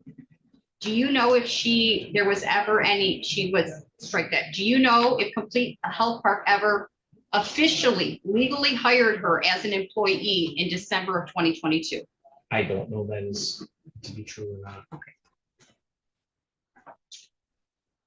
On behalf of the board, did you ever speak to anybody, any worker from the Michigan Department of Health and Human Services about the grant agreement? No, Did you ever sign any paperwork and submit it to the state of Michigan for Complete Health Park? You yourself? not that I'm aware of. Did you ever have any login or into the state of Michigan's e-gram system? Didn't know that was a thing, so no.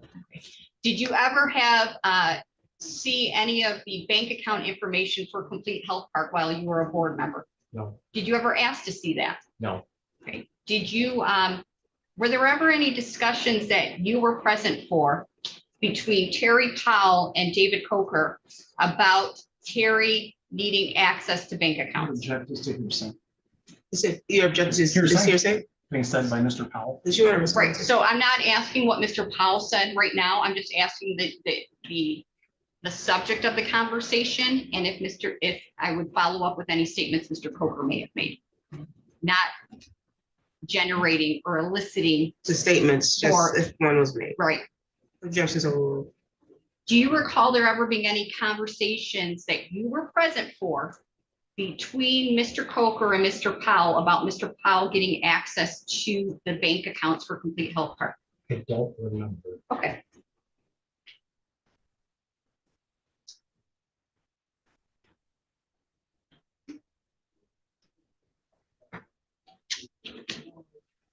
I have one moment, Your Honor. Mr. Wixon, while I am looking through my notes, why is it that you resigned? My wife had brought it to my attention, showing me the history of Anthony Damasi And then going through it, and I decided that I needed to resign. And also I wound up having a glaucoma issue Okay, that was a false high. And it took about a month or two of that before that got resolved, because they were worried about my vision. okay. But I want to clarify, because previously you said you knew about Mr. Demasi's background, or at least part of it, from Mr. Coker, correct? Correct. All right, and but your testimony just a moment ago was that your wife had told you. In depth of what it was. Okay, so does that mean you received more information from your wife? Yes. All right. Mr. Wixon, the grant agreement itself, I want you to flip to Exhibit 11, tab number 11.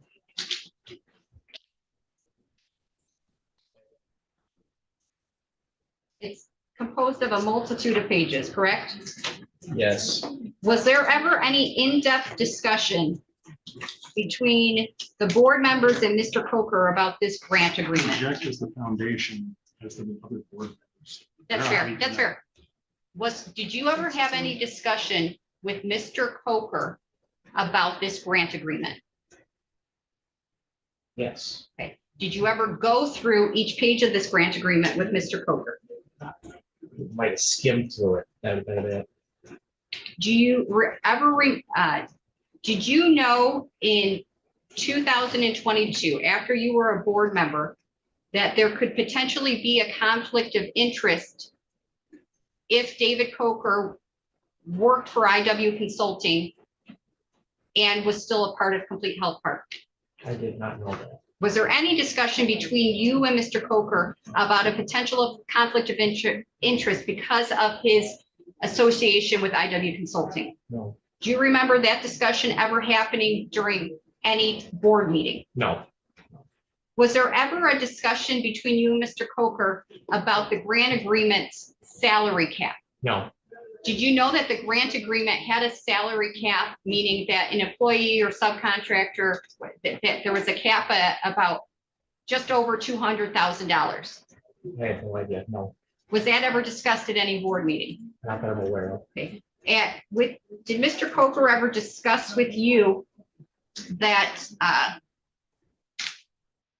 fees for work performed prior to December 1st of 2022 were prohibited under the grant agreement? No discussion. Was that discussed during any board meeting? No.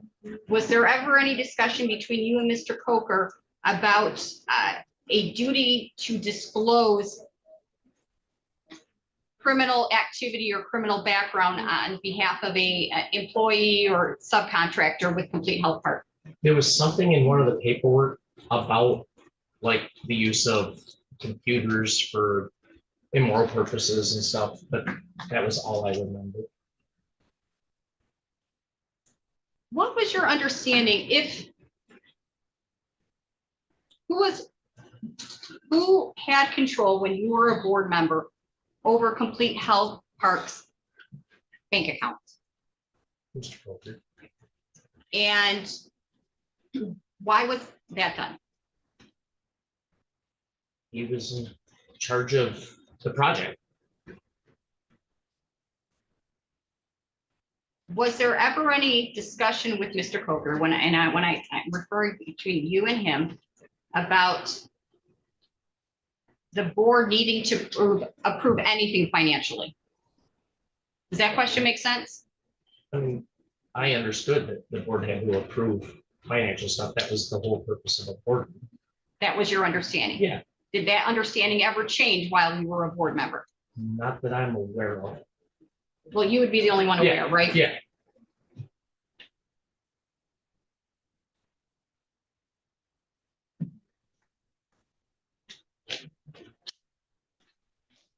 One more moment, Judge.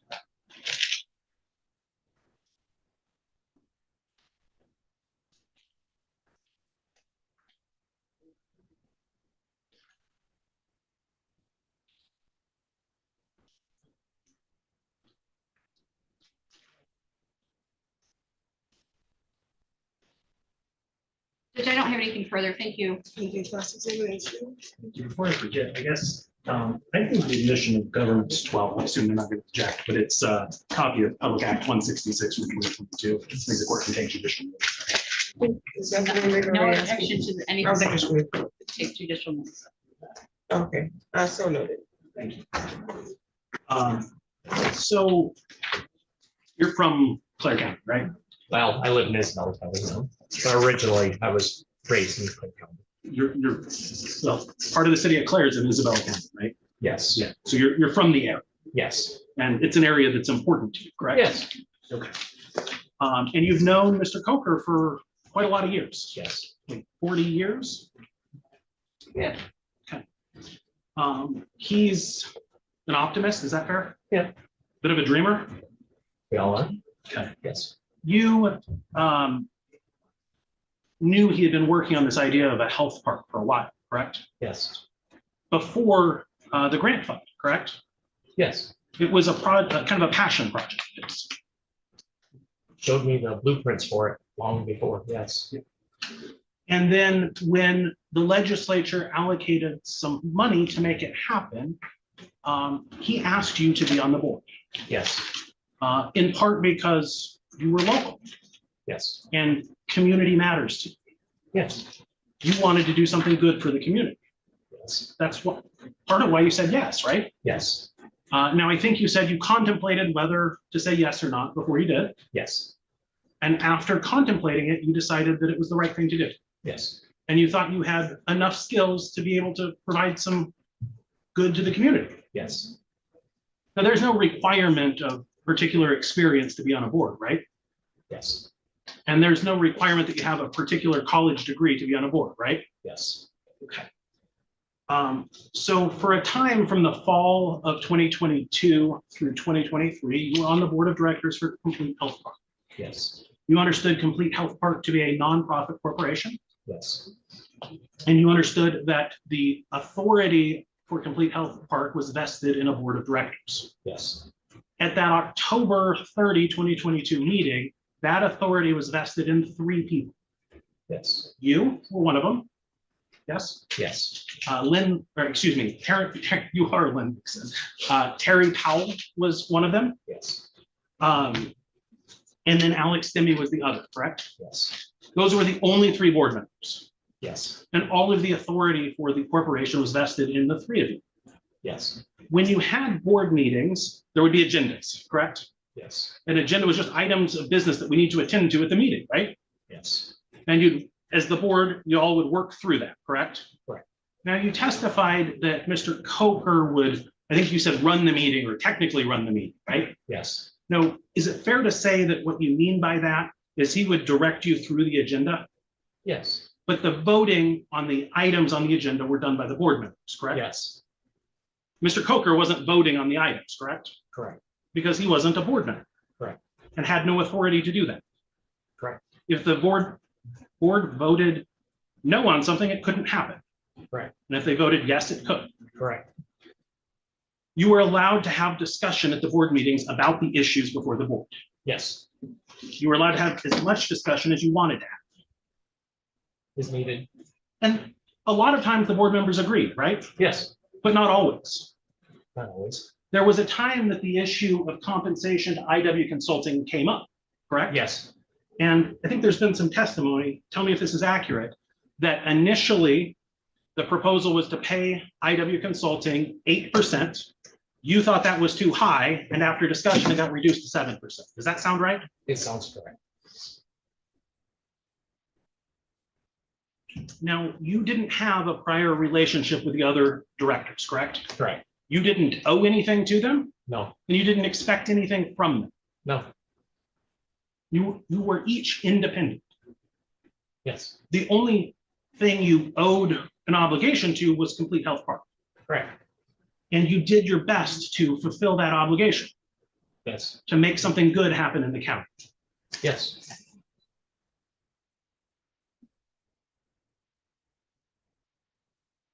So did Mr. Coker ever refuse to let the board consider issues at meetings? no, Okay. Did he ever tell you how you had to vote?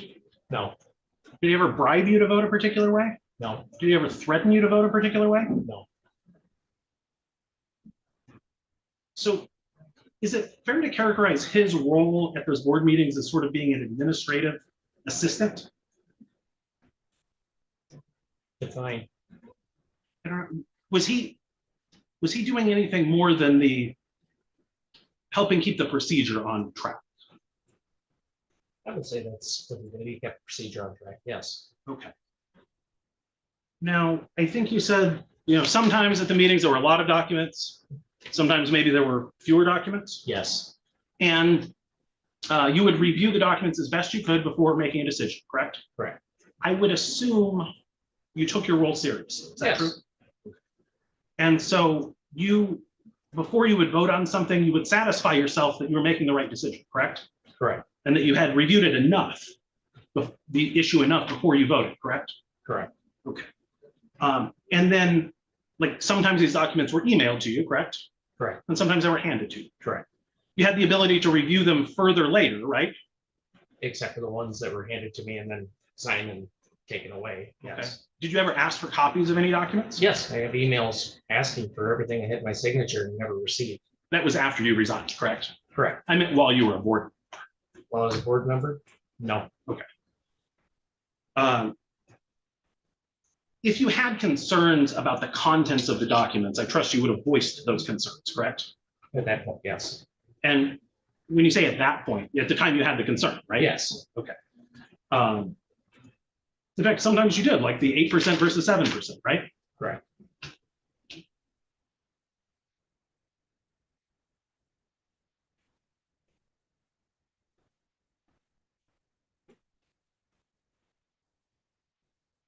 Now, do you recall the meeting at the Panera Bread in Jackson at the end of October of 2022? Is that a yes? Yes. Sorry, I should make. I'm sorry. Yeah.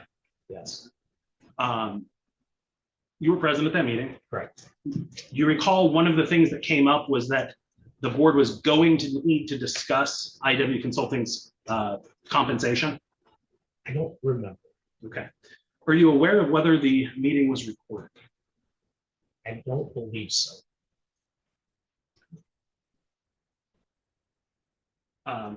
You did have a meeting, what, 2 days, 3 days later? November- Maybe, I don't remember. I think you testified that maybe November 2nd was the All right, meeting. yes, yes. That would be 3 days All right, after 3 days. October 30th. Yes. And it's at that meeting that the issue of compensation of IW Consulting came, correct? That's on the paperwork, yes. Sure. Now, that IW Consulting contract, you had it in front of you as Exhibit 10.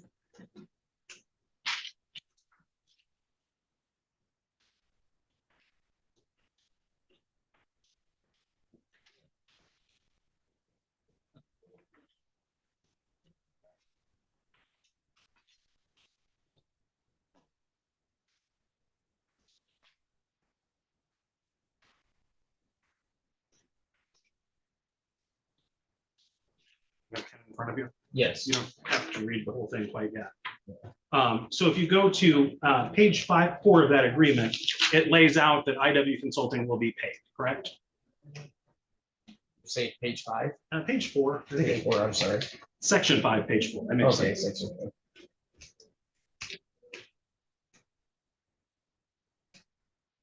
Yeah, manager's fee. It talks about he'll be paid, IW Consulting will be paid in accordance with Exhibit C, correct?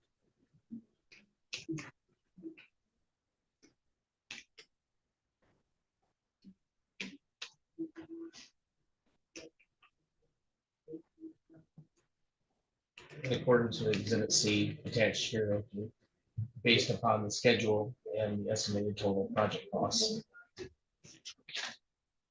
This is the agreement that y'all struck at that November 2nd meeting, correct? Yes, And if you go to page 12 of that, it bears your signature, correct?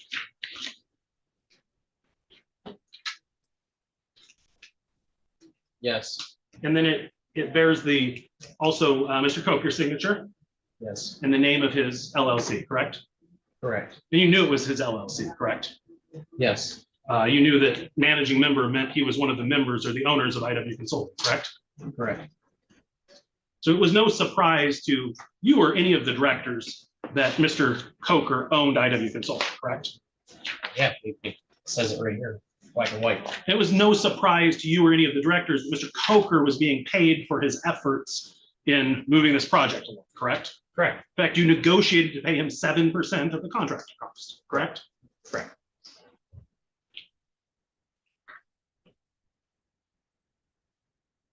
There also, do you remember discussion about the idea of a feasibility study? Does that ring a bell? Can't remember. It sounds, but I can't say yes or no.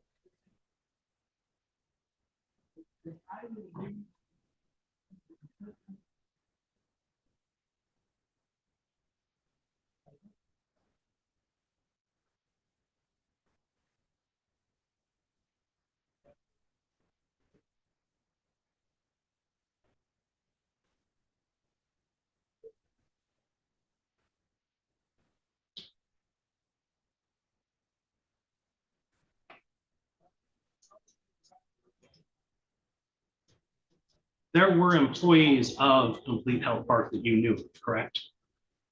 As in, Well, there's a guy named Jake Leiter. Does that ring a bell? I have no idea who that is. Danielle Taylor. That would have been after me. Okay. Sabish, does that That would ring a have been bell? after me. Okay. When did you resign? January of 23. It was like January 2nd. I'd have to check the email, but it was the first few days of January.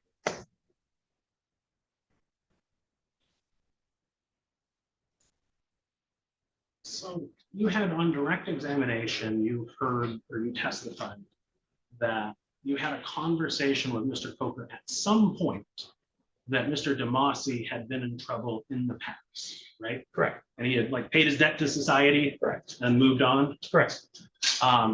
When about was that conversation? I can't remember. So there's a period of time, I think, so correct me if I'm wrong here, where before you resign, there's some media coverage about DeMasi. Is that right? There had to be. Well, did you read it? Later on, yes. Did you read it before you resigned? No. So Well, let me check. What day did he resign? What, Let's say before you resign. before me? Did you read it before you resign? The day I did resign, yes. So you read it and then you resigned? Yes. So you read our favorite outlet, Bridge Michigan's reporting before, and that prompted you to resign? Is that what I'm understanding? Did some Google searching with my wife and read court documents Did you talk to Mr. Coker that day? via email. Okay, so that's not the day we're talking about that he discussed DeMasi's past with you. No, it was prior to that. Okay. Was it prior to you being on the board that he talked about DeMasi's past? I think so, I'm not sure. Was it prior to the grant funding? I think so, but I'm not sure. So Mr. DeMasi was a community, right? Correct. His parents are longtime residents of the city, right? I take for granted. I literally met him when we jumped in the car to go to Panera Bread. So that's, you know, about as much of him as I do. Had you heard of him before you jumped in the car on the way to Panera? Small town, I know the name. Yeah, that's The what I name of was- A bunch of people, but doesn't mean I know them. Okay, well, that's what I was trying to get at. It's a small town. He had been to federal prison in Illinois, right? Correct. He came back home to the small town. Right. Do you know, did you talk about him in the context that he's a guy who came back to town? Or don't you know? No, Was it in the context of Complete Health Park? I guess I don't understand what you're saying. What, I'm trying to get at what prompted the discussion about DeMasi's past? David made the comment of, I know he's did a bad deal in Chicago, but he paid his debt to society, so he's paid his debt, he's paid his debt. Are you saying that just like spontaneously jumped out of Mr. Coker's mouth? He was talking about how at that point, he was thinking about having him be part of this. That point he was thinking about, at the point of the conversation, Yeah, because we were talking about the health part and he was mentioning people that he was thinking of being part of it. so it must have been sometime prior to the ride to Panera. It had to be now that I think about it, yes. Did you have any objection to Mr. Demasi's involvement? Wasn't my decision. Later, you became a board member, right? And he was already a part of it before I became a board member, so he literally jumped in the vehicle I was in. Did you object to it? How am I to judge someone? God doesn't judge me yet. Okay. Did you object though? No, Okay. Why not? I sit with killers on Sunday at prison. Do I object them? Let me, I need a clarifying point. Are you asking the witness if he's objecting to Mr. Demasi getting in the car? Or are you asking him, are you objecting to him serving on the board? Because that, I'm not clear. Let me see if I can clear it up. Because Okay. I'm not really asking. Because either. he's asking And about, we're- he's answering about sitting next to people in church. So Mr. Demasi was never on the board, correct? No, He provided through his entity some consulting services to Complete Health Park, correct? yes, And I guess my question is, did you ever object to using Mr. Demasi for his consulting services? no. That's what I was trying to Thank say. you. One moment. Rob.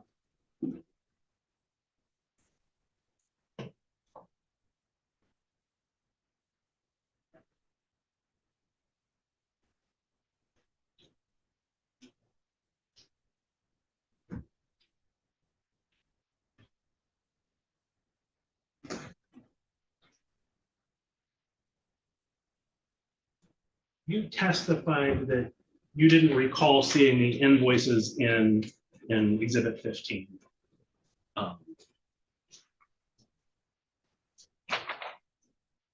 Right. It doesn't mean you didn't see it. You're saying you don't have a recollection of seeing it, correct? I don't recall saying it at all. You do have a recollection of agreeing that IW Consulting would be paid 7%, correct? Correct, And that's what that invoice is for, correct? correct. I'll pass the witness. John. Yeah, just to be clear, there's only one invoice that deals with the 7%, correct? Correct. You said you were asked, and you agree that Mr. Demasi did not serve on the Complete Health Park Board, correct? Correct. Did he ever participate in board meetings? The first one he was there and then he was online for, I think, every one. Did you invite him? No, I didn't set up the meetings. Who set up the meetings? David, You said that you had talked with David about the project before. What do you mean by before? I went over to his house and he had the blueprints on his table. I was impressed with it and he started explaining it. Okay, what I'm trying to figure out is that, this conversation would have taken place in 2022 or at a different time? I think 2022. Okay. In terms of, you were asked and you agreed that there's no requirement or qualifications to serve on the board that you knew of, correct? Correct. All right, were you, during board meetings, were employees for Complete Health Park ever proposed by David Coker? Explain. Like a CFO? Not that we're of, just president, vice president, treasurer. Do you remember there being a discussion about someone who worked for the city of Beaverton? Oh, You don't recall that? Okay. Were contracts with other companies ever discussed during board meetings? FED was brought to light, FED being what? the general contractor. Okay, is that the construction company for the project? Yes, Okay, who proposed FED Corp?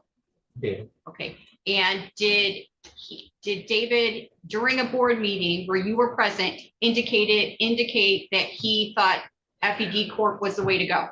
Yes, Did the board vote in favor? yes. Okay, did anyone not vote in favor? No, not that I'm aware of. What about, was there a land contract that was ever discussed? Yes, Okay, and who, who brought forth the land contract? David, And who set the terms for the land contract? David. And did Mr. Coker, during any board meetings that you were present, indicate whether he thought the board should approve the land contract? He said he got a fair price and it was equal to the price or somewhere close to what Peterbilt dealership paid for their land. So did everyone vote in favor of approving that contract? Yes, Okay, was there ever were contracts with Beta Sol ever discussed during board meetings? think so, but I can't say yes. What about Goldman Advisors? Yes, because that was Demasi's company. Were there ever any contract? Do you recall if there were ever any contracts that David Coker proposed to the board and was in favor of that the board ever voted against?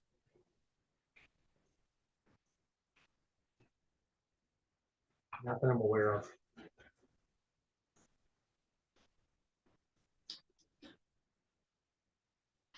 Who proposed David Coker having control, if anyone, over the Complete Health Parks accounts? David, Did anyone oppose that? no, not that I'm aware of.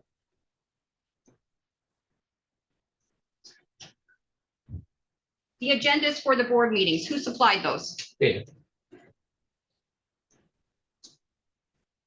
Votes did votes happen during every board meeting? yes, The votes that happened, did, if you were present at all the board meetings? until I resigned. Up until you resigned, at the board meetings where a vote happened, did David Coker suggest or recommend to the board how they should vote? No, Okay. Did he give, never mind. Were there ever times that items on the agenda supplied by Mr. Coker were not agreed on at a meeting? Apart from the 7%, 8% down to 7%. not that I remember.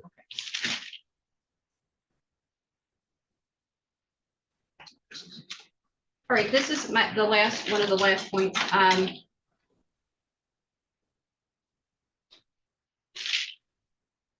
You said, council asked you if you were satisfied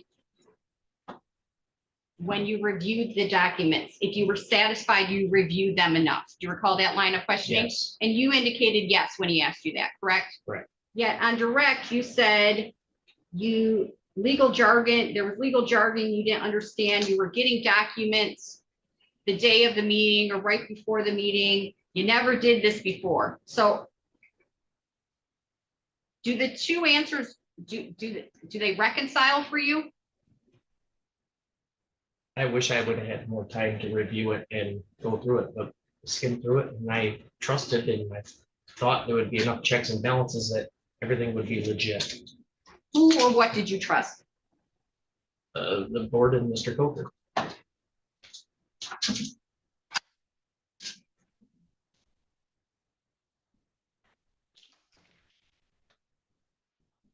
Nothing further. Thank you. Me just gonna be excused? Yes. Thank you, sir. You may be excused.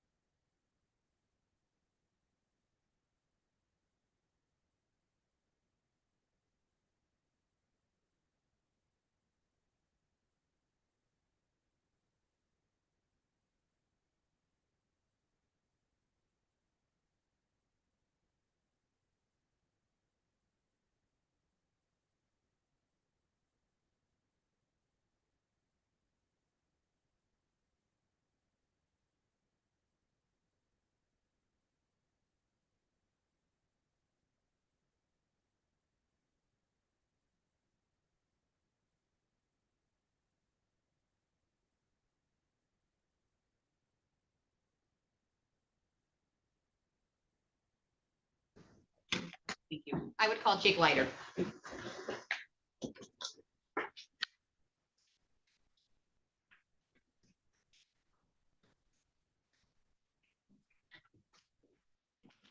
You solemnly swear or affirm the testimony you're going to give is the truth and the whole truth under penalty of perjury. You can have a seat. So I need you to keep your voice loud and clear, although there is what appears to be a microphone in front of you. That does not amplify your voice in the courtroom at all. It's for the court recording system. And so I need to be able to hear you over the fans in here. And so try to keep your voice up very loud. Respond to all questions that are yes or no verbally with a yes or no. And then if there's an objection, I need you to stop speaking till I can address the objection. And then I will let you know if you can give us that response or not. State your first and last name and spell both. Jake Leiter, Jacob Leiter, Jacobleider. DER. Okay, you can proceed, counsel. Mr. Leiter, what do you do for a living? Financial and accounting construction. Private equity.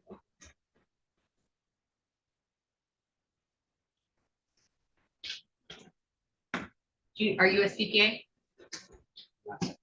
Not technically. Taking my- Could you, It's not technically, it's still yes or no. You can see pay No, or I've not. never seen it's that. like being pregnant. Exactly. You're not a CPA yet. No, I'm not. And how long have you worked? You said it was financial accounting for a private equity firm, correct? Correct. How long have you worked in that capacity?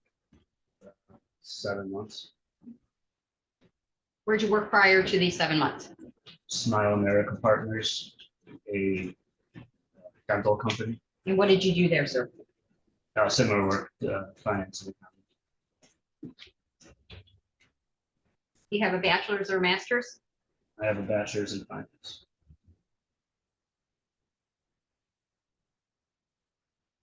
Are you familiar with a project in a company called Complete Health Park? Yes. How are you familiar with that? I was hired to be the CFO of it. Just because it's an acronym, what is it? What does CFO stand for? Chief Financial Officer. When were you hired to be the CFO? 2.5 years ago, in February. 2024.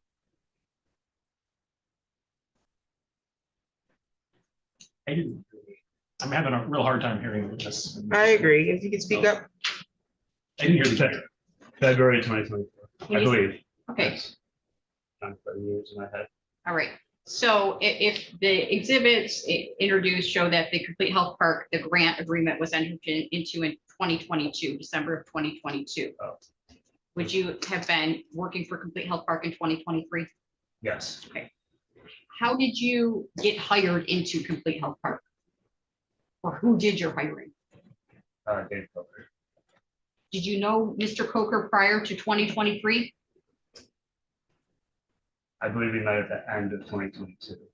Spoke on the phone first. How is it that you became aware of the project?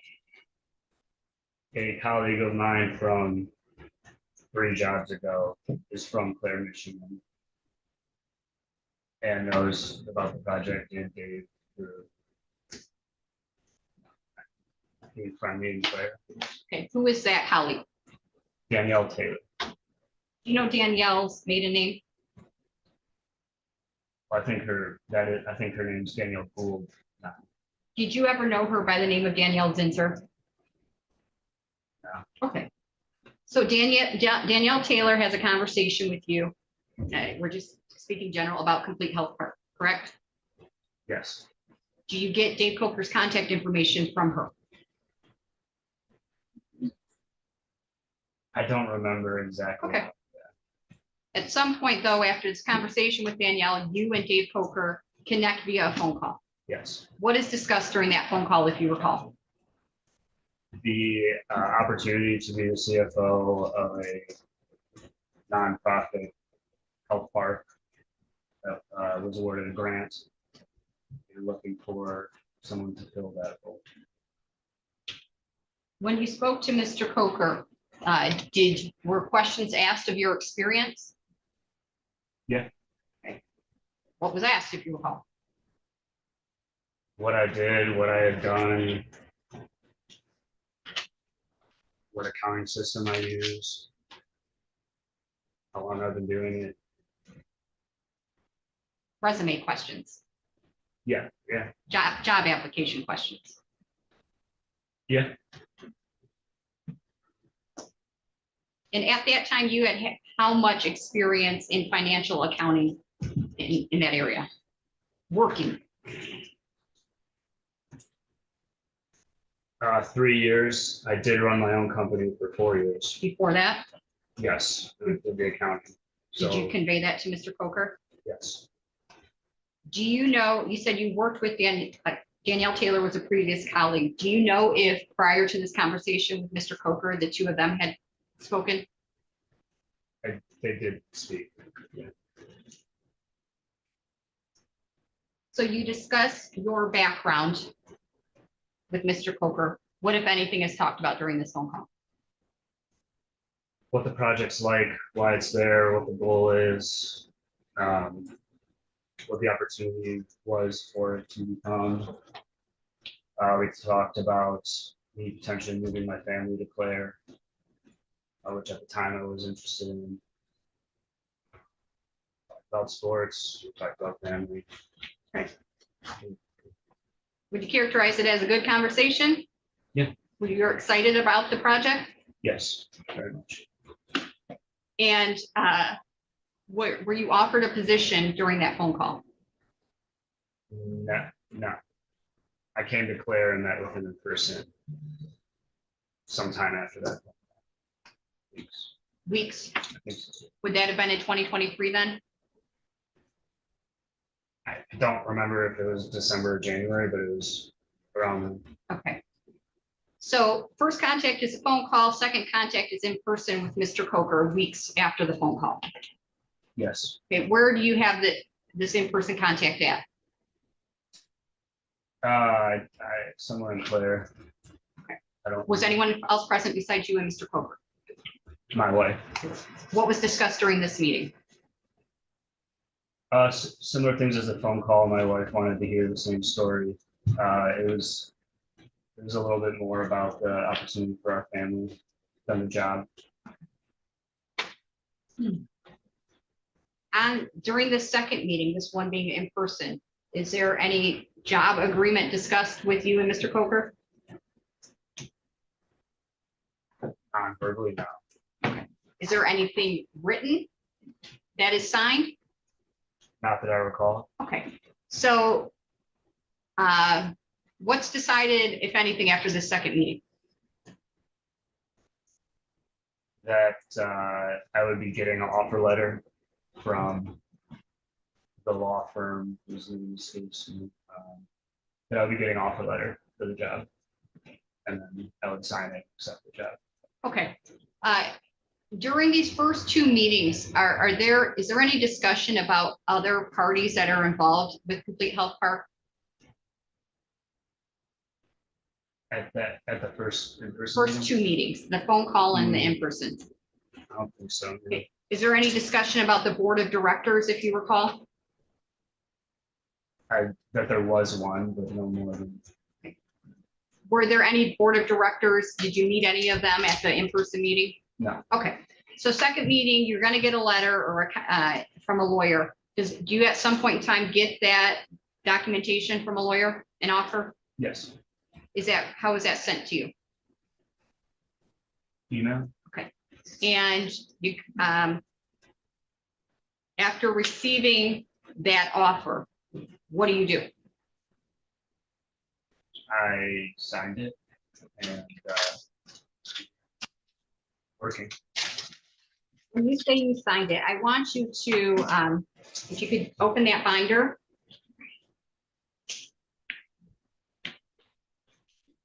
And I want you to go to tab 16.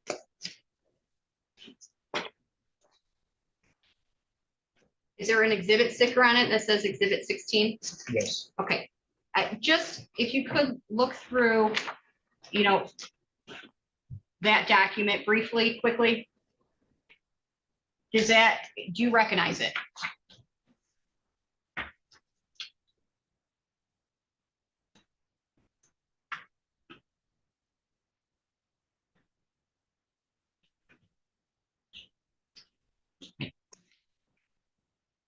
One moment.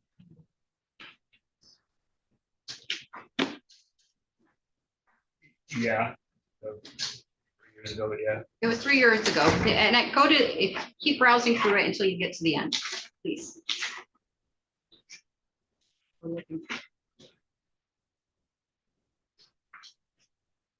The last page, does that have your signature on it? Yes, it does. And does it have a date on it? Yeah, it says 2/1/23. 2/1/23. Okay, it's fair to say there's a signature line. I think you're covering the mic with that. Can you move that off the mic? Yep, there you go. Fair to say there's a signature line for Mr. Coker, is that correct? That is correct. But it's not signed on this, correct? That is correct. All right, what was your understanding in terms of Mr. Coker's role at Complete Health Park? He was the leader of it. You know, I considered him the CEO. The CEO? That's what I considered him, like, although that wasn't a written title, but he was the director of the project. Man making decisions. And how did you come to that conclusion? From what I was told, from how business ran, from how meetings were. Okay, from what you were told by whom? Okay. In terms of how meetings were run, where were you getting that information from? My observations. Okay, so you're talking about after you sign this contract and you're participating in meetings, is that fair? Yeah. Okay, so you signed this contract. Do you know if Dave Coker ever signed your contract? I never saw that he did. You never saw that he did, okay. But it's signed on February 1st and you start working for Complete Health Park, correct? Correct. Do you know how soon after this is signed? Really? Okay, and what is your understanding as to what you are going to be doing at Complete Health Park? Booking the accounting data, doing anything financial related, reviewing the budget, monitoring it, helping ensure we're compliant with the grant guidelines.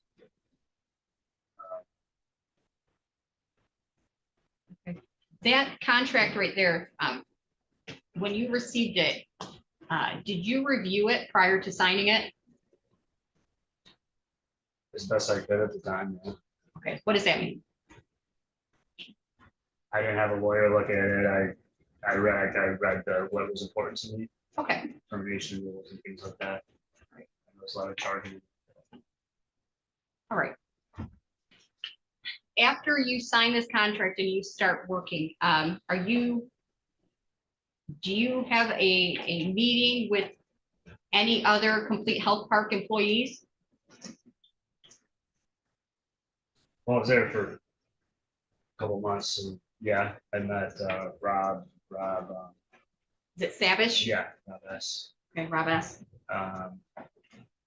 There were meetings with the construction company. Is that FED Corp? Yes. Great. Did you ever, when you worked for Complete Health Park, who were the other employees of that company, of that nonprofit, excuse me? Rob, Danielle Taylor, briefly.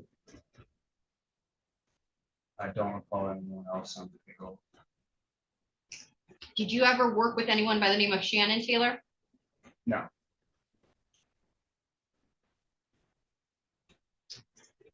Did you ever attend any board meetings when you worked for the nonprofit? No, not until the end when I requested to speak with him. We'll get to that in a second. Did you, you said you didn't attend any board meetings prior to requesting that. Did you ever speak to any board members when you worked there prior to requesting to attend a meeting? I don't recall directly speaking to them outside of Zoom.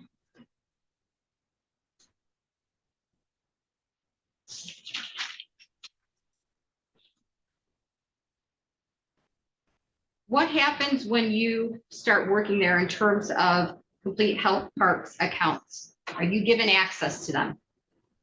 Yes. Who gives you access? It- And once you have access to the accounts, are there things that catch your attention?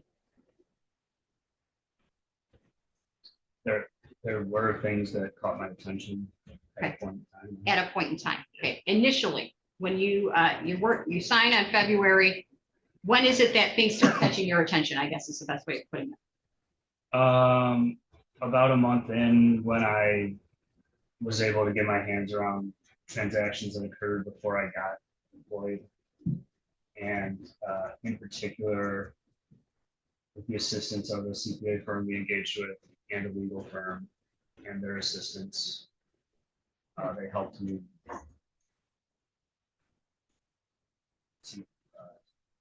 see things that caught my attention. Okay, when you said when you were able to get your hands around transactions that occurred prior to you being employed, what do you mean when you were able to get your hands around?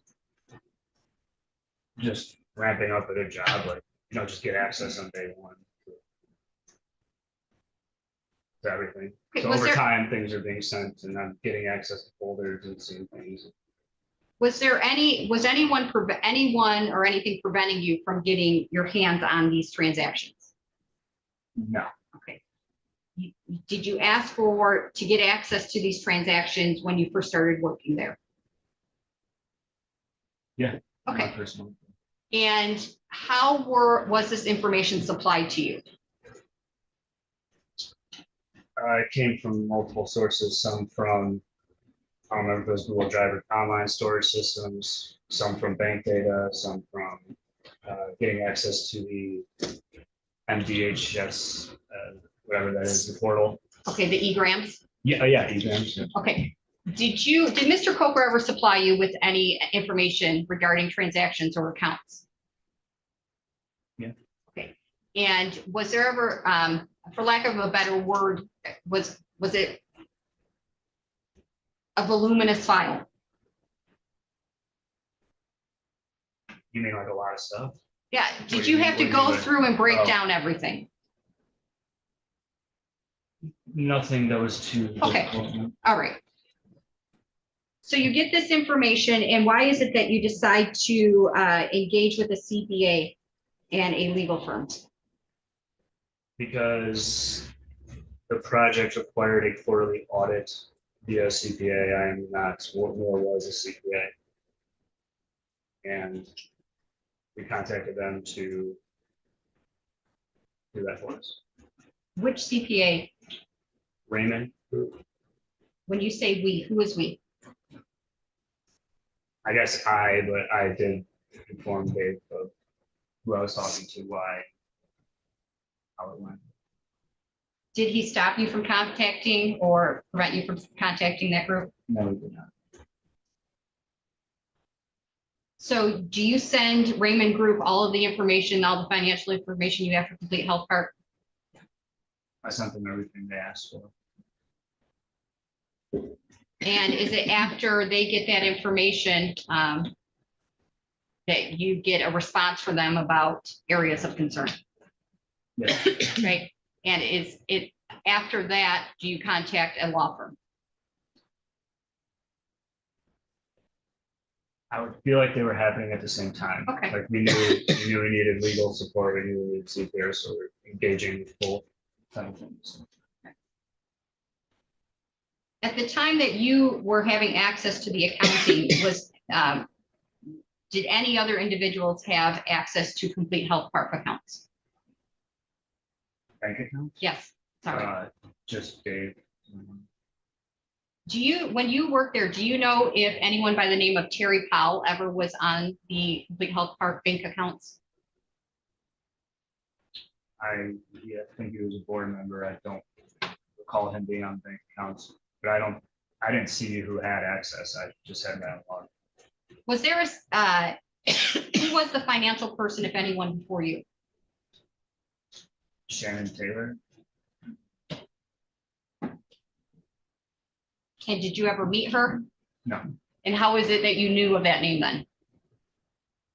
It had come up in a conversation with Dave or Danielle. the both, Do you know when she worked there?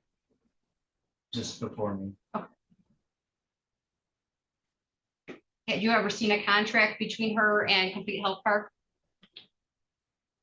All right. So a law firm and the CPA is involved and you start, did you use the word red flag? Yeah. Okay. There's red flags for you. Yes. What do you do when you have those red flags? I researched them. I What did you research? mostly the grant documents. Also online searching myself. And stuff. What were the red flags for you? The main one was a payment to a consulting firm for a large sum. And the red flag became red when I realized that it was You realize what? Your voice dropped, please. when I realized who the owner of the LLC was. So you said one of the main one was payment for a consulting firm for a large sum. Do you recall what that large sum was? 800,000 something. 800,000 something dollars?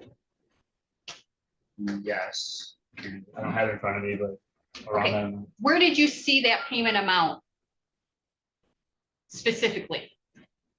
Was it in a bank Multiple- statement? Where yeah. was it? It was in the eGram's prior financial reports that were submitted. Okay. When you say financial reports, are you familiar with the term FSR? Yeah, Okay. Is that a financial status report? yes, Was that one of your responsibilities in your capacity, your role at Complete Health Park to submit FSRs to the state of Michigan? yes, once I started. Once you started, right. I now want you to turn to 13, tab number 13, please.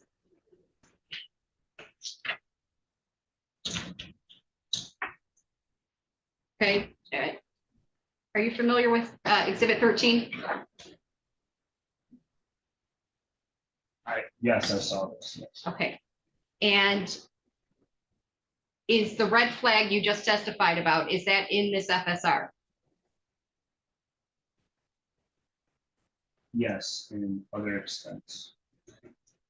And you said, you started to say, and I cut you off, there were multiple places that you saw this amount for, this 800 and some $1,000? Yeah, there was an invoice for IW Consulting. Okay, I now want you to turn to exhibit number 15.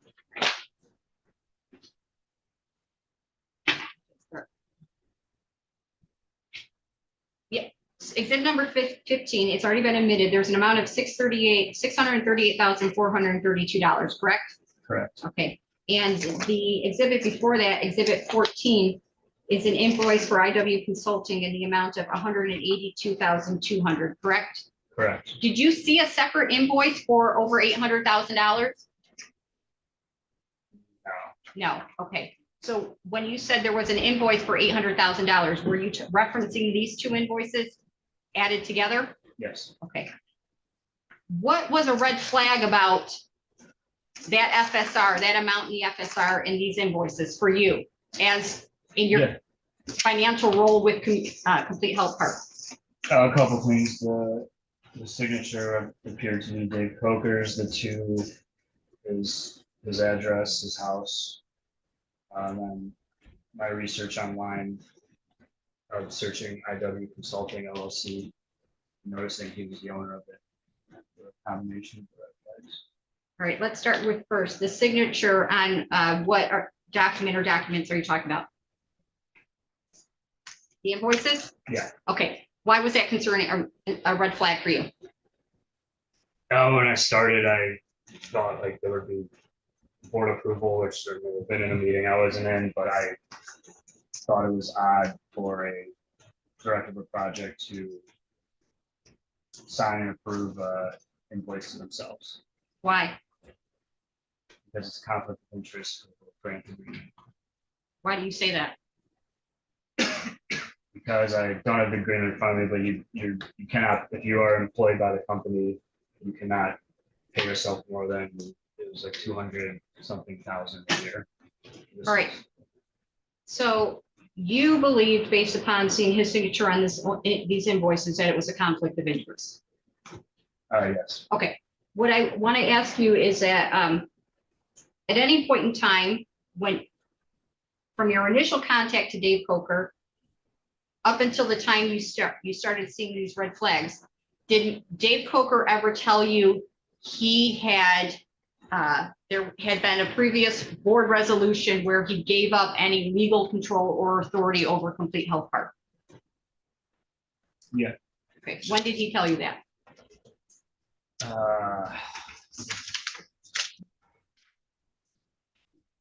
Two, maybe, or end of month one, I really don't know. Okay, and so he told you that he had what, I mean, I don't want to put words in your mouth. What was, how did he convey it? That anything that any agreements that the health park made had to be approved by the board.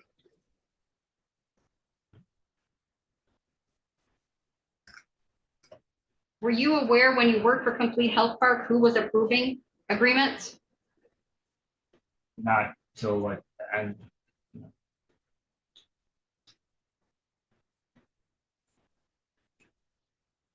Did you, was it concerning to you, strike that? Who was, when you worked for Complete Health Park, who did you know to be interacting with the state of Michigan on the grant agreement from the nonprofit? Okay, Anyone else? I don't call anyone. You talked about the signature. I want to talk now about the home address that you referenced. The home address listed on the invoice is, excuse me, is that the home address for specifically the Complete Health Park? Well, one of the top address is the office that was in a pharmacy. The other one is Dave's house. So on this invoice, you direct me where, because I want to expedite things, but I can't testify for you. Where do you see Dave Coker's home address? Under the two, It says 2 Complete Health Park, but yes, and then Dave Coker's home address. yeah, Okay, and what's in the address for, there's an address for IW Consulting? yes, Is that the Dave Coker's home address? no. Yeah, you said that's an address for a, There was an office in a pharmacy. and are those same addresses listed on the second invoice, exhibit number 15? That's what I was looking at. Okay, so Sorry. going back to exhibit 14 then, same addresses on that exhibit. Yes. Okay, and why was that concerning to you? Or a red flag? Because when I got there, I saw the name IW Consulting LLC. I thought it was a consulting firm from somewhere. And then it was concerning that it was the director's address. Did you have a conversation with Dave Coker about these invoices? Yes, What did you say to him? that it's a conflict of interest and. Would show them- object just to hear say what this witness said. It's an out of court statement. It's hearsay, even though it's this witness. I can ask a question. I just want to, I'm going to expedite things right now, Judge, and just say this. I don't believe it's a valid objection. I believe he can testify to any of his statements or that, but I'm going to try and expedite things in this way. How long after, so I don't, You're gonna withdraw the question? yes, sorry. So you have this, you notice these red flags. We talked about 2, and then the other one you said was Dave Coker. You did some research on IW Consulting, correct? Yes, And you, after that research, you found out what? that it was a single member LLC is his name. In whose name? Dave Coates. Okay, so did you take that information, those red flags, to Dave Coker? Yes, Okay, did you express concerns to him? yes. What was his response? That he talked to the state of Michigan. They said it was okay. He asked before he did it. And I didn't understand things. What do you mean you didn't understand things? He told me I was new to government and grants and how they all work and to trust him that it was all taken care of.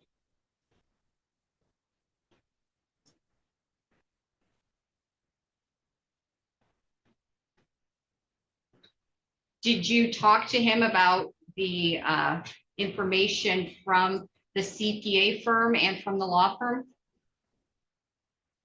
The CPA firm for sure. Okay, and what was his response to the findings from the CPA firm?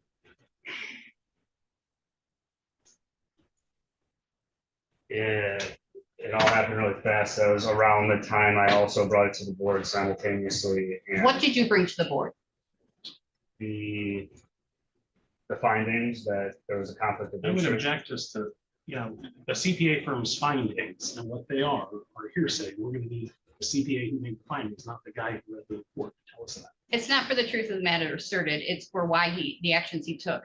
Well, then, I think the question is, what did you do? I went to the board. Okay, what happened I next? mean, He was- he's testifying as to why he did what he did, so He was that makes it acceptable hearsay. It's an exception. So objections overruled. Okay, so you received information from CPA or from the law firm that there was a conflict of interest? The CPA. CPA, and based upon that information, you went to the board. Yes, And based upon that information, is that why you also had a discussion with Dave Coker? yes, And Dave Coker, when you gave him that information, the finding from the CPA firm, did he make any declaration or response in terms of a conflict of interest? no, You said that he said the state of Michigan approved it. yes. Did he say who specifically, if anyone from the state of Michigan? You mentioned someone by the name Daryl. He said the name. First name Daryl. And what specifically did he say Daryl approved? The payments to IW Consulting and everything on the FRS for January. Did David Coker, did you talk to him about the invoices that had his signature? I know we talked about the invoices, yes. Was there ever, did Mr. Coker ever tell you that the board had approved those invoices? Yes, he did.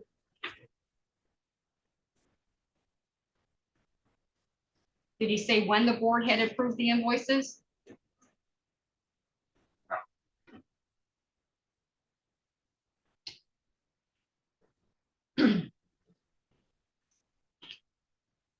So when Mr. Coker is telling you you're new to government and grants and you have to trust him, it was all taken care of, what was your response? Objection.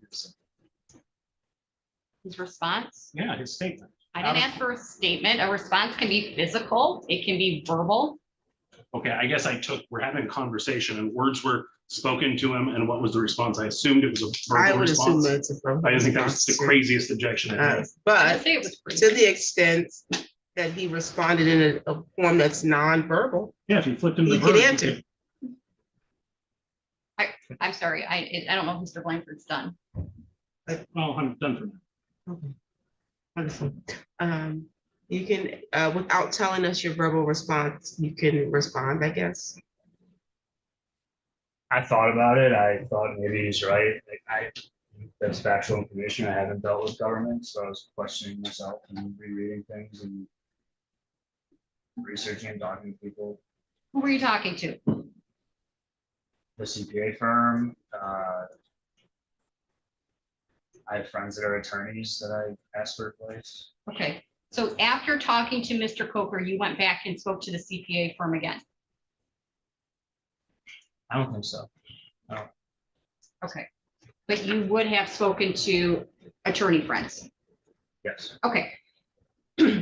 What is it that makes you, because you said you went to talk to the board, correct? Yes. What makes you do that? I wanted the health park to continue. I did not want it to shut down. And I wanted them to remove Dave from the project due to the findings so that we could keep going. Why were you concerned that the park would shut down? Because it was not compliant with the grant deadlines. How wasn't it compliant, in your opinion? Object is the foundation for his opinion, it's not been qualified as an expert. I don't know that you, I don't know, I'm not eliciting expert Yeah. Giving testimony. an opinion on whether behavior conforms with grant guidelines, I think is outside of the ken of, Well, I think he's Like- testifying about his particular role and why he did what he did. He's in a position, I guess, as the CFO, to have an opinion. Doesn't qualify him as an expert just because it was his opinion. But we've already identified on this record that they had to have a CPA come in and do the audit. So we already know that his opinion would not be expert testimony. so I just don't know compliance with grant guidelines and regulations is lay opinion testimony. I think it would be expert opinion testimony, just like if you wanted to have someone opine on an esoteric legal question, they would be qualified as a legal expert. I think it's the same sort of thing. That's- Objections overruled. You can answer. The judge said you could answer that. So what do you mean, because you were not, Complete Health Park was not compliant? Yeah, I don't have 3 letters next to my name, but I read it and I interpreted myself. It was in compliance. I presented my findings to the board. And I think within 24 hours, 48, she got resigned. One, I was told seek his own legal counsel. who But object recommended- is the hearsay for what he was told. Yeah, you can't tell me what Objection I, is. Oh, that's okay. So when you said that you presented your findings, what exactly did you present the board with? I sent an email To whom? to the board, the 3 board members. Yeah, it's 3 years ago, of what my thoughts and findings were. And then I verbally spoke to them, but was interrupted by one. The meeting was interrupted. Who interrupted? Alex said, And who halted the meeting? Alex said, So the meeting could not continue? oh,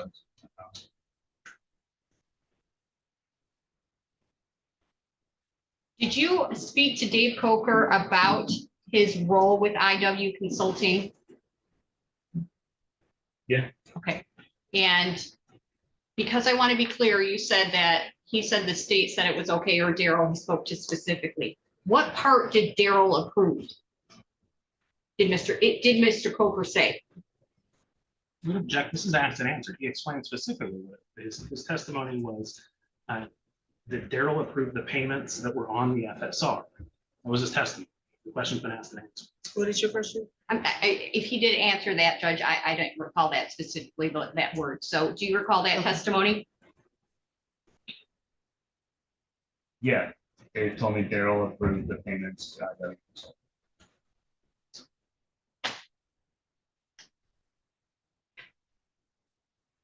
Did you ever ask Mr. Coker if he told the state of Michigan, including Daryl, about his ownership of IW Consulting? I did ask him that and he did say yes. Did he say I told them or him? I don't recall.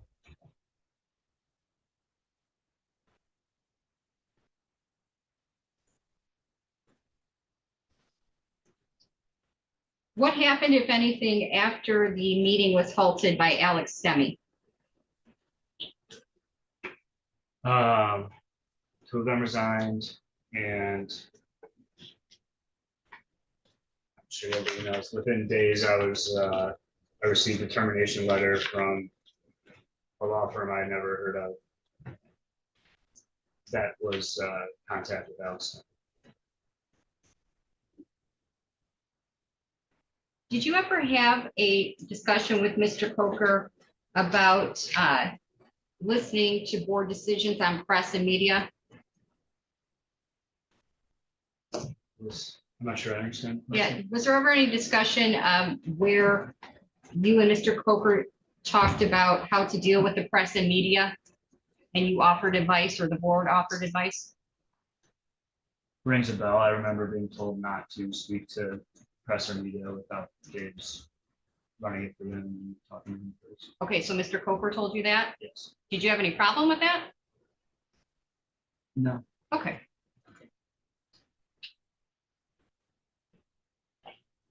Did you ever have any discussions with Mr. Coker about Anthony Damasi? Yes. What were your discussions surrounding specifically with Mr. Damasi? Dave told me a history of his life and their history, and that recently when I started, new information was learned by Dave that he wasn't a great guy, and that he was misrepresenting himself as an attorney or something, and that don't ever talk to him, don't ever think about him, we're done with him. That's what Mr. Coker told you after you were employed by Complete Health Partners. Yes. Okay, was there any discussion about Mr. Damasi's company, Beta Sol? Yes. What discussions were had with Mr. Coker about Beta Sol? They were a marketing company that Damasi founded but left. And that the health park was engaged for them to do various marketing initiatives for the health park. Okay, so did you have any concerns about Beta Sol specifically, or Miss? My only concern as a CFO is we paid them what I considered a large sum of money upfront without any materials I had seen delivered. Do you remember what that large sum of money was? $150,000. So you said your concern was that Beta Sol had been paid $150,000 upfront without any materials. What does that any materials mean? Well, not any materials. They had done the term is a feasibility study. And but when I looked at their engagement letter, the scope of what they're supposed website, they were supposed to be seeking additional grants for us. When I got in contact with Beta Sol, the woman running it, she was like, yeah, we don't have any of that. We haven't done any of that. And I started to realize that we need to do it.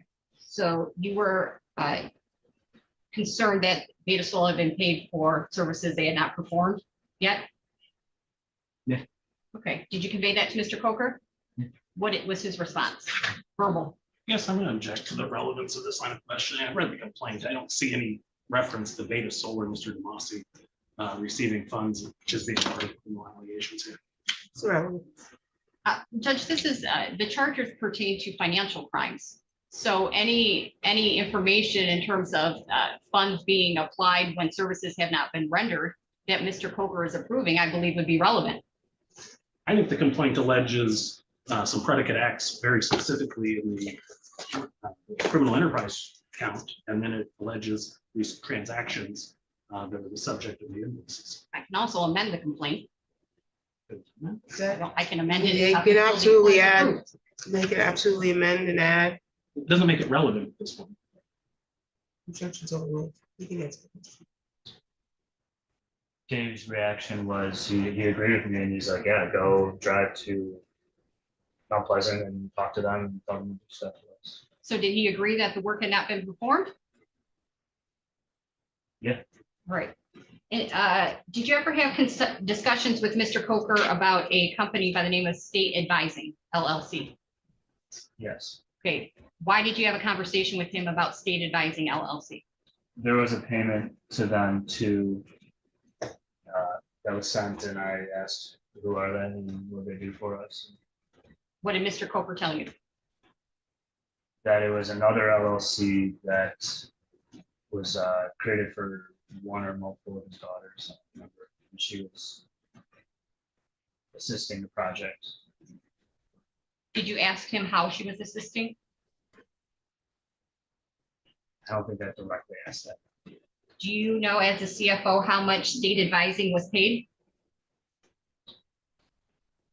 I recall around 10,000. I believe. If the exhibit indicates approximately 13,000, Object. Sure. that's fine, I'll withdraw. Let's go to the exhibit. We are going to exhibit number, I believe it's 14. Nope, it's not 14, I'm sorry.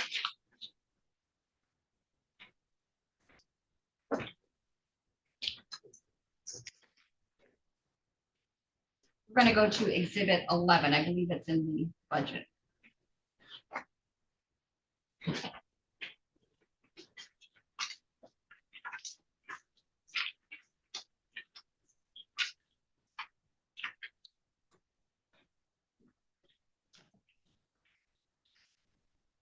Do you see a budget in exhibit 11? I said it's 34 pages. Page 32 of 34. Yes, I'm looking at that sheet. I see a line for state advising, In the amount of what? $13,000.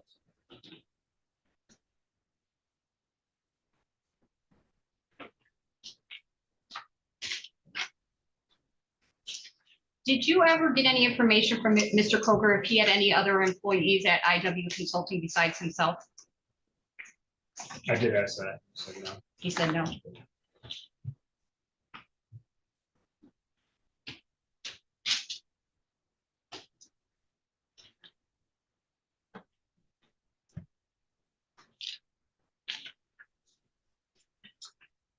Other than what you've already testified to, were there any other red flags that you discussed with either the CPA firm or Mr. Coker?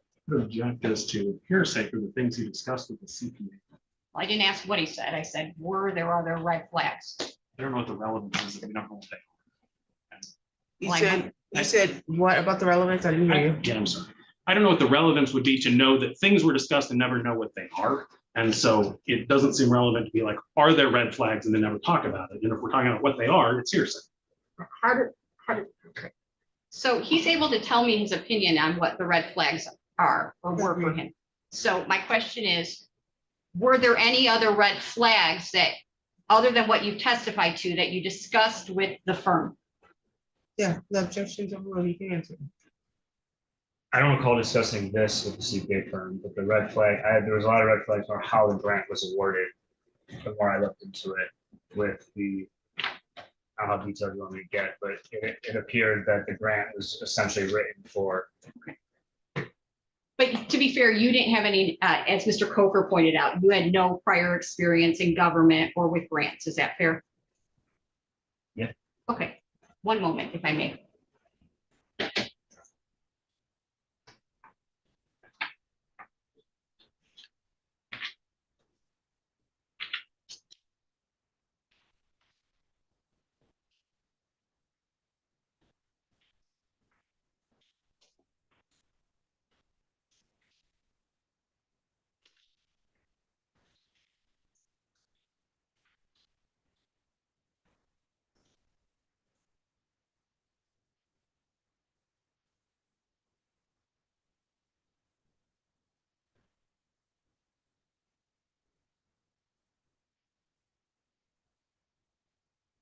Nothing further. Thank you, Your Honor.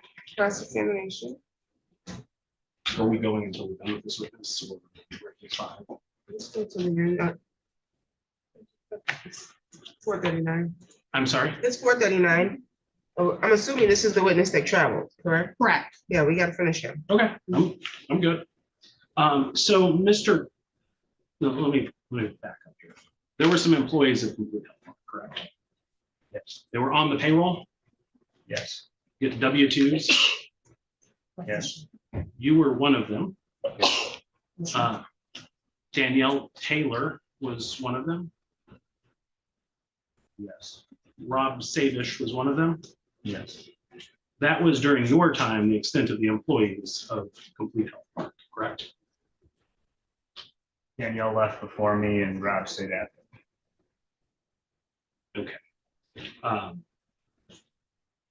So Rob was there while you were there. Danielle left before you. as I recall.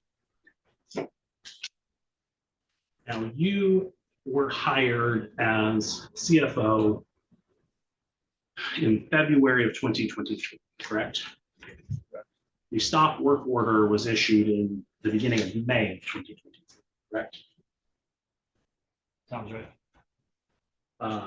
If you look at exhibit 17.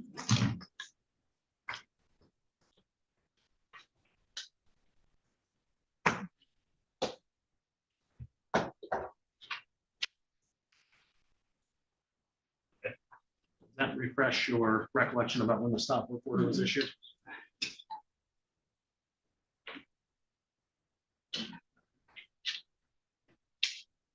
That's right. Okay. So you worked for Complete Health Park while it was a going concern for a couple of months.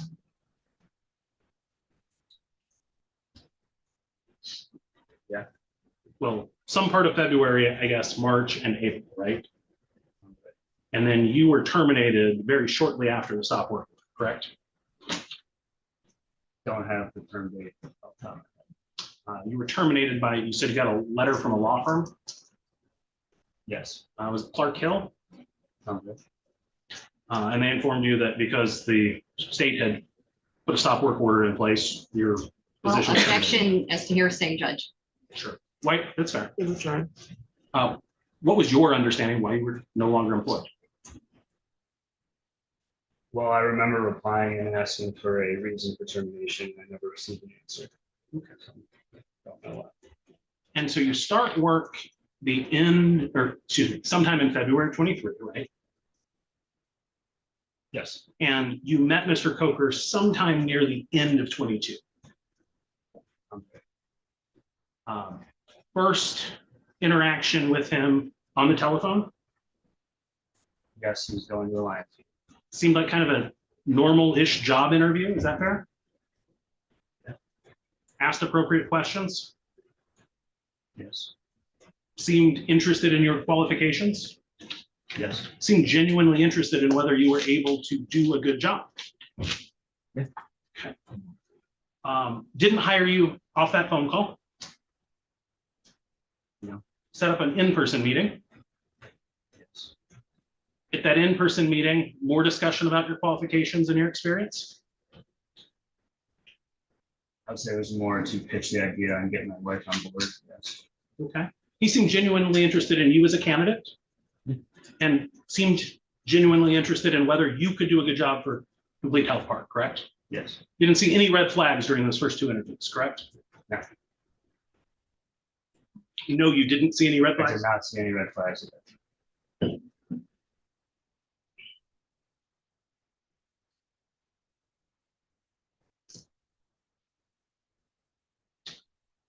And you were you were introduced to Complete Health Park and Mr. Coker through Ms. Tate, correct? Yes. She was the colleague from 3 jobs ago that you knew, correct? Yeah. And she was leaving Complete Health Park. If I recall correctly, she didn't start till I started. Maybe I misunderstood your testimony before. I thought you said that she had left. She told me she would join the project if I did, Okay, did she join the project? briefly. Okay, and then left before you started? No. After I, s- How long after you started?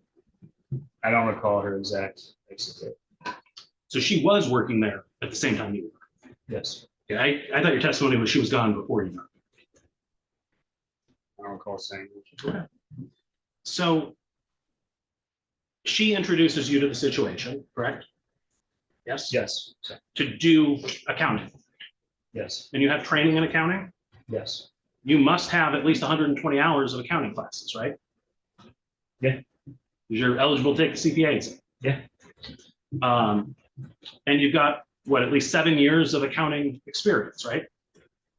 Yep. At this time, you had. Yeah. You were competent to work as a CFO for a nonprofit of this size. I thought so. And you still think, Yeah, I would still seek CPA guidance, but yeah.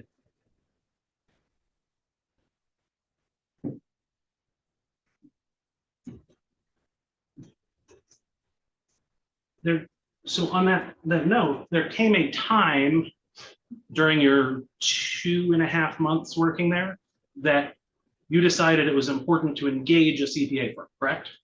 Yes, And you engaged Riemann, random, yes. used to be Raymond Robson, that firm, I don't know what they used to, big accounting firm, I would consider big, but they're big, I would say. hundreds of accountants. Yeah. Okay. It was your idea to engage them, correct? Yes, And you informed Mr. Coker of that? Yeah. Now, I assume Raymond doesn't work for free. no, Mr. Coker didn't object to paying it. no, he did. Didn't get in the way of that at all. No. And this time that you engaged Raymond was after the payments were made to IW Consult, correct? Yes, Can you tell me, was engaging Raymond before or after the public news coverage of Mr. Demasi? I don't know when Mr. Demasi was in the news. Well, you had discussions with Mr. Coker, you testified about not talking to the media, right? That had nothing to do with Demasi. That wasn't in the context of news coverage of Mr. Demasi being indicted for wire fraud in the Eastern District of Michigan? I never saw news. They never told me about news. He told me that it happened. You never saw any news coverage about Mr. Demasi's arrest or prosecution? Never heard. Like, as you sit here today, you're unaware that there was news coverage of his prosecution? Objection is to relevance, Your Honor. Well, he's asked the same question 3 times too, so we can move on. He said he had never seen it. Okay. Guess it wasn't clear that it was never, but I will move on. No, you said never, never? But It's 4:47. It's never, never.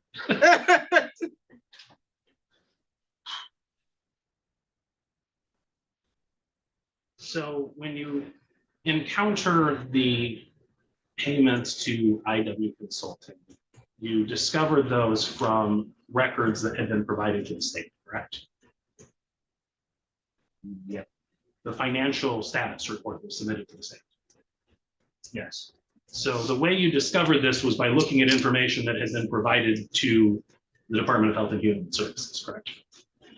It was in multiple places. But yeah. So they told the state multiple different ways that IW Consulting had been paid this roughly $800,000. I don't know what he told us. Well, you said it was in multiple different locations, right? It's in the exhibit in the budget, yes. Okay, so that's 2 different communications to the state about the payment, right? Yeah. It wasn't hidden from you when you found it, right? No. And it wasn't hidden from the state. No. And the way you were able to determine ownership of IW Consulting was by looking it up on the state website, right? Yes. Laura has a website where you can look up who formed LLCs, correct? Yes. And that's what you did. Yes. That was also public information. Yes? Yeah. Filed with the state, Yes. not hidden from anyone. And when you asked him about the payments, he told you that Daryl had approved the payments on the FSR, correct? Correct. And you are aware, in fact, that Daryl did approve the payments on the FSR, right? Yes. Because that's how they get made. Yes. That was a true statement when he told it to you.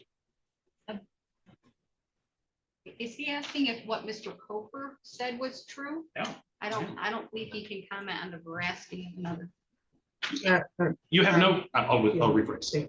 You have no reason to doubt the veracity of that statement, correct? No.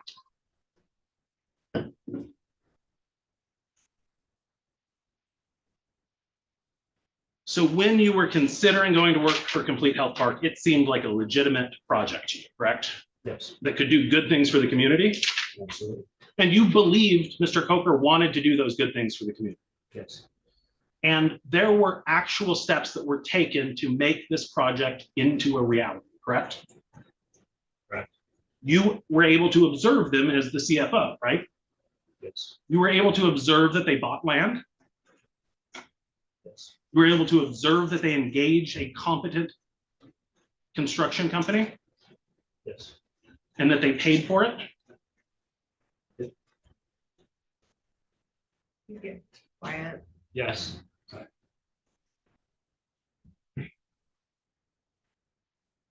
Now, the payments that caused you concern that you talked about being a red flag.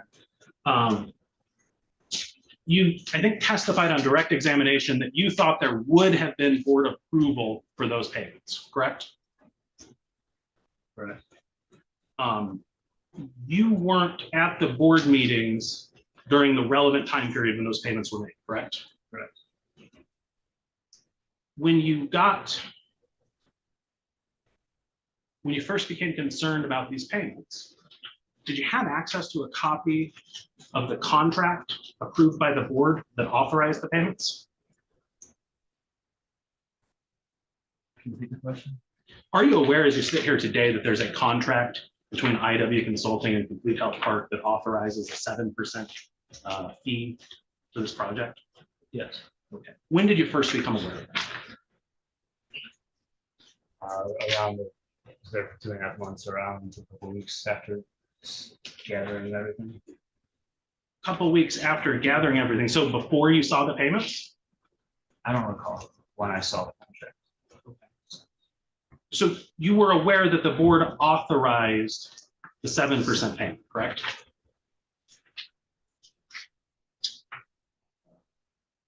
Yes. You just disagreed with that decision.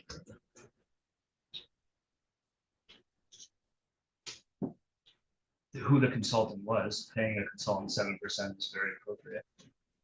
So you disagreed with who they chose to engage as a consultant, correct? Yes. A different consultant, you would have thought it was fine.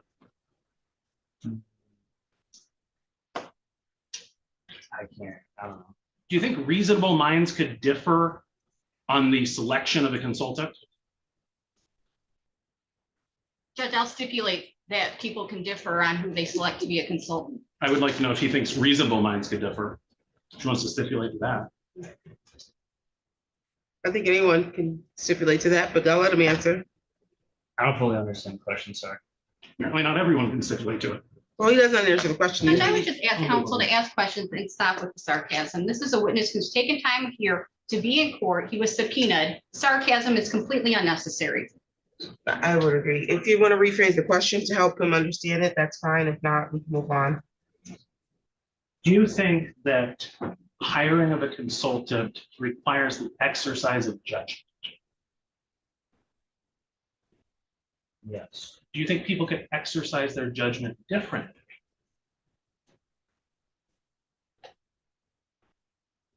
Does someone exercising their judgment differently than you would make them wrong? No.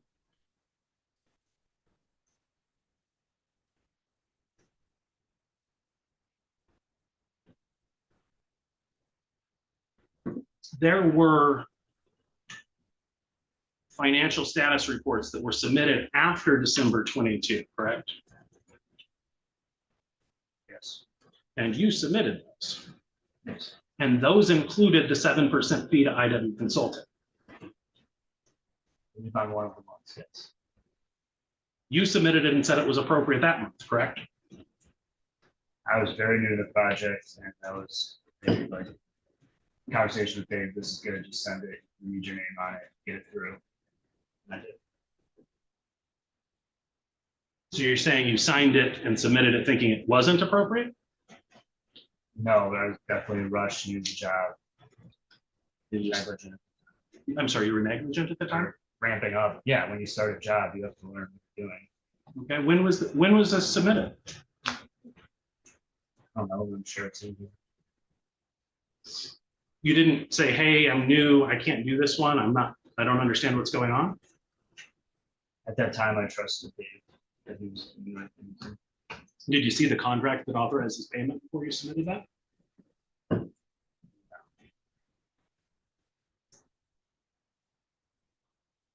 I want to talk to you about, so there's a budget that is in the, this, I'm sorry, I think it's exhibit 11.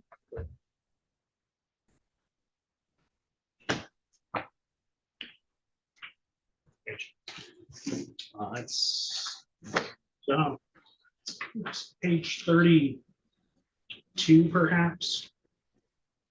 Are you there? So that references this state advising, right? Yes. Okay. So that is a budget, correct? Yes. So what is a budget? And how you're going to spend it. It's not how you spent your money, correct? It's not what a budget is. Right. So in the context of the grants, the budget is a proposal of how we may spend the money in the future or how we plan to spend it, correct? Correct. And so the 13,000 that's listed there is a plan to maybe spend $13,000 with state advising, correct? Correct. Does a payment to state advising show up on the financial status report? I don't. Oh, why don't you take a look at it? It's exhibit 13. 13? Yeah.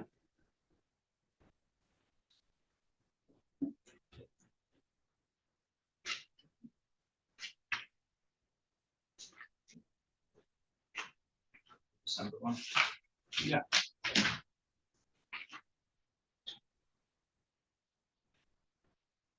That's the question.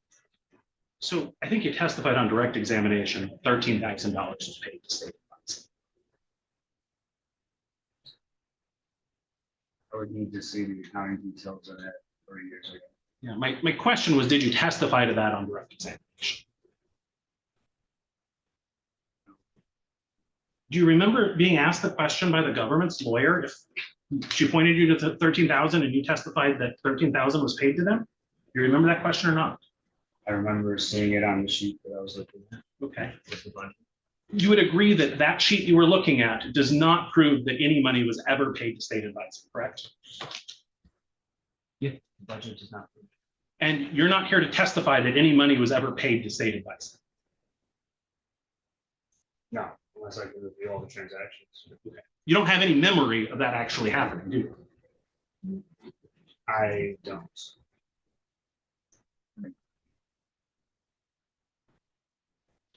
Regarding the Beta Sol work, your concern was that the work had not yet been completed, right?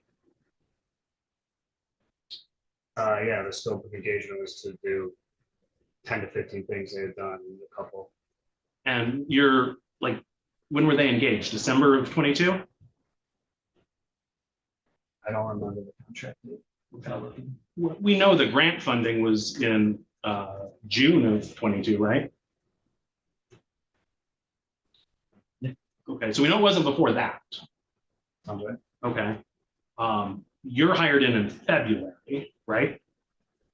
So that's what, 8 months after the grant was authorized by the legislature, right? Yes. It is. And they had done 2 or 3 of the 10 items in their contract, correct? Yes. And so your concern was they weren't yet done with the contract. Well, if I would love to look at it, if I recall, it was 1 of 2 payments. And in my experience as CFO, we don't pay half a contract upfront without substantial work being complete. And so in your judgment, you would have done it different, Yes. but that doesn't mean it was wrong. So, That's it. So.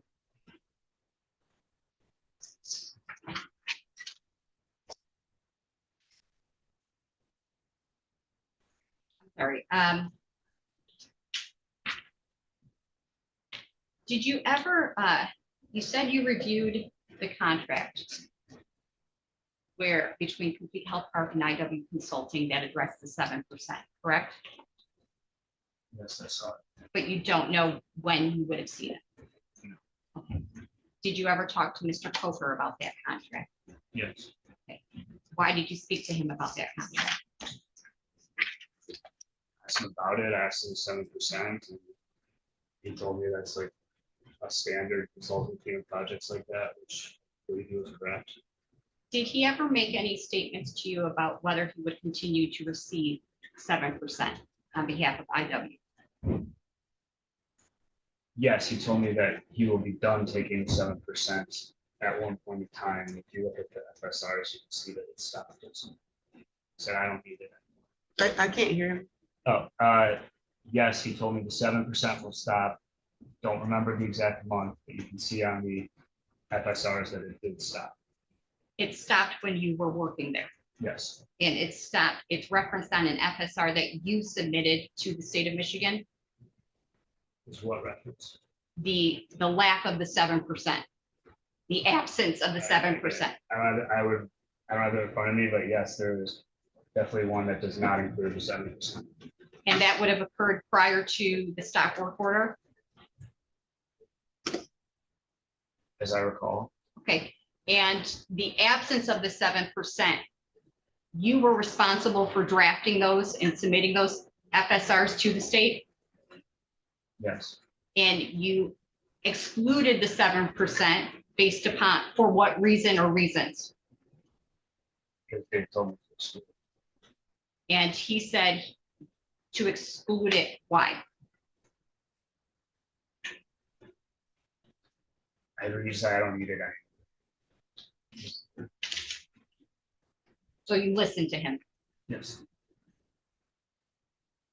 Had the full, before the stop work order was entered, had the full 25 million been paid out to Complete Health Park? No.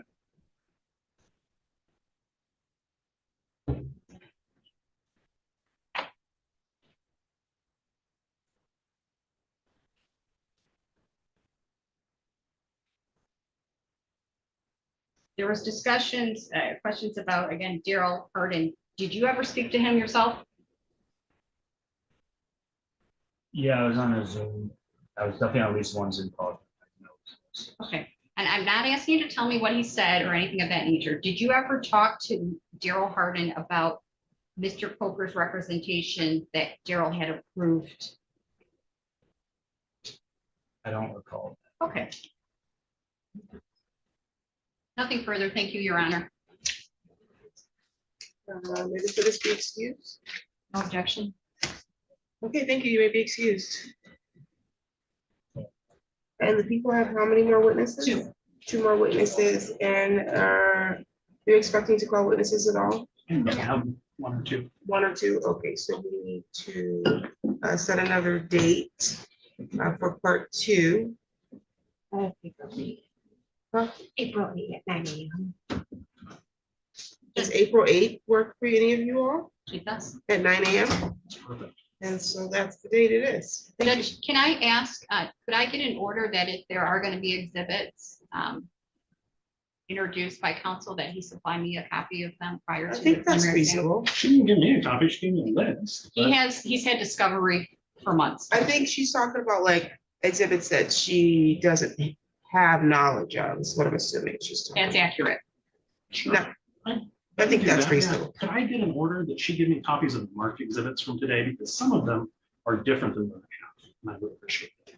Well, I don't that's know. fine. I'll do that, but I don't know, do we need orders for these things? I think that we should do some courtesy here. so, Yeah, Judge, the problem is counsel contested the fact that I'm entitled to discovery. I That's why understand. I understand why you made the request you made, and she's being specific about the fact that there was a document that you purported to use to refresh one of the witnesses' recollection. So to the extent that you have such exhibits that you may want to use that she does not have, it's reasonable that you would turn those over to her in advance before you use them at the exam. Absolutely, if it's a witness I'm going to call, I would have an Right. obligation. under Agreed. 6.2 That's of my why- deed that I don't have with her witnesses.